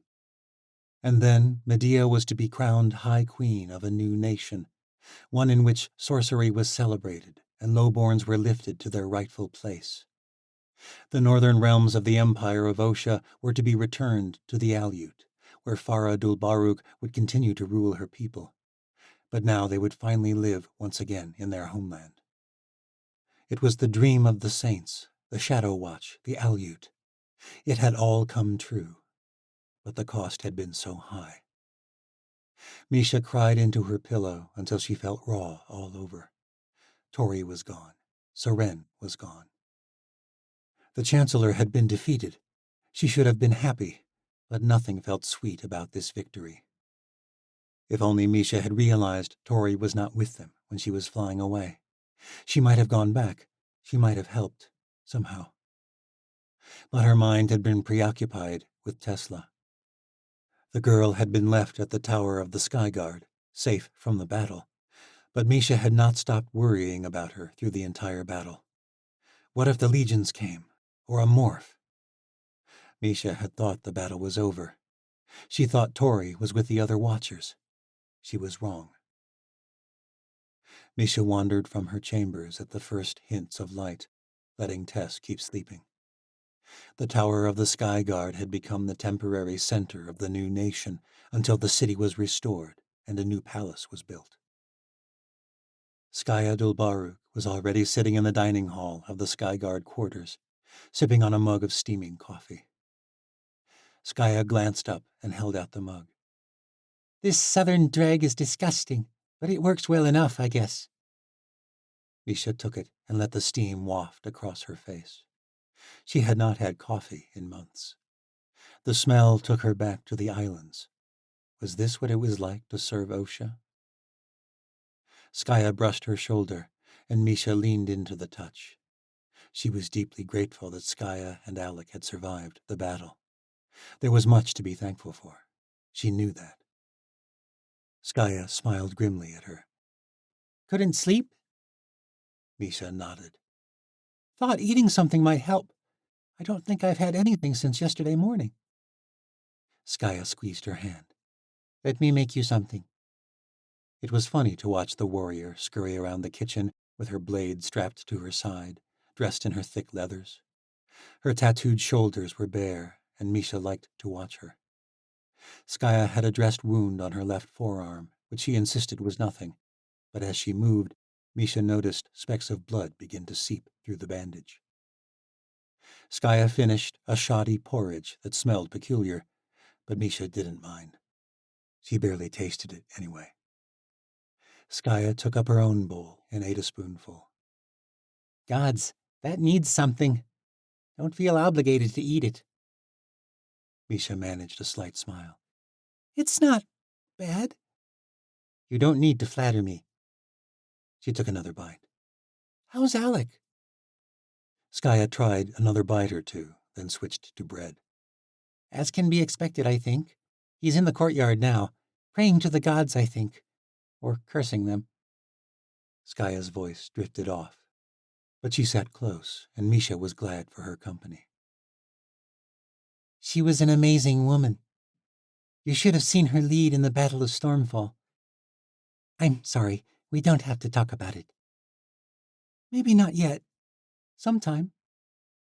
I've been thinking, Skaya said. My Madru and the tribes, most of them will be heading north soon. She'll stay to establish the new council, but the Aleut want to start building our new lives soon. We'll probably stay in the ocean fortresses for the winter, but we aren't a people of castles. My Madru wants to tear them down, build up something Aleut. Like the Ice City? Skaya smiled. That was always temporary, a way to survive. It wasn't the Aleut way, not the old way. Although that's been centuries, no one remembers the true Aleut way. Maybe it will be something new. That would be fitting, Misha said. Tess wandered in, looking shaken.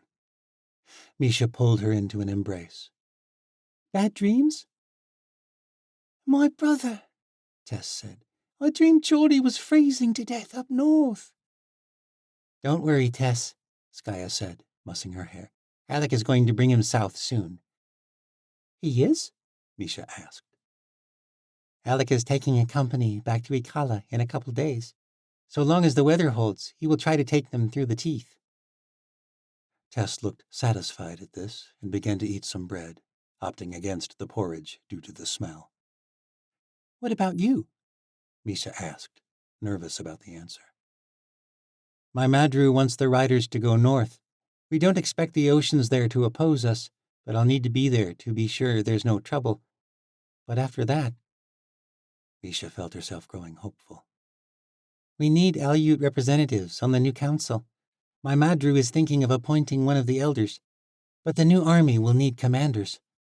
There are other riders who could do it, but I think I'd like to stay. She squeezed Misha's hand, and warmth passed through her. I hope you do, Misha said. Daja came running into the room. All right, get your own room. More watchers came pouring in. Valeria came in last and sat in the back of the room. Misha pitied her. She had lost more than anyone. The soldier left the moment she finished eating. The room was filled with soft chatter. The mood was somber, but hopeful. Misha was glad to see her old friends, glad they were alive, glad their betrayal had not been final. But it was not the same. This was not the watchtower anymore. It was something different. Perhaps that wasn't all bad. The sun shone bright for the ceremony, though a haze still hung over the city. Thousands gathered in the training green and the streets surrounding the compound that had once been the central grounds for the Morphs and the Night Legions. Few people seemed to share the bittersweet feeling that overwhelmed Misha. There were cheers and banners. Gallows symbols were raised all over the place, and there were chants for the Darkling Queen. Rumor had it the minstrels had already begun composing ballads about the wedding of fire and the Darkling Queen and the sacrifice of the Gallows Girl in order to secure their freedom. The ceremony was a celebration. The saints had prevailed. Medea gave a fine speech after she was crowned queen. She praised the fallen, including Seren and the hangman. She spoke of their daring sacrifices for the sake of this victory. She spoke of a new age. She said nothing of the details she had shared with the Watchers surrounding Tori's death. History would not remember a saint who questioned herself at the end, who tried to free their enemies. Tori was hailed an unadulterated martyr. Misha was grateful for that. In the end, Medea declared it was time for the image of the gallows to be taken down. The revolution is over. Our third world has dawned. And here in the north we shall be a beacon, an empire of light that will consume the world. The new banner was revealed. A red flag emblazoned with a flaming golden sun, the symbol of the Empire of Light. Tess held Misha's hand throughout the ceremony. She was enamored as the new banners shot up around them. Skaya kept close too. She held Misha's other hand, and Misha tried to force herself to think less of the sad events and more about the hope of the future. They had won, and the sacrifice was surely worth it. Though Tori had been torn in the end, Misha knew she had always longed for this moment. Alec kept close as well, but he did not smile or cheer. Misha lingered beside him as the crowds began to dissipate. Together they looked down at a gallows banner that had been cast aside and left in the mud and snow. It was a warm day, the kind of early winter tease that felt more like spring. But soon the darkness and cold would descend again, and last for many months. "I never really thought she could die," Alex said at last, meeting Misha's gaze. She held back tears. Me either. "A martyr," he murmured. "She served her purpose, and now she's gone. Do you think she'll be forgotten now?" Misha grasped his shoulder, then pulled him into an embrace. We won't let her be forgotten, Alec. I'll always remember her bravery, her heart, her friendship. "Her love," Alex said. Hints of a smile traced across his face as she pulled away. It lasted only a moment. This world needs us, Misha said. We must mourn, and we must remember, but we must be strong, and we must keep on. Alec didn't respond to this. He merely nodded. They walked together back into the tower of the Sky Guard as the city broke out into wild celebration behind them. Chapter 57. Tori woke in a strange tent, lying on a blanket upon the cold ground. Her leg felt as though it were on fire. It was so stiff she could not move it. Her whole body ached in a way it never had before. Her body was not healing. Not as it always had. Not by her Regenero gift. A Thrasi named Azrahi came in and tended her wounds. "You lost much blood," he said in Yanavi as he replaced the dressing. He had stitched her injuries while she was unconscious. "It is a miracle you are alive." It was the opposite, though. The miracle had been the fact she had healed so many times. This was the absence of miracle. If not for Leargay and Kale, she would be dead. But Tori was grateful for his help. He prattled on about her wounds in her father's language. He did not seem to realize who she was. Tori had forgotten much of the language since her childhood, but she knew he was talking about her wounds and the battle and miracles. Azrahi finished with her bandages and left. Outside, the camp was silent. The Yanavi mourned those who had been in the tower when it collapsed. Only Ashi, Sala, and a handful of others had made it out of the city alive. Thankfully, much of the camp had not been granted invitation to the palace. But it was the greatest among them who had been there, their chieftains and the great families. The others had been in the streets. Many had died, caught in the crossfire, when the battle broke out. Vashti and Sala came to see Tori early that evening. Vashti did not seem pleased. But then again, the princess could have had her killed. Her people had been slaughtered in the name of Tori's saints. Sala knelt beside her bedroll, a grim expression on his face. "Your people did this," he said.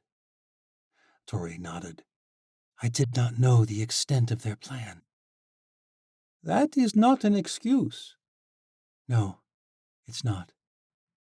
"The greatest members of the tribes were lost," Sala said. "All the chieftains except myself. I hated some of them, but I did not wish them dead. Not like this. My people have lost everything that held them together." Tori didn't know what to say. She realized she was not as Yanavi as she had always liked to think. She had not even understood, until now, just how great this tragedy was. 11 chieftains dead in one day. This would change her people forever. "I do not wish to excuse what the saints did," Tori said. "What do you want?" Tori bit her tongue. "I don't deserve your kindness. You've helped me live. I cannot ask for more." "Will you go back to them?" Sala's eyes narrowed, as though peering through her. "Medea tried to kill me. She made it look like a tragedy. I don't know what to do, but I can't go back there." "They call you a martyr," said Vashti, nearly spitting the words. "They praise your name in the streets, hold your banner. They celebrate what happened in your name." "If Medea finds out I'm still alive, she will have me killed." "I ought to kill you," Sala said. "If my people knew who you were, they would demand it." "I would not blame you," Tori said. "But I am not the gallows girl anymore.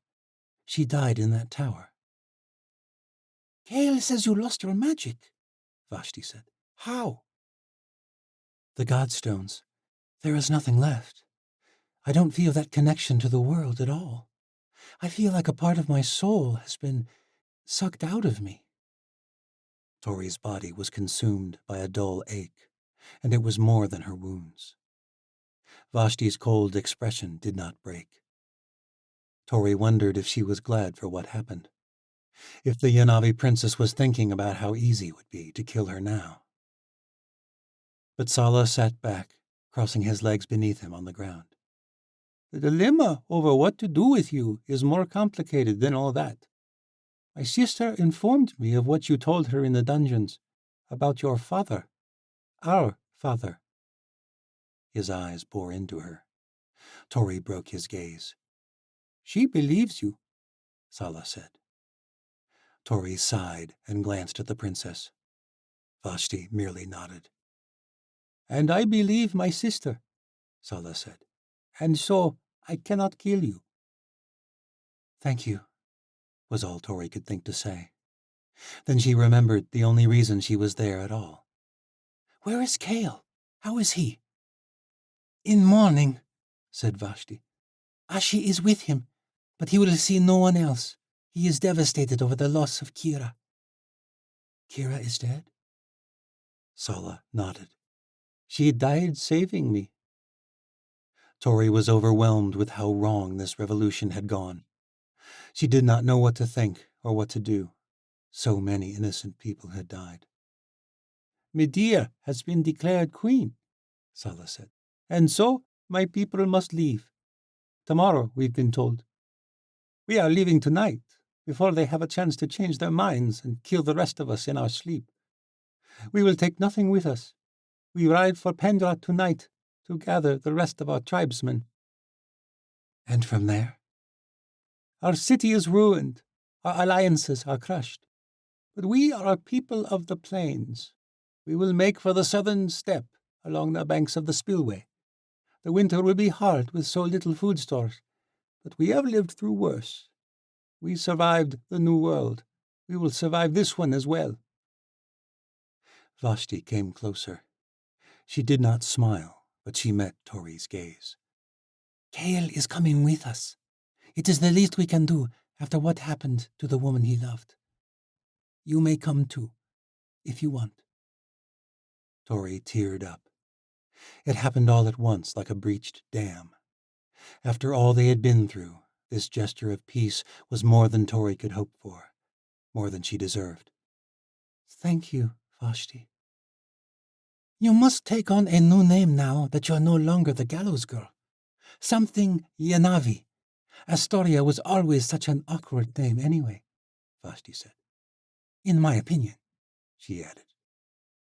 I'll think on it, Tori said. I am partial to Ezti. It's lovely. It's a family name. It means lost one. Seems fitting. Ezti. It sounded strange in her ears, but Tori didn't hate it. The Yanavi left their tents in the dark and rode south in the dead of night. They avoided the roads when possible, and they rode hard.